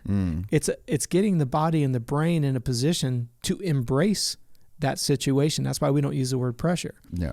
There's going to be TV crews. There's going to be lights. There's going to be fireworks. There's going to be 50,000 people. That's not going to go away. No matter how much we work on the sports psychological side. And you can't like train that away. Like you can't. You don't want to. Yeah. You don't want to because if the athlete keeps coming to you thinking that he or she's going to have that idea that they're sitting on the starting grid and miraculously they're going to make everybody evaporate.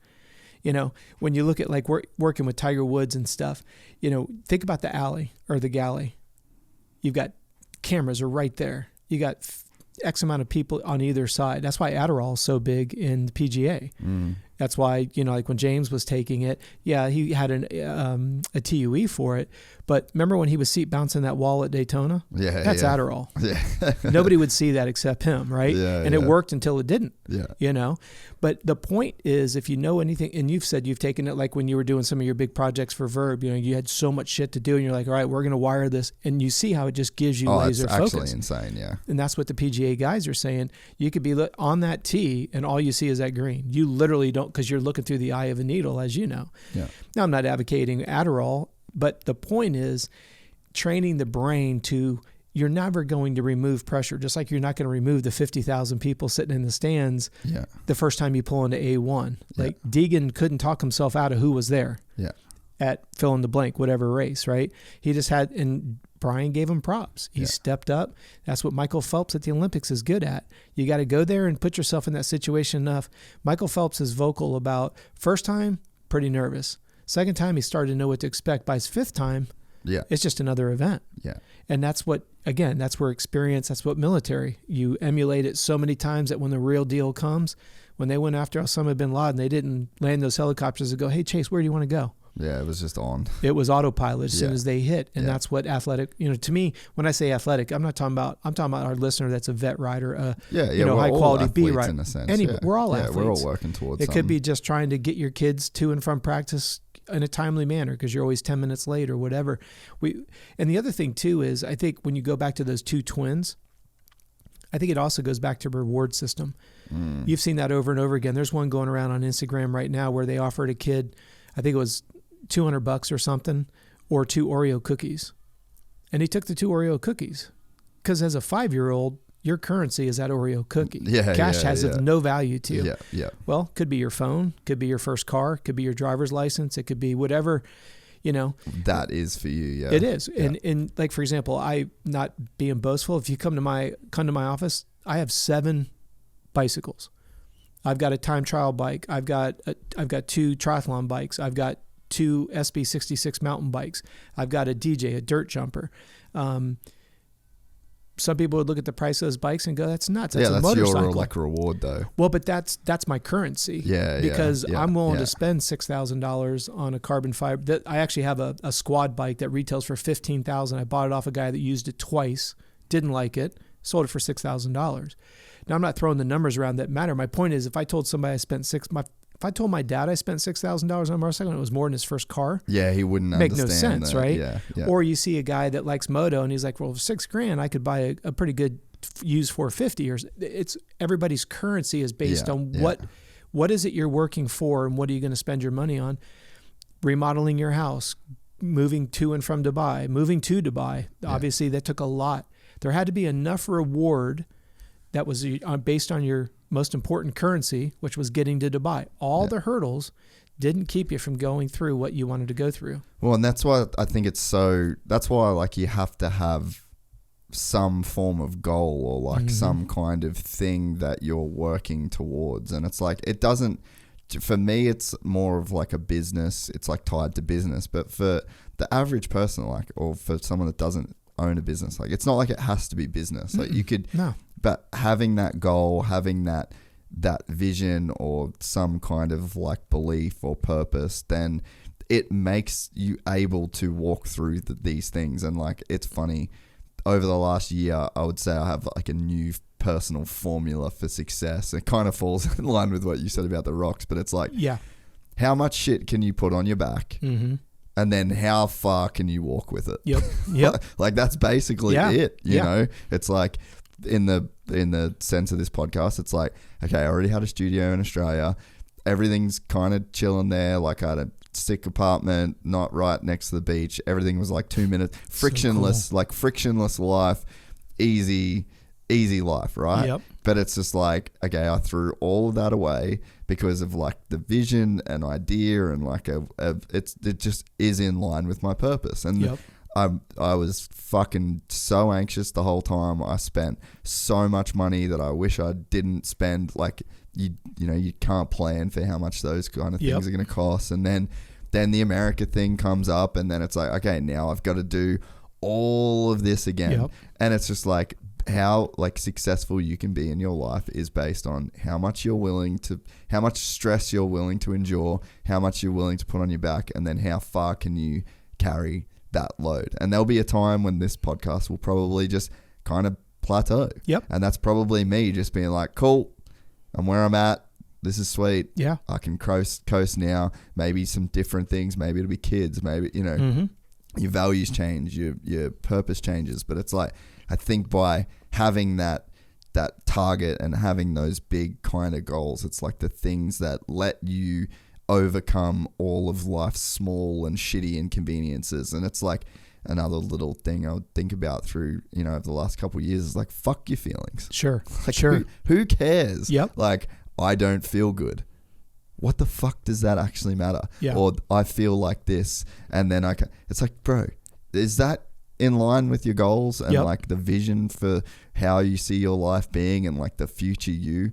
Because the future you like is not going to get built on how you feel every moment of every day. Like it fluctuates. It's so based on external factors and what this person said and what happened in this scenario and this person did or didn't. It's like, if you're constantly living your life based on how you feel in the moment, like you're just a fucking at the whim of the universe. That's right. Like you're just a pinball in like the events that happen to you. And it's like, do you want to happen to the world, or are you just going to let the world 100%. happen to you? You know, and 100%. I think a lot of that is tied into just like how you feel, you know? Well, and along that same thread of thought, and then I don't say this to embarrass you because I've already confided this to you off the air and on the air. I remember the very first time you picked me up and Michaela and I up in Australia.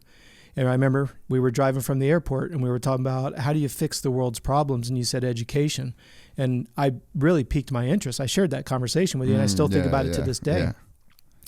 And I think it was a 30-minute drive back to the studio. And I still lean on that conversation because it goes against everything that I believe, but everything that I want to be right.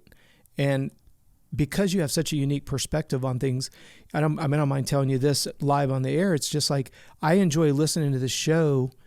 I love the guests, but I love your questions because I learn more about McGrath than anything I've read in his book or anything I've seen, or there's all these documentaries of him and stuff. And that's why when I make comments, you have a way of asking questions that is in a perspective that I would have never thought about, which helps me understand the guest even that much more. I struggle with short-term memory. My mom smoked when I was in her belly. You know, I was born in 1968. That's when they didn't know better, right? Yeah. But I've always struggled. That's when doctors prescribe fucking cigarettes. Calm your nerves. Yeah. But I struggle with short-term memory. So reading for me is very, very difficult. So I hear you and I hear Hopper talk about, you read a lot. And I'd made a commitment in this year that I was going to try to read more. But instead of reading more, what I do is I listen to you and Hopper to get my book advice, because you both quote a lot of books and a lot of knowledge. So it's like me going to the library, I'm integrating a couple things. You're only as good as the four immediate people around you. Yeah. I consider you and Hopper dear friends. And I listen to the questions. I listen to the dialogue, because to me, it's a reflection of the books. It's like you sharing your story with Buddha. That's because you read it. I don't have to read it. You just gave it to me. Yeah, so it's like an audio book. Yeah. But then for me, it was a commitment back to my guitar. I've been trying to teach my guitar forever. So I know I need to work on my short-term memory, but the desire, now we're back to rewards, we're back to currency. I love the sound of acoustic guitar, and the fact that I could come to your house and pick up an acoustic guitar and play it just like I can in Orlando is exactly why I want my coaching blueprint to be the same throughout the world, because I can't make up a chord of music. It's in existence. I have to learn it. Yeah. I want all of our listeners to learn a few things that makes their life streamlined, that makes it easier, because maybe I can become that book that they don't have to go live it through an experience to go, oh, okay. So these types of shows, the different resources that we put out there, is me learning, or an attempt to try to teach as many people as I can, as quickly as I can, in a sustainable manner. Your shows will never go away. I can't tell you how many shows I've listened to over and over again. And it's not because of just the guests. The guest feedback is cool, but I'm listening more to your questions. And without sounding hokey, a lot of times I'll ask, as if you asked me that question. Because I'm always listening. Whenever I'm in my office, I either have the sound of the ocean, always, or I've always got a podcast on. Because I like to either learn or I like to relax. Yeah. Michaela will tell you, sitting still is not my thing. Yeah. Even when we're in Costa Rica, I always have a spiral notebook. Now, we were talking and we were doing our stuff, but I mind mapped half of our next storyboard. This is on the beach. This is my. There you go. There it is. Every day. So just writing shit down. You'll never see me without a spiral notebook ever. Yeah. And it doesn't matter if we go to a football game, doesn't matter if we're at a motocross race. I always have my spiral notebook, because sometimes I can't, But the point is when you look at that knowledge and you look at the way that, to me, is, maybe it's because I'm 55 years old. That's where I would challenge some of the young listeners, is who are you hanging around with and what are you trying to get out of it? If you're just trying to be the next deadbeat, hang around 4 other deadbeats. If you're trying to be the next best podcaster, listen to who you think are the best podcasters. Yeah, it's so true. You're getting a Cliff Note version of how to get to the top. If you're trying to be a good motocross rider, just literally watch AMA motocross all day long. Just study it, be in it. You heard Prado. He didn't know who any of the MXGP riders were, but he knew every Supercross rider. Yeah. That's a student of the sport. Yeah. Hurling is known to be a student of the sport. I think most of the good guys have become students of the sport. You heard what Deegan said to you. He watches all the races back. He doesn't know anything about any other form of racing, but him and his dad watch that race back. Yeah. He's a student of the sport. We know Dazzy has had the boys be students of the sport. Who's he network with?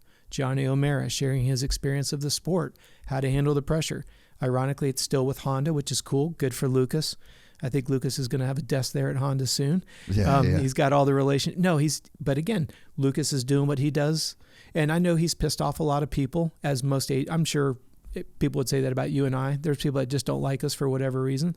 But at the end of the day, I don't think that the Lawrence brothers or Shimoda or the new Cohen, am I saying that last name right? The new twins, the MXGP. Coonan. I know. He's got quite a part. He's got a stable full of some really, really good athletes. But at the end of the day, what is Dazzy relying on? Johnny to do his job, Lucas to do his job. And what's Dazzy doing? Dazzy's being a dad. Yeah. And man, I don't mean to, dote all over him because they're from Australia and you are as well. But can you think of I haven't met Prado's dad, but listening to Dazzy. Yeah, it's pretty cool, man. It's honestly pretty fun. You go to Whiskey Throttle and listen to that entire show and let Dazzy come on at the end and listen to it to the end. Dazzy's a dad. Yeah. Dad he played the role of mechanic and he played the role of all that in Europe. But when they got here to the States, he's part of the program, but he's dad. Yeah. And man, I think that's going to be a game changer because they're both, how old's Jet this year? 19? Nah. But he's over 18. Yeah. So he's a legal adult. Yeah. Look at the net. Look how tight that family is. And how many families we know when that child turned 18, it was like see ya later. Yeah. You know, now we could argue maybe that was never walked through and discussed. Like I always said to my boys, we always had a plan. Like my son, he's very good on a bicycle, and he's like, I want to be a professional cyclist. I said, let's start a PED program now. I said, because you're bringing, like Lance Armstrong said, you're bringing a butter knife to a gunfight. Yeah, I mean, if you're in, reality. You're going to be in. Dude, and on every level too. Every level. To do it. Yeah. But as you're coming up through the ranks, especially as a moto family, if you think you've got that next big deal, when he's 14 years old, you need to, and then 15, review it. You know, every year, kind of like sitting with your financial planner. Here's our agreement, right? Yeah. You make that first million. What are we going to do with it? Yeah. Because mom and dad think they deserve it. You think because you're 18, it's now all your money, and you want to buy a lifted truck and a big sound system. Yeah. Let's have an agreement here. Chick a Cartier bracelet. That's exact. Yeah. And then eventually, you know, like I love the fact that Jet bought that Bentley. You don't think it was a Rolls Royce Cullinan. Yeah, but I guarantee you, Dazzy wasn't pissed about it because it was talked about. And I guarantee you, Lucas sat down. This is what Jet wants. You know, fits into that age group, and you know, I think it makes a statement of success, which our sport desperately needs. That, and you guys talked about it on your show. It shows a status that can be achieved. There's some sacrifice in getting there. Their whole story going to Europe. Yeah. He didn't just walk into that success yesterday.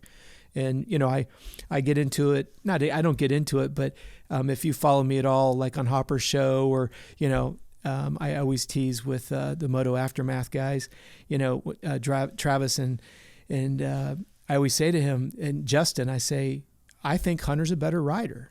I said, and I've argued this over and over again on Johnny's show, every year that Hunter's been here, he's been hurt. And when we came into the season, I said, you give me a healthy Hunter, you've got a champion. And he won indoors and out. Yeah. SMX went a little bit sideways because of getting hurt. But I said, I've been proven right. And I said, and then when we went to Des Nations, is the first time I said, maybe Jet's at a different level. Yeah. Because Jet really stepped up to that pressure with a full deck, the best of the best in the world.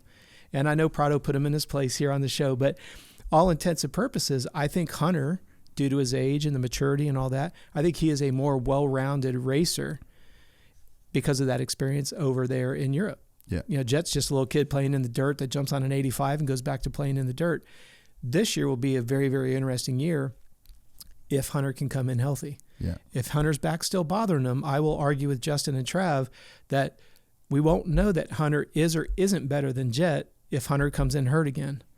Because we have not seen a full season of a healthy Hunter, all the way up to him nose picking that at WSX and not racing the final. Yeah. And what'd you say on the show? It was, or JT Money said it was like $475,000 that cost him not racing that last race. That to me shows so much. I hate to keep using the word maturity. Oh yeah, they just knew. Yeah, he was fucked. Well, I was with him. He was fully. He was absolutely. Yeah. But can you imagine the typical family saying, "Son, that's almost $500,000. Yeah, we'll go get you a shot. We'll do something, but you're going to race." Yeah, and they were just like, "No." Nah, and what the camp said, yeah, nope, we're out. Yeah. Does that not scream a statement that? And I know people say it all the time, family, and that's a good family. That's a really No. To me, that screamed agree. Volumes on Johnny talking to Lucas, Lucas talking to Dazzy, Dazzy talking to wife talking to Hunter. We're okay with this, dude. Yeah. It's truly not about the money.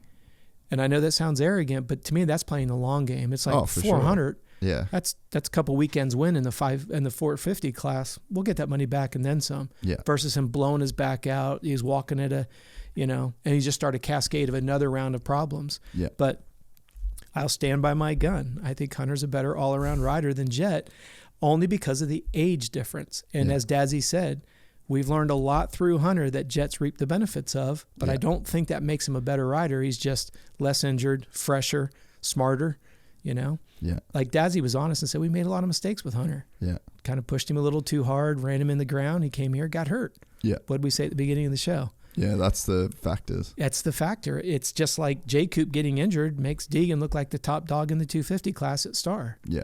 Yeah. He may not have been. If we, again, $1 million question, right? If you had J. Coop at 100%, you bring Deegan and you could kept both tables level, would he have beaten Coop? Maybe. On racecraft? Maybe not. Maybe Hunter's young, dumb, and just wants to win everything in the world, right? Maybe he would. That one race where I can't even remember, you and him talked about it with his dad, where he had like 3 laps where he just snapped. And Washugal. Yeah. I got goosebumps. It was unreal. I was like, And even he commented, it was just like everything just clicked. I mean, he's just throwing whips and butter. Oh, it was insane. It was, I have no words. I'm speechless. Yeah. Because I still think about that. I'm like, that is the maturity of a James Stewart at his last race, Ricky at his last race, Chad at his last race, Dunge at his I mean, that was all that maturity in Deegan, and that one, was that 4 laps or something? Oh, yeah. Yeah. Poetry, emotion. 100%. And then that interview that they did with you, you know, hey, we're trying something. We don't know it's going to work, but we will eventually. Yeah, yeah. Just that authenticity of, we think we've put a lot of forethought into it, and so far it looks like it's working out okay, but we all know it can turn on a dime, and then all of a sudden we see him out there with Tomac. You know, it goes back to what we were talking about, keeping all options available, you know? Yeah, yeah. And it's just like, I've talked to Lucas about, you know, possibility of us bringing our human performance programs into his place, because eventually that dog pound will become something. Now, I don't know. They may have something else. We haven't really gotten it that far, but I've tried to get some meetings with them. But I was always teasing them because last year when Lucas and I were chatting, you know, he's busy with 2 guys that are winning championships. I'm like, you haven't got time for me. Yeah, You got to worry about these 2 guys winning while he's yeah, doing donut deals. Yeah. Come on, man, come talk to me. No, anyway, it's just a little internal joke that he and I had. So, oh, that's awesome. Good people. Hey, I'm gonna dump this card. Okay. We just filled up, so I'll just stop this for now. So you've got the computer on yours? Yeah, I'm gonna restart the recording. Yeah, sweet. Sorry, we just had to take a break. Me and Rob have filled up a 4-hour SD card, so I had to stop and get a spare going. So yeah, what are we looking at here now? This is the other. So this is the body battery. We'll get a little bit back into the data side of things. Yeah, absolutely. And I do appreciate the way that you're doing this, because we can sit and look at graphs and talk numbers, but I think it is important to get back up to that 10,000 foot view, because it gives a little bit more of a just context. Yeah.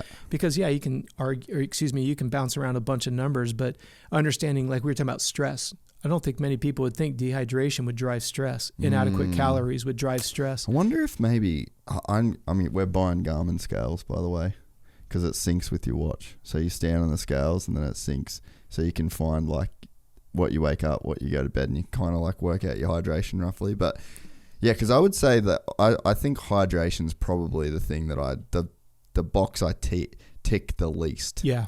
Like it just, I think I've told you before, I just don't like drinking water, exactly. you know, but I actually started using Scott Sipkovic after the podcast. He sent me a bunch of Armour. And I actually liked the hydrate mix, just easy. I had it there, so I would have that quite a lot. But yeah, interested to see if I nailed my hydration for like a couple of weeks in a row. It's a game changer. If it would bring my stress down. Because I noticed from my watch that I actually do spend quite a bit of time in like either medium to high stress. Well, and then to add insult to injury, you love the beach, even when you're back home. And, you know, not trying to insult anyone's intelligence, but when you're on the water, the humidity level is going to be higher, and water will not evaporate in a moist environment. So when sweat comes to the skin and it meets moisture in the air, it creates a heat blanket. Yeah, right. So now you have even more of an internal heat issue because you're not able to wick away the heat. So now you compound it. You don't have enough fluid inside the body to try to wick away the heat.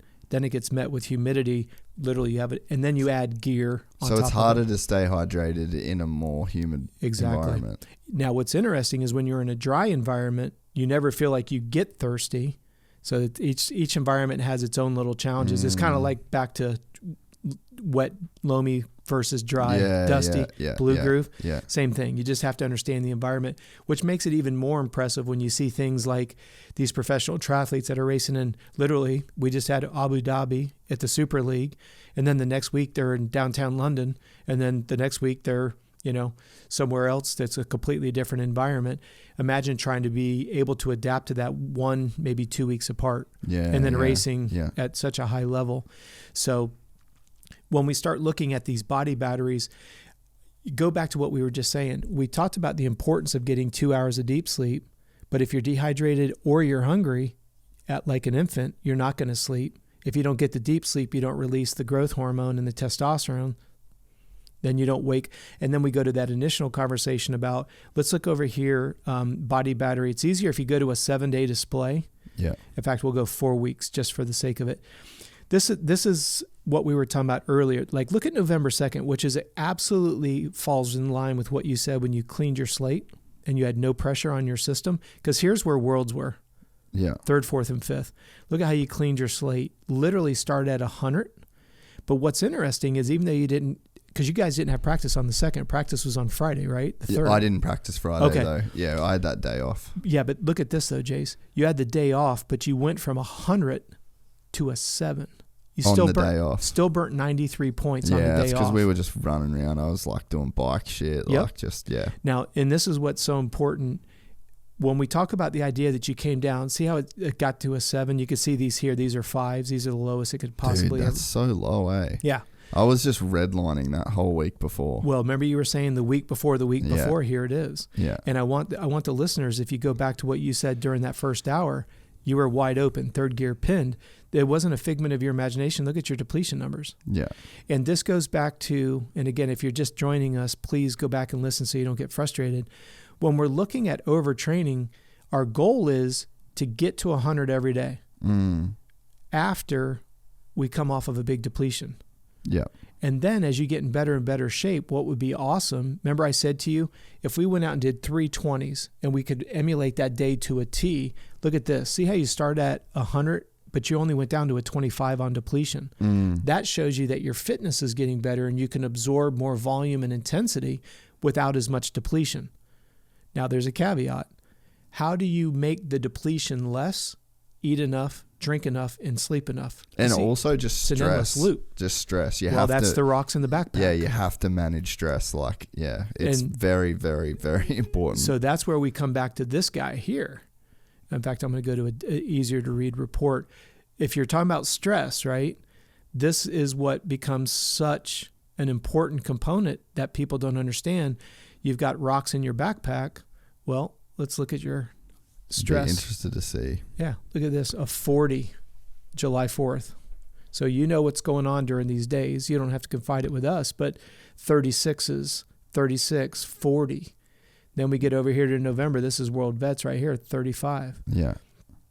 So it goes back to the illustration we were saying earlier. Is a 35 high? It is for you because you've been on average. Well, you can actually look at this number right here, by the way. It'll give you, watch this. Okay. Keep an eye on this average number right here. Yeah. Watch when we go to 4 weeks. And then last 7 days. Yeah. So what you're looking for is always look at that number in some level of relevancy. And that's why I always say the Garmin's always building a historical data file. So every hour you wear it, it knows more. It's like AI nowadays. Yeah. It's just building a profile to become smarter. It's going to get so crazy, dude. Yep. Like, imagine, sorry, I don't want to take yourself on a tangent, with you. But No, like, I'm with you. Fuck, it's going to be wild, It's bro. crazy. When you have like microchips everywhere and your blood sugar and you've literally just got like a fucking notification that comes up on your phone that's like, hey, you need sugar, or hey, you've had too much sugar. Let's go down that trail for a moment. Remember I was saying that one of the professional services that we do at the elite level, remember we were talking about core body temperature where you swallow the pill and I can measure your core temperature. Yeah. We're testing that with chilling vests. Yeah. And if you remember about 5 years ago, remember when Tomac showed up with them? Yeah. And they've kind of fallen out of flavor again. So we've been doing some beta testing behind the scenes. How do I take you to something like Loretta's and keep your core body temperature? It's just like the professional mechanics that come in. They've got They're that. just trying to reduce the temperature on the motor. Yeah. So a lot of people think, oh, he did their sight lap. He comes in and he pours that fuel in there. That fuel is ice cold. Yeah. Trying to pull that temperature. Hello. Yeah. And then when you were just talking about when to take in sugar, it's called CGM, continuous glucose monitoring. That's something that we do with all of our athletes. So literally we have a live app that shows us what is the blood sugar level of our athletes at all time. Yeah. And they wear another patch which evaluates their sweat. And we know what electrolytes are losing and how much. And we take our energy fuel and I can do a custom formulation for Jace based on his sweat rate profile that nobody else can do. Because ours are literally batched per bag. Nothing's on the shelf. That's how far we're trying to take this. All because if you take the last couple hours we've discussed, reduce the stress on the body and set it up for optimum performance, whether it's health or ultimate performance. Yeah. And there's always a spectrum in between. Yeah. Some guys just want to win Mammoth and Worlds. Some guys want to win Loretta's. Some want to go to MXGPs. Jet wants to win every fucking race that he does for every single year that he does it. Sorry, big brother, I stuffed you in the left-hand turn, but that's the way it goes. So now what we're able to do is we come into this stress. Now, this is where I don't want the listener to get frustrated. That's why I like these consolidation reports over here. So now when we come back and we just take everything we've discussed for 4 hours, what would contribute to stress?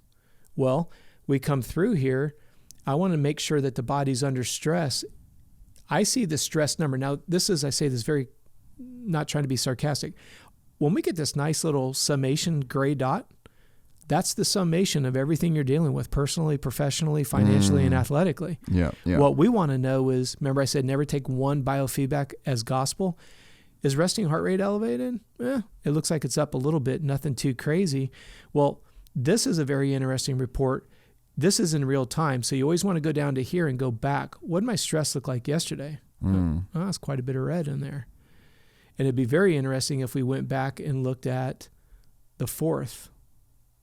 Sorry, there's no quick way to go through this on this calendar, or it doesn't let you bounce around. But let's look at your stress on race day. There you go. Yeah, it's pretty gnarly. You're bouncing off 100. Yeah. Let's look at the 4th. Bouncing off 100. Yeah. Now, you can move the dominoes anywhere you want. The bottom line is we see on the 4th and the 5th, lots of stress. Do we know where it comes from? Yes, you went racing. Now, if you had given me your sweat rate, your weight before and after the moto, could we have reduced that stress if we identified that you were dehydrated? Yeah. Just like a dyno motor. You're out there, like, let's say you're on a motor and not the Stark bike, and it's just, you can just tell it's just not inputs there. and outputs. That's all it is. Yeah. But the idea is, a lot of people are like, it's confusing, it's overwhelming. Whoa. Jace is out there. Let's say you're not on the Stark, you're on a bike that's got a lot more moving parts, and you come in and you're like, Rob, it's cutting out over the face of the jump. I grab the air gauge and I start testing your air pressure and your tires. Yeah, you're just like, bro, it's not going to change. What the hell are you doing, right? Yeah. I told you it's electrically cutting out and you're testing my air pressure. Well, that's what I want people to understand. You guys know compression, rebound, sag setting. You know fuel mixtures. You know jetting if you're on a 2-stroke. You know gear configurations. You're changing your tire pressure. You're moving your forks in the triple clamps. Oh, that's a lot. Yeah, but you do it. Yeah. And you've learned it. Yeah. I'm only asking you to weigh yourself before and after. We have sweat rate. Wear your heart rate monitor during. We have an average and a max. Yeah. Now I can help figure out where the stress is coming from. Is it dehydration? And we go back to what we looked at a little bit earlier. If you're keeping up with MyFitnessPal, we would actually have a graph here that would show us a chart that would show you calories in versus calories out and where there's a loss. Yeah. I would actually, I think I'm going to order those scales, and then I would like to just purely based on, I guess, knowing what I got out of the data side of things this year and how it kind of influenced. Absolutely. Like, I would be quite interested to see, the calories in versus calories out. And I think this year too, like, my fitness goals probably change. Like I'm probably, I don't know that I'm going to sign myself up for any kind of race, but I'm actually toying with the idea of doing Jiu-Jitsu Worlds, which is in August.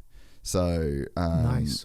That'd just be like a different. Yeah, but I love that. You're giving yourself 9-10 months to really do it right instead of trying to rush into it. That's what this was, like, and I think that's the best thing that came out of this whole World Vets thing is that, like, there was 4 of us in it with, like, Franco and a couple of our boys, and we all had the same goal. Yep. We all had a year to do it. We kept each other accountable. It was kind of like this bit of a North Star to sort of like walk towards, You know how cool it was to see your mom and dad? Oh, because I haven't seen them since we watched Supercross at their house. Yeah, true. Hey, that's the last time I saw Dad. Yeah. And he took us out to the garage, and I had a Woody looking at all the bikes. Because remember, he was doing all Toby's bikes out there and stuff. And it's just like, and elaborating on the point that you're at right there. So we're just looking at a 4-week window, right? And this includes Worlds.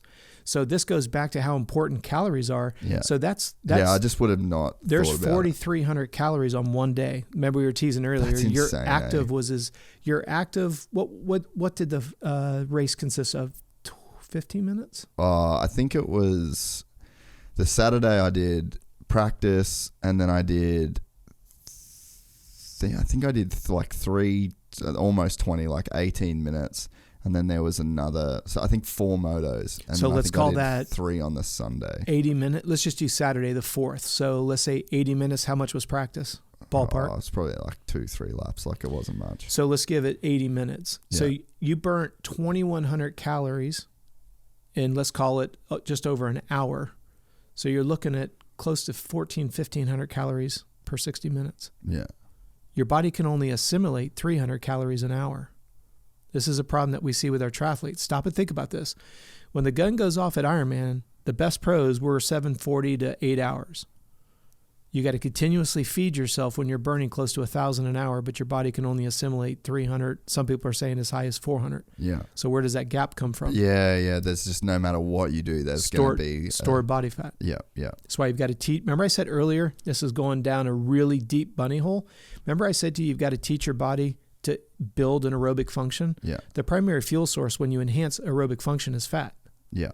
The lower the heart rate, the more you're burning stored body fat, the higher the heart rate. Yeah, because you're not anaerobic. That's right. You're aerobic. We refer to that as an energy matrix. As the heart rate goes up, you burn more sugar and less stored fat. Yeah. Well, when you can only consume 300, but you're burning 1,000, you better have taught yourself how to use stored body fat for fuel. Yeah.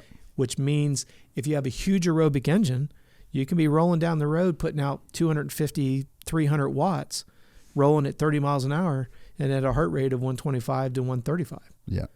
People go, it's bullshit. Well, I'm telling you, it's being done right now. Now, you could argue there's some PEDs in there and all that. Yes, you're right. All I'm talking about is energy matrix against heart rate. Yeah. That's all I'm saying. Yeah. But when you burn in, like with what you're doing, the good news is you're coming into the pit. You get out of the heat, you give your body a reprieve versus 7.5 to 8 hours of continuous exercise. Yeah. Heat coming down, crosswinds, and your body's, and we can get into another whole discussion. What a lot of people don't realize is when you look at the hierarchy of needs, when we talked about going to sleep, right? Your hierarchy of needs are satisfy hunger, you'll sleep better. Don't satisfy hunger, put an infant to bed hungry and watch how well he or she sleeps. Mm-hmm. They don't. When you're out exercising, if you don't recognize that the number one goal is to not die of a heat stroke or freeze to death, but obviously we're not worried about freezing to death, dying of a heat stroke is the body's number one priority. So you're out racing. It could give two shits about the fact that you're racing and you're going through 1,400 calories. It only cares about core body temperature. Yeah. So what it does is it shuts down digestion. That's why you feel like you either are going to puke or poop your pants. Yeah. Because if you try to gobble down food, because over here you're so your body's like actively telling you don't eat. Like it's doing things that are making you. It's an executive order. Yeah. Water and just blood. A veto. Yeah. Water and blood goes to sweating and muscle contraction or digestion. Digestion will always get shut down. Yeah. At precisely the time you need calories the most because you're burning 1,400 in an hour. Yeah. That's a heck of a dichotomy.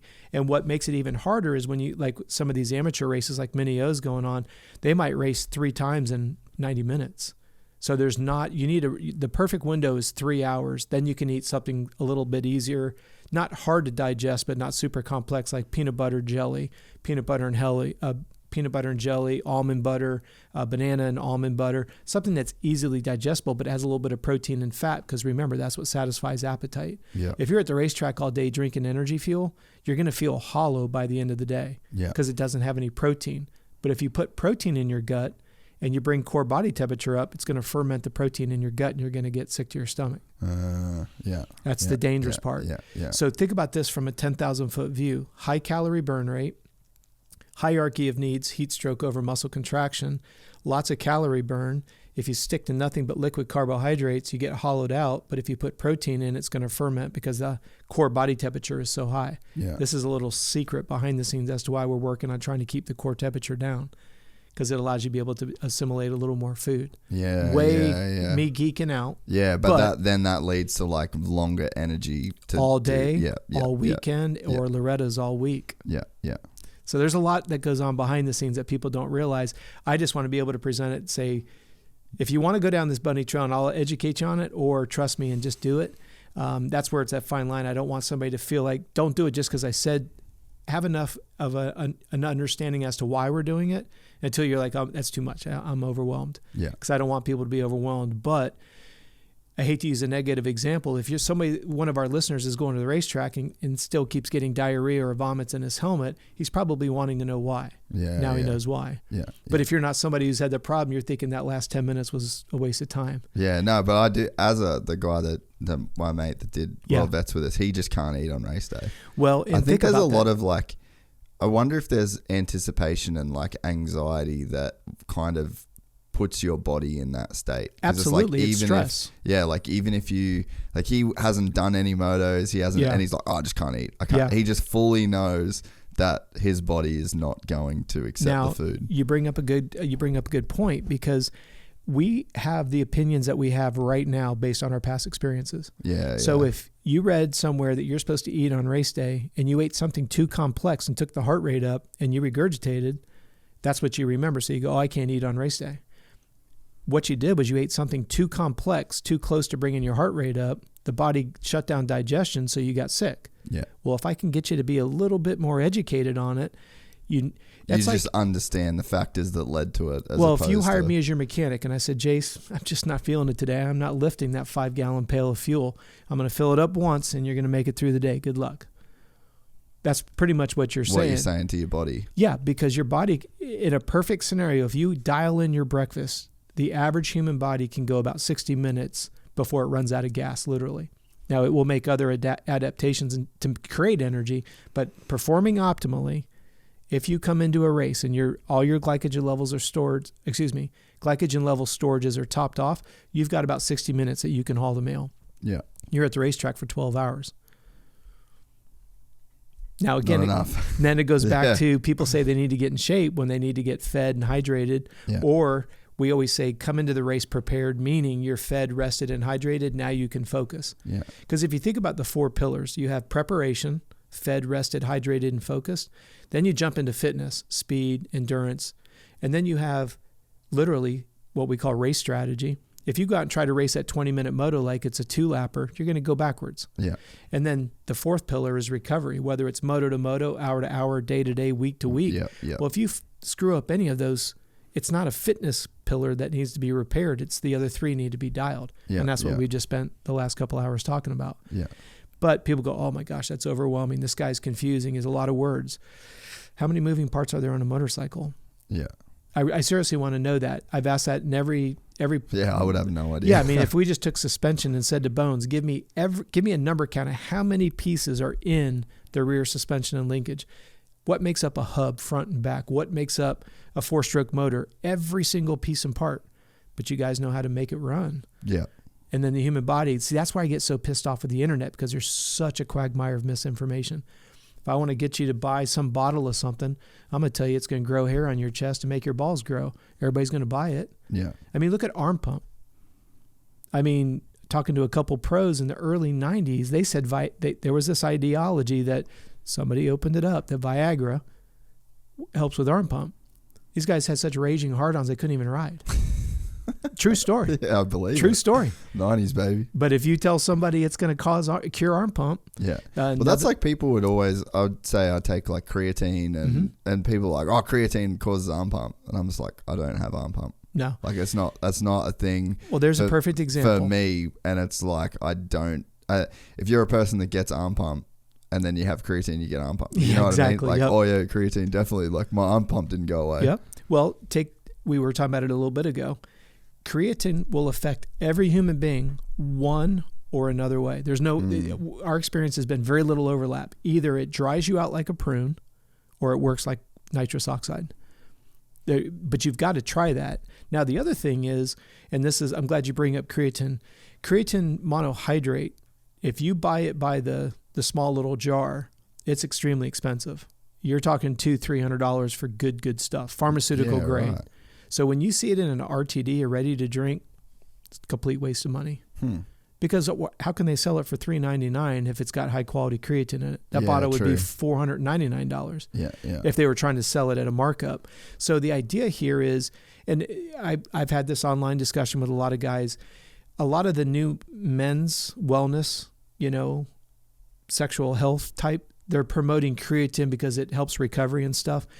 And you've got to be very careful with that, because the body, when it gets it from an external source for an extended period of time, will stop creating it on its own. Okay. Now, there's people out there that are saying, oh, that's old science. Science doesn't reinvent itself. Now, the way that we do things and the way we challenge things, like, some of the epiphanies associated with cold plunge, contrast therapy, leveraging of brown body fat and stuff, sure. Again, textbook setting, but like we had a gentleman that presented himself to us a couple of weeks ago. He's read so much about cold plunges. So he did a cold plunge, got a raging headache, couldn't sleep for 2 days, and cramped up like a mofo. Yeah.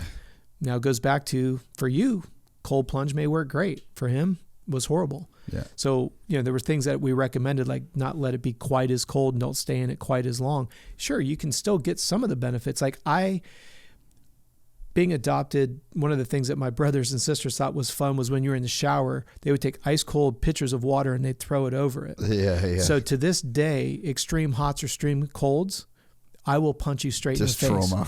Just total trauma. Yeah. Like it's a light switch for me. And it's just one of those buzz points that, if you're going to go off of your past. So you tell me to get into a cold plunge or super, super hot.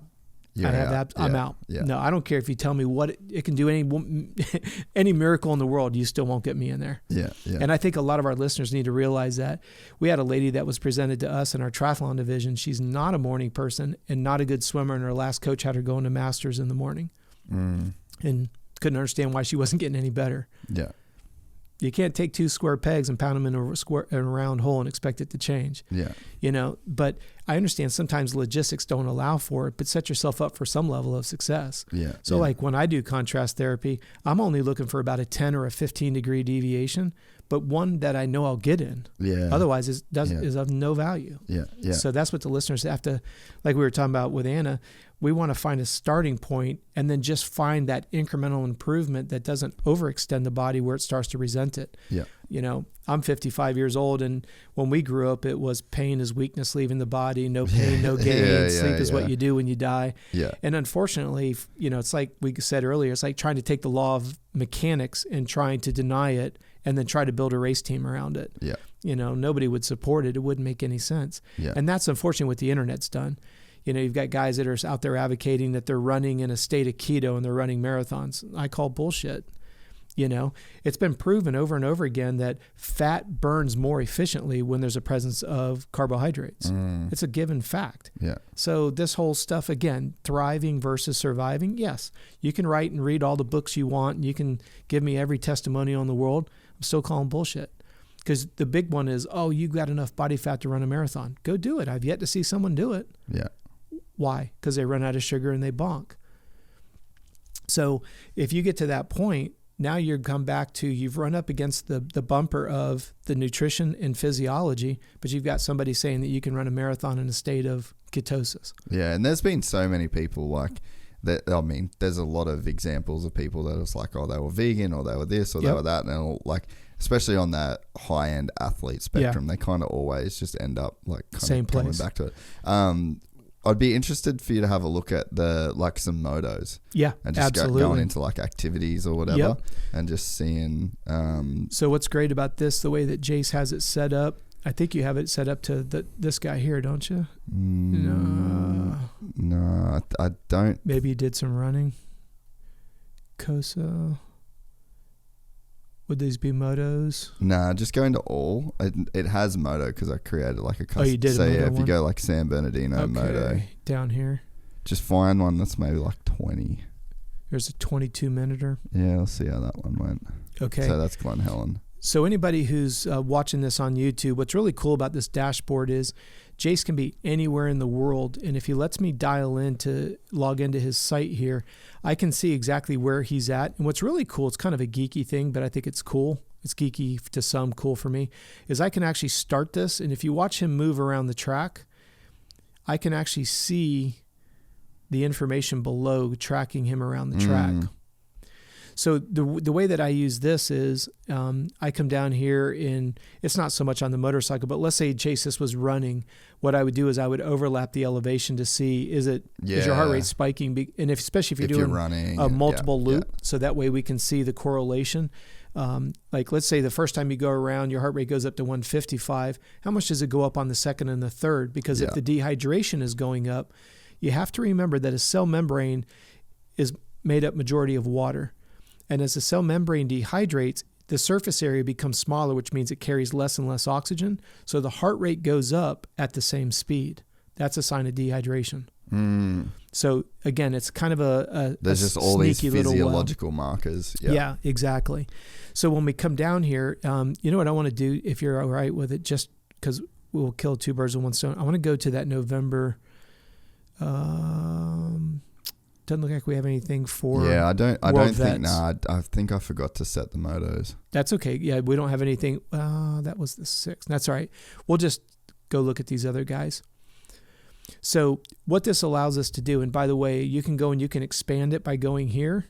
And all I'm doing, if I want to drill down, is I just hold down my left mouse, drag over it, and it lets me drill down. So if you've got a big, let's say for our off-road riders, you're out there for 2 hours, a small little blip on the map might be 18 minutes. Yeah. So you want to see what's causing these deviations. This is what I was saying, like if this was a run, I'd put the elevation over it. Yeah. So as it spikes up, I would want to see if there's a correlation to the heart rate. Oh, wow. Yeah. So you can remove them. So like speed, I wonder if speed would, like on the faster sections. Yep.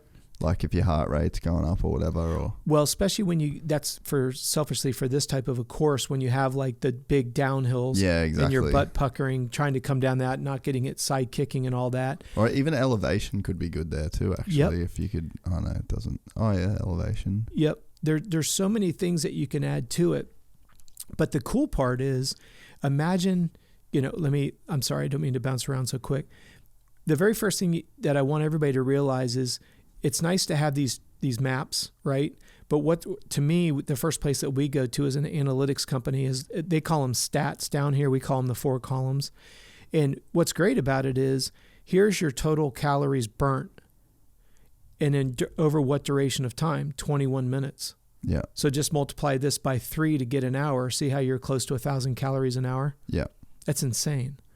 So this is where we would go back and look at calories burned versus calories consumed, because what this allows me to do is create a nutritional strategy for you based on what's the average and max heart rate. My nutritional strategy was in and out basically every fucking day in like the week before. Yeah, I was so hungry, dude. Like, and I just wanted to eat that shit every Absolutely. day.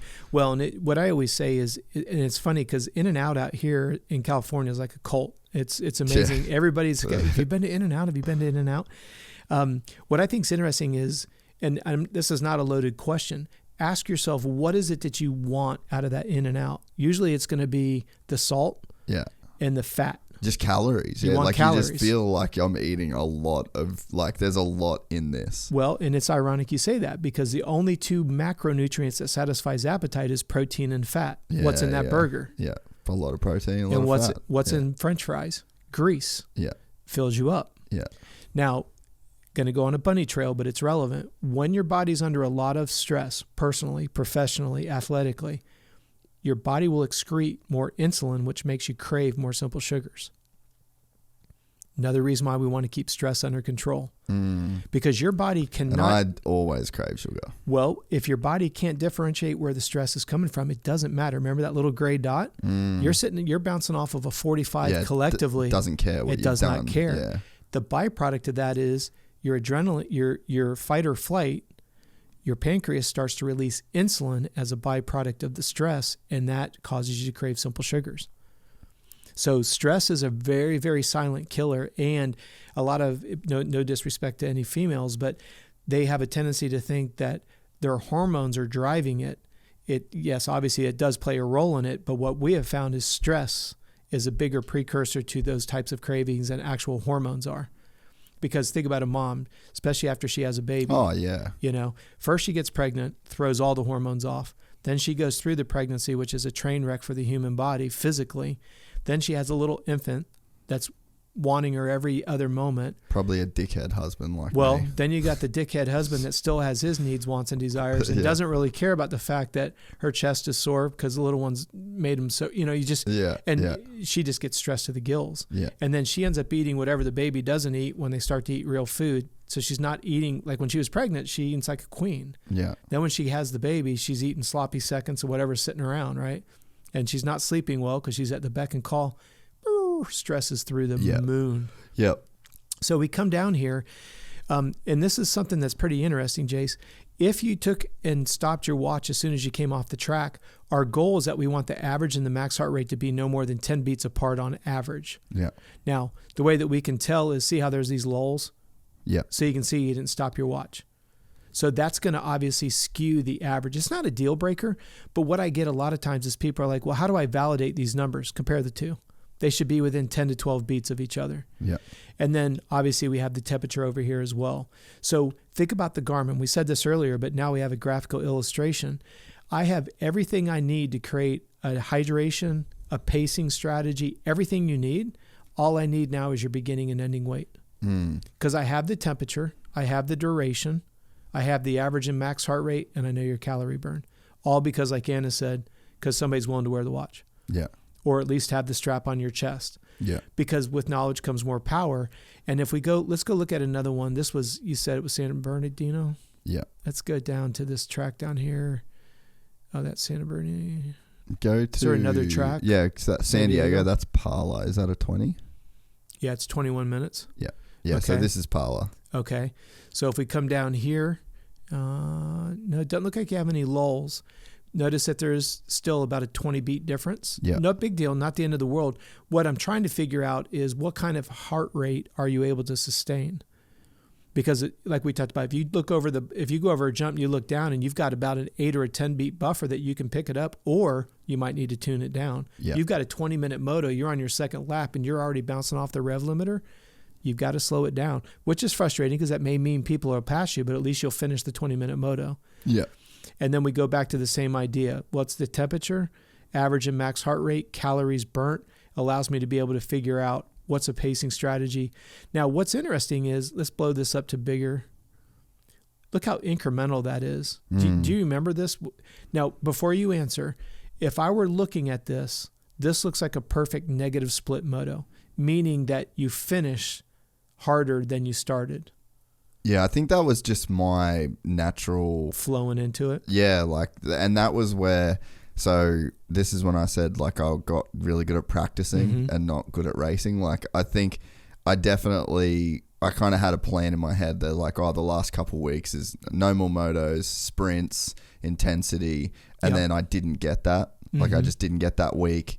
And then because I was traveling, and then the week that I was back, I'd kind of bottomed out my HR. I felt like I was playing catch up. Yep. So I kind of didn't, I feel like I didn't get to finish the work that I wanted to do before the race. But yeah, this is kind of indicative of how I race too. Just I got so used to pacing myself out for 20 minutes. And a lot of times when I would look at the lap times, my fastest laps were you could see it maybe took me 4 laps to get into it, did a heater, and then I kind of floated around that. And then the last few laps were when I looked at my watch and I was like, oh shit, I'm almost done. Sure. I've only got a couple laps to go. Then I'd really get into it. So I think that I just didn't, I could have definitely used a bit more direction of how to train to better manage that and get the most out of it. So I definitely, this I'd say is a pretty indicative average moto for me. So what you just said has so much meat on it, it's not crazy, or it is crazy, excuse me. Remember you said earlier, how would you know? This is how you would know. Are you muscle type A or B? Yeah. What are the patterns that you start to see? Remember we talked about the 4 pillars, and the third one was strategy? Yeah. You just elaborated on that. What do I do? Kind of what do I do with my hands? You know? Yeah. And then the other side of the coin would be, and you already answered the question earlier, you're doing no warm-up. So if we got you to do a little bit of a warm-up, see how your heart rate is sitting here? That's just riding out of the pits bottomed and then going right to it. Yeah. So if we got the heart rate a little bit higher, so we don't spend this time getting you up to not here, but getting you up a little closer to here. And then sustaining it. Yeah. And then what we're looking for, and I want the listeners to think about, especially for those that ride moto, think about a moto as if you were running a 5K running race. Yeah. So if you came off and I said, Jace, how'd you do? And you go, man, I did great. I ran 17 minutes. I got second in my age group. Well, you didn't give me your splits per K. You just gave me your finish time. Yeah. Well, you don't need to be the fastest guy at lap 1. You don't need to be the fastest guy at lap 5. You need to be the fastest guy at 20 minutes. Yeah. How do we strategize that? Remember when Blake Baggett was racing and Jason Wygant would always say, here comes El Cucaracha, right? Yeah. He's negative splitting the moto. Yeah. He knows what he can sustain for 10 to 15 minutes, and then he drops hammer. And when everybody, and again, not insulting the listener's intelligence, if I'm slowing down by 2 seconds and you're speeding up by 2 seconds, you pass me on a net gain of 4. Yeah, exactly. So now you break me mentally and physically because I'm already tongues hanging out the helmet. I can't go with you. Yeah.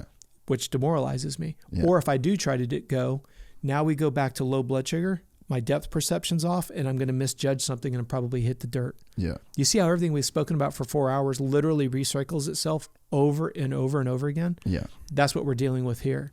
So let's go look at, just for fun, I think you had another moto on this day, did you not? I think so, yeah. San Diego moto. That was the first one. Yeah, that one there. So this one's a little bit longer. Yeah, heart rate's like kind of the same. Yep.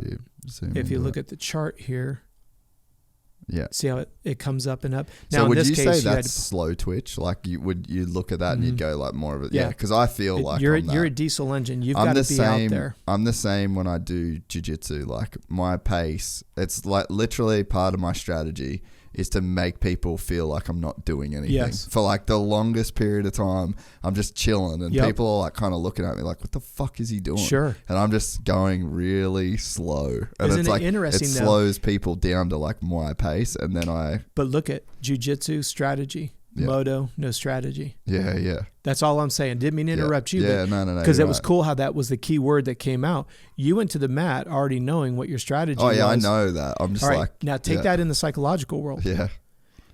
Now this gets really deep. When you go to the gate with a strategy and somebody goes out and sprints and you know they can't sustain it. Now we have to go off of race history, right? Todd could tell you everything about Ando and everybody else that they've raced against. Yeah. You know the characteristics. Yeah. So you've got to start to have a strategy against those characteristics. And at the end of the day, Jet did all of his research on the 450 guys. He knew what he needed to do. Who's the only person he says he hasn't beat yet? Tomac. That's right. He's the only person he hasn't raced yet. He hasn't raced yet. Yeah, it doesn't have He the doesn't data. know. Yeah. So you don't think that they're testing every possible scenario. What if? And we won't know, not round 1 or 2, but round 5 or 6 when it starts to settle in, we'll get a better idea as whose strategy is working. Yeah. Because you go back that year, Kenny came out on fire and then Webb superseded him at the end of the year. Well, would you rather been in their camp? Whose camp would you rather be in February, and whose camp did you want to be in May? Yeah, you want to be the one doing good in May. Absolutely. Yeah. So as Jeff Emig says, he'd much rather have momentum than a points lead. Yeah. Well, that's the name of the game. Yeah, it's so So true. we go back to the 4 pillars: preparation, fitness, strategy, and recovery. They've all got to be cross-germinating. Yeah. And the problem is people take them out of context. Oh, I got to get in better shape. Maybe you just need to get hydrated. Oh, I'm hydrated. Well, are you getting enough calories? Maybe. If we quantify it, we check the dots. That's why our program's called the Blueprint of Success. Yeah, because you've got to have these things. You got to have these things. Yeah. If you're jumping in your vehicle and you're trying to drive from here to, Arizona, you're not going to cover up your dashboard and try to guess when you're going to run out of gas. Yeah.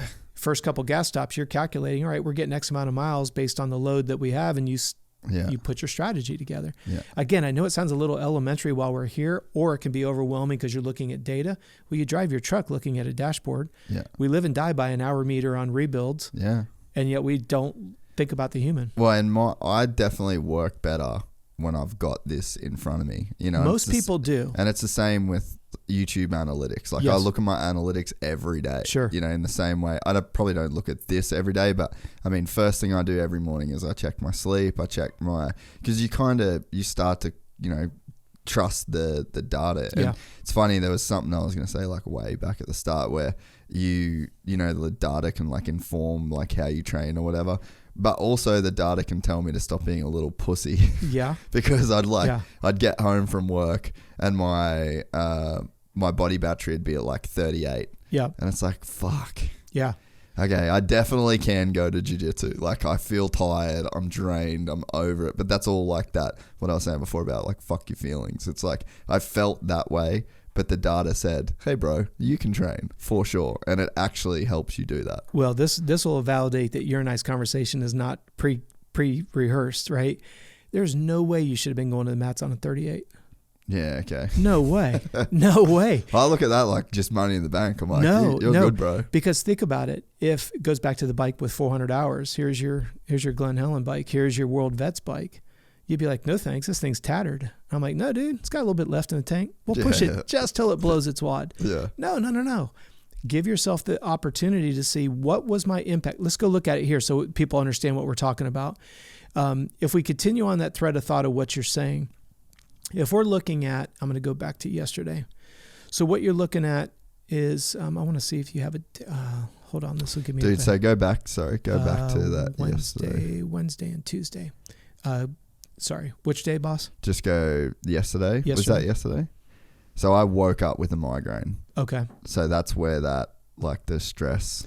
And just so everybody knows what we're looking at, this black line is the battery number. And it's cool. If you look down here at the bottom, there's actually a time stamp, which is pretty crazy. Yeah, and it tells you when you're sleeping. Yeah, it tells you when you woke up or when you went to bed, when you woke up. I kind of tease this a little bit too much Big Brother for me because it tells me when you went back to bed in a 24-hour window. Yeah. But what I do want to see is if we go to... So again, this was Vegas, so this is like not a normal day. Yeah, what I wanted to do was go back... no.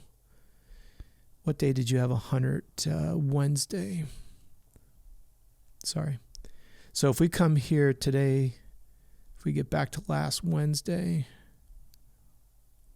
I don't know what day that was. Do you know off the top of your head? All right, here we go. We'll go to 15.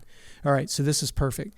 If you see right here, and this is what's really cool, if you slide your mouse over this, it'll give you what the numbers are at all kinds of levels here. Again, don't get overwhelmed by the numbers. See, Jace, where you got to a 99, you can see where the body battery is at a 99. Yeah. All right. What we want to look at is you woke up at, does that say 7:36? Yeah. Okay. Apologize. I don't have my glasses on. So, yeah, 7:33. All right. So you woke up at 7:33. Battery's nice and high. Well, look at the rise over run, or in this case, the drop when you started doing your work. There's some stress here that's coming into the system. What time was that? This is around 3 o'clock. Yeah. 3:15, you're starting to redline. Now, just FYI for people, if you start an activity, it'll pull the data off of here. It's not something I understand why they do it. Yeah, why do they do that? I don't know, other than the fact that now that information is now collected under the activity bar. Yeah, okay. But still, it would be helpful to see it. It would be. There. I don't know why it plucks it out of it. And then what we look at is the ramifications after the workout. So, like, you finish a workout, what I want to look at is the residual stress that comes with it. I wonder if we went on a run then. It's got to be something that caused the core body temperature to get up, and there's that lingering heat afterwards. So was there an activity? Like, do you think no activity? Well, this is what's pretty creepy about Garmin. Let me show something to you. This is pretty cool. This is what they call the daily summary. Oh, yeah. I can sneak behind the scenes, and even if you forget to start an activity, see, like right here, see how the activity is denoted? If you did not physically push your start button as an activity, I still can go behind the scenes and get your, look at, I've got heart rate number. Yeah. I can get all kinds of info behind the scenes. So when we come back to full circle, what is it that we're trying to do? We're trying to figure out what's contributing to stress hour by hour, personally, professionally, athletically, and financially. Yeah. Try to preempt it so that, and again, I appreciate the patience of the listeners. The idea is then we come back to this chart so that we have less of a depletion and a higher bounce back every day. So 4 weeks is a little bit easier to see. You started the day very high. You had a very low depletion number, and we only came back. So we finished here at a 7. We only bounced up to a 66. We only picked up 59 points. But yet on this day, you went from a 7. Well, actually, that's not a good one. On this day, this is a better one. You ended the day on a 5 and you came back on 100. Yeah. How'd you do it? Fucks me. Exactly, right? Yeah. So you finally get that ringer of a day, and then that's what we call accidental success, because you can't deplete it. Is there like a value in like kind of making notes then of Absolutely. like what you did? Actually, one of the, I wonder what night it was. I actually had like edibles and fucking slept like an absolute low. I remember waking up with 100 and be like, damn, that was pretty good. Well, it's probably something weird like that. Well, sometimes it could be something as benign as you adjusted the air conditioner, or you were amorous, or you don't know, right? Yeah. It's just the more you document, and the beautiful part. But again, it's probably like, I woke up with 100, like journaling, like I write in a diary every day. So it's like, all right, I woke up with 100. I did this, and this before bed or whatever. And then once that's written, then the goal is to do it as many consecutive days, because the consistency on the behavior on the front side validates the numbers on the back side. Yeah. It's the inconsistencies that we're not quite sure what's working or not, which creates accidental success. Yeah.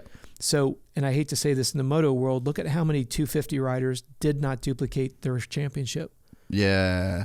Because a lot of the guys, They went to a factory team, first time they're on equipment, they're excited, they listen, they work hard. They work themselves so hard that they can't back it up the next year, which is a bigger picture of this microcosm. Yeah. If you drain yourself down to a 5 and then you can't come up to a 95 or 100, then you've got to ask yourself what's causing you to go to a 5, and let's get that stress a little bit less. Yeah. You see the catch-22 on that? Yeah. And that's the part that we always have to be careful of is once you get educated enough on the importance of sleep and food, then you realize how much stress your body is going through is more than what the food and sleep can overcome. So you either have to eat more and sleep more, or you got to reduce stress. Yeah. Remember math, what you do to the left side of the equation, you got to do to the right. Yeah. And if you don't, this is a fast track to adrenal fatigue. Yeah. Because it's no different than if you continuously run the oil low on the bike to save weight, eventually it grenades. Yeah. We're the same way. Yeah. This could be 3 months, it could be 3 years, it could be 30 years. But once it grenades, then what's everybody want to do? Because if you go to the doctor and you get diagnosed with a fatigue-related disease, the answer is going to be more sleep and more food. Yeah, which is what you could have done to prevent yourself getting there in the first place. And when we started tonight, that's why I said what frustrates me the most is that fatigue can be avoided. Yeah. And you got trainers out there that are ex-pros that are like, oh, suck it up, let's go, you start those kind of shenanigans, and I don't know. I don't need to beat that dead horse. It just, to me, is mesmerizing. Just because you went and got a weekend certificate or you were a factory rider does not make you a physiologist. Yeah. Now, it's not about tooting my horn. It's about the idea that you're ruining people. Yeah. And this is another component of our certified coaching. If we ever run somebody into the ground and they get a disease, we will give every dollar back we ever receive from them. We will have 100% accountability with our coaches. Now, there's a caveat. You've got to get your blood work done quarterly, and you have to wear a heart rate monitor. Yeah. If that's not worth the guarantee, then that's fine. That's cool. You agree to void the contract. But if you're getting blood work quarterly and you're looking at biofeedback, how could you ever get yourself run into the ground? Yeah. Remember I said earlier, you got to trust the numbers when they don't tell you what you want to see, and you got to trust them when they don't tell you what you think you're feeling. Yeah. You feel good, you look good, all your biofeedback's in the tank. Guess what? Go float in a pool. Yeah, that's really what you need. Yeah. But I have been fired for that exact conversation. Yeah.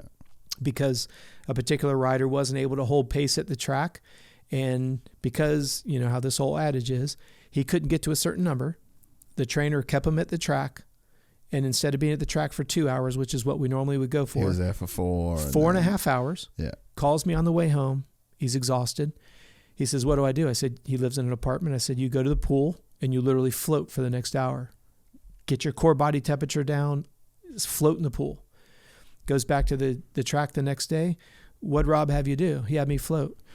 "That's exactly why you'll never be successful. You won't do the work, blah, blah, blah, blah." And I'm like, so we did an all hands meeting, had everybody, agent, rider, mom, dad. I want everybody to hear it.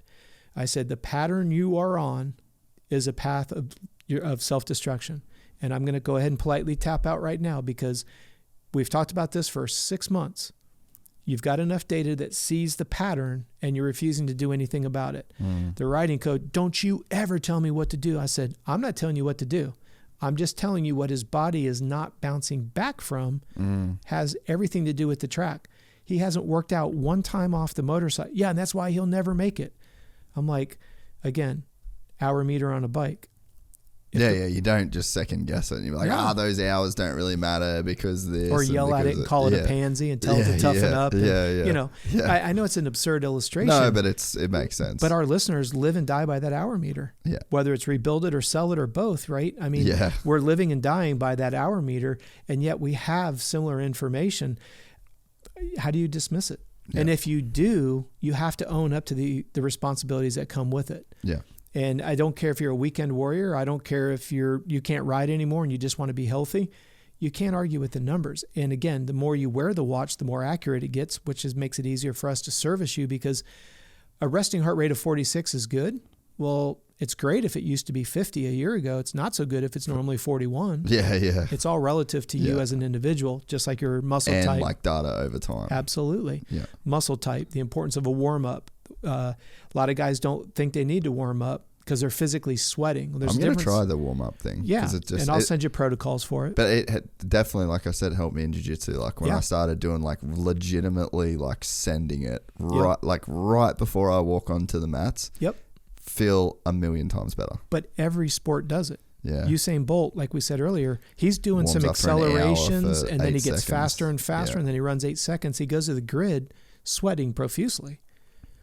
But yet our sport, we're too cool for school, so we sit on our bike and then our heart rate goes from 80 to 180. Well, same as like in the UFC, right? Like the guys they've got mats and they're hitting pads and they come out sweating and then they. But there's a difference between being physiologically hot where you're sweating and being metabolically warmed up. Yeah, yeah. And yes, but even I understand. like neurologically too, like your nervous system and stuff like that. Second set's always better than the first because everything's firing. And like you look at Formula One drivers, like they'll do their, their ball. Like Danny does it. He plays basketball. Like he's got a little basketball hoop. Well, it's called the overload principle. Yeah. If I can get you to lift 60 pounds, then going to 40 feels easier. Yeah. So like you say, he's out. Like when you go back to UFC or whatever, and now we do have to add a caveat. This is where your heart rate monitor comes in.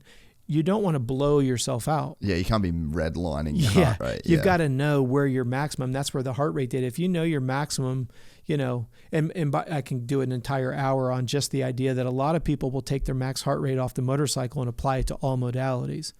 You have a max heart rate based on, remember we were talking about earlier how much muscle you're using? So your max heart rate number adjusts based on your modality. Per sport because of using different muscle groups. But you can use the rower to get the heart rate into zone 3 that gets the lactic acid shuffle moving without exhausting yourself and get the lactic acid that's relevant to the motorcycle, and you get a win-win. Yeah. So like when we have races like Loretta's that has a long pre-staging, it's of no value to warm up at your pit and then go sit in pre-staging for an hour. Yeah. You've lost all the benefits. So we have to come up with a warm-up routine that's relevant to that venue. Might be walking lunges, burpees, whatever. I've seen people take jump ropes, stretch cords for swimming, wrap it around a pole, just start getting the muscles to move. But if you look at the heart rate, what we're trying to do is avoid the heart rate from going to say 80 to 185. You want to be 110, 120, then go to 160. The numbers are not what's important. It's the gap. It's the gap. Yeah. So if you just kind of zoom out on everything we've spoken about, it's understanding the why, take your data, run through it, extrapolate it, and then make executive decisions off of it. And you just, as you get fitter and faster, you just tweak keep and tweak and tweak. Always. And then you use somebody like Jed as an example. I guarantee if they let us in their camp, there wasn't a lot of big adjustments being made. Yeah. When they saw what was working, you don't gut it every Monday morning. Yeah. And unfortunately, with a lot of moto dads, they do. Yeah. All it takes is some kid that's never beat your kid before, and you're moving to that facility. You're wearing that underwear. And selling that house. Selling the house. Yeah. I mean, you think about it. I like Matt Walker as a person, but think about it. I mean, 5 years ago, I think he had like 17 wins at Loretta's. That was a place to be. It's now a Triumph facility. Yeah. He's out of business. Just goes to show you how much it's the flavor of the month. Just like riding coaches, there's no magical elixir. You need to find a riding coach that gels with your athlete in the way he or she learns. And I'm saying this selfishly, and that's why I've reached out to so many riding coaches, is I want to compliment riding coaches. I want to make them better. That's why I said to Daniel Blair, Daniel appreciates the fact that I want to create longevity with his athletes at his facility, as well as his, Pierre Mobility Group guys. But the idea is you've got all this money being invested in these young athletes, and they can't go the distance. We're seeing it with the latest crop of 250 guys that came out of Loretta's the last couple of years. Where are they? But even Loretta's was pretty bad, to be honest. Like I expected way more out of those most of them. All right, so think about what you just said, though. But think about the qualifiers. Areas and regionals are 6 to 8 minutes. And then literally not even a month later, they're supposed to go 320s, 2 classes over 5 days. Well, and none of these kids don't really race. No. Like they only race. But think about what we're talking about. If you only train doing sprints, this goes back to the very first question that you said. In layman's terms, explain to us the benefit of an aerobic or the importance of aerobic engine. You've got an athlete that's trying to build an aerobic engine in 4 weeks. That takes 6 months. It takes 6 months to build an aerobic engine. You have facilities that have kids doing sprints all the way up to Loretta's. And then the last couple weeks, they haven't put sweatshirts on and have them do 20-minute motos. Yeah. All you've done is brought a bunch of exhausted kids to the biggest race of the year. Yeah. You said the same thing. You wanted to do sprints the week before. Why in the world would you want to do that? Yeah. That's where our brain goes. Yeah. When what you should be doing is just pumping the brakes, bringing that freshest body, rebuild that top end, rebuild that bottom end, bring in that race fuel, let that baby rip. Yeah. Instead of leaving your best performances the week before trying to squeeze one more workout in. Yeah. I felt like I was cramming for a test. Yes. But the physiology doesn't work like that. It doesn't work that way. It's like you riding your dirt bike only in second gear and doing 330s, and it's a brand new bike, and then acting surprised that it's excessively stressed. Yeah. You ride it in second gear, what are you going to get? Yeah. So you see these guys sprinting. You don't get faster by sprinting. Yeah. That's what people don't understand. And hopefully after today's conversation, they'll have a little better understanding. Now, are there times to do sprint intervals? Absolutely. If you're one of my top marathon runners, we don't run a marathon every day, but yet these kids will go out in moto 2 to 3 hours to go race a 6-minute sprint race. It's asinine. That's why I say most amateurs are doing 2 to 3 times what an average pro does in a week, and schoolwork, and some of them working. And most moto guys don't put on more than 2-3 hours total in a week on the bike. Yeah. It's very structured. It's very specific. And then off the bike is 5 to 6 hours, maybe, depending on each athlete. So you're looking at 10 to 12 hours for a pro. And some of these kids are putting 3 hours a day on their bike and expected to cross train and go to school afterwards. Yeah. It's silly. That's why I'm hoping that the way we're doing our coaching program is we're building a network of coaches. We're taking our services to the facilities through our coaches to then make that facility unique, lucrative, and build athletes that are durable and sustainable. The winning will come. I'm more interested in the sustainability, because what's the biggest problem we have in our sport? Attrition. Yeah. It's a shame. Yeah. Yeah. And your results come after compounding, Yes. but if you don't do something for long enough, you don't get the effects of compounding. Show me the last kid that's benefited from compounding. You'd have to go back to Kennard. You'd have to go back to that whole generation, because show me one generation, go back to that Nico, Kennard, Stroop, Bonnie, Izzy. Chisholm, Izzy. I think there were 6 or 7 guys on that starting grid, all had factory rides. And when they went to the 250 class, all of them won. Kennard won, Izzy won, all those guys. Didn't win the championships. Trey got hurt quite a bit and stuff like that. Yeah, but they won races. And show me the last generation that's come out and been that competitive as soon as they went into the pro class. Yeah, it's only Deegan.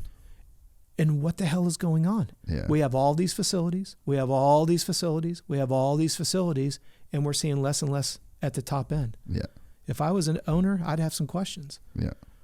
And it's not that I'm trying to poke on anybody. I'm just stepping back at 10,000 feet going, I'm not going to complain about it. Well, it is the reality though, It like is. a lot of those guys, and you could see like Dino, Eli, like that next generation, and then somewhere along the lines, like it just didn't go that way anymore. No. Well, and that's where we can go down another discussion point about the greatest of greats, the Chad, the James, the Ricky. The only person that's emulating that model is Eli. And Eli will go down as the next best guy. Sure, you have a Zach Osborne in there. You have a Webb in there. You have a Dunge in there. You have those ones, but you don't have the domination that you're going to see. Because Ricky won a lot on Pro Circuit, won a lot at Cowie, won a lot at Honda, won a lot at Suzuki. James won on every team he went to. Who else is behind Eli has done that? Yeah. You have Dunge won, indoors and out, but then you have an Osborne. Now, you could argue the program burnt him out. I'm not interested in going down that argument. What I'm saying is the training style leading into it. And I think it's interesting because some of the people in the media, remember, it was like for 3 years in a row there, Tomac would get so close and then we'd lose it. Yeah. And they're like, well, maybe he needs to separate from his parents. He needs a new, and I was just like, who are you to make such an audacity? What? Yeah. And thank goodness, Tomac doesn't give 2 shits about what anybody else says. And he was ever so close, but they just kept saying, oh, it's the environment. He needs to do something new. It's just, and it's the same thing with these facilities. I love the fact that facilities are out there, but what are you producing? A bunch of worn out kids?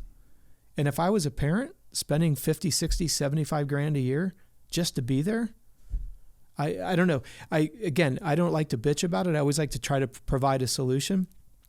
Over the last 15 years, I've tried to work with a lot of people and got completely pushed aside, and that's fine. I'm not butthurt about it.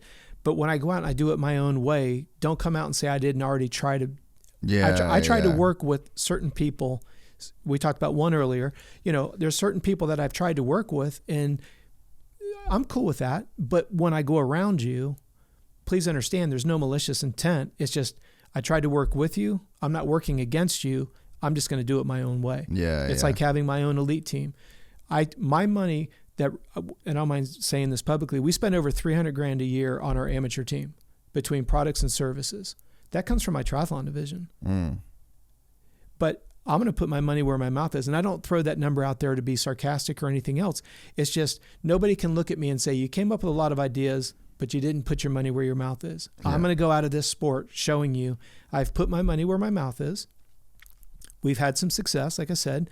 But my ultimate goal, I've got 2 investors that have been after me to start a pro team for almost 5 years. I wouldn't be able to afford Roxon, but the amount of money they're willing to put in would be a very good, happy rider. The problem is the model of where that money would go in the way that the race team is set up, they're not interested in it.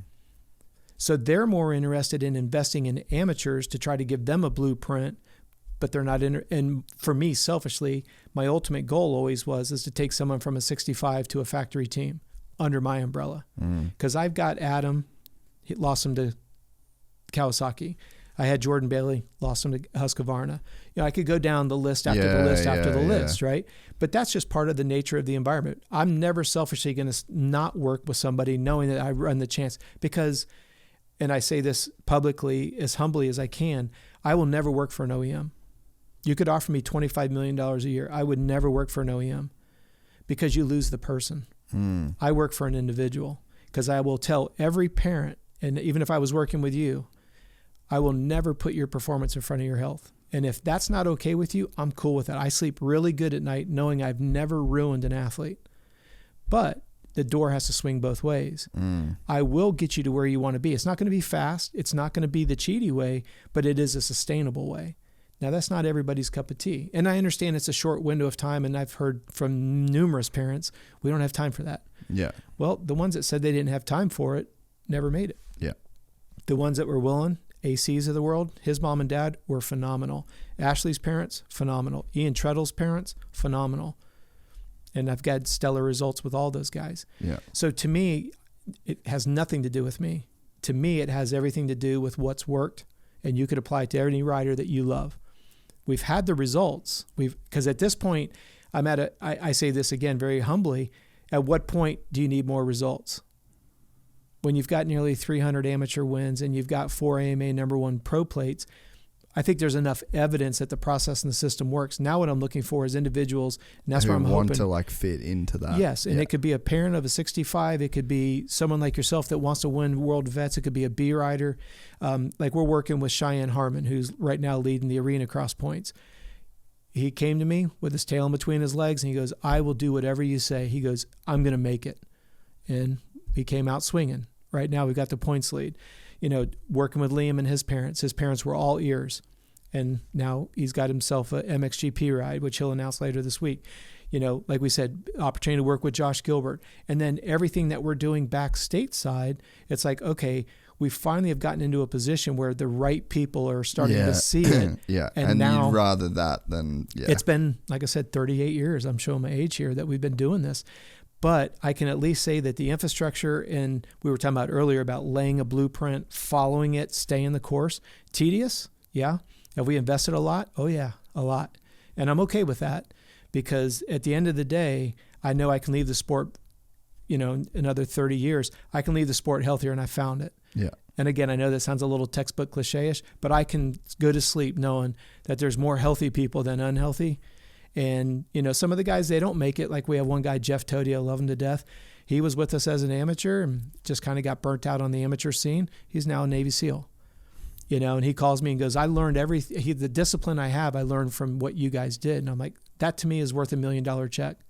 As much as I love the ACs and the Jordan Baileys of the world, that type of accomplishment, that's what it's all about. Yeah. And if we can influence the parents to raise healthy kids, like we talked about, make sure that they keep that relationship. They're their parents first, not their enemies. And then all the way up to the vet rider, the pro riders. And, we do have a good footprint a good foothold on a lot of them, but like we say, we can't advertise the majority of them. So it's a fun game. But well, hey mate, we've done 5 hours. I love it. On the nose. I love it. Never disappoint. The time always flies. Thank you so much. I hope everyone had their notepads out. A lot more we probably could have gone into. Absolutely. But, we'll do it again. I was going to say, I think now everything's probably a little bit easier to do it again. So yeah, mate. Thank you, brother. Fourth time. Yes. Killed it. Thank you so much. So wait, 4 by 5. I think we've gone like nearly 5 hours. It's almost 20 hours of Robb Beams podcasting. And you're always a much requested guest. Everyone loves when you come on. I appreciate it, brother. I appreciate you making the time to come out here. Thank you so much. No worries, mate. Take care.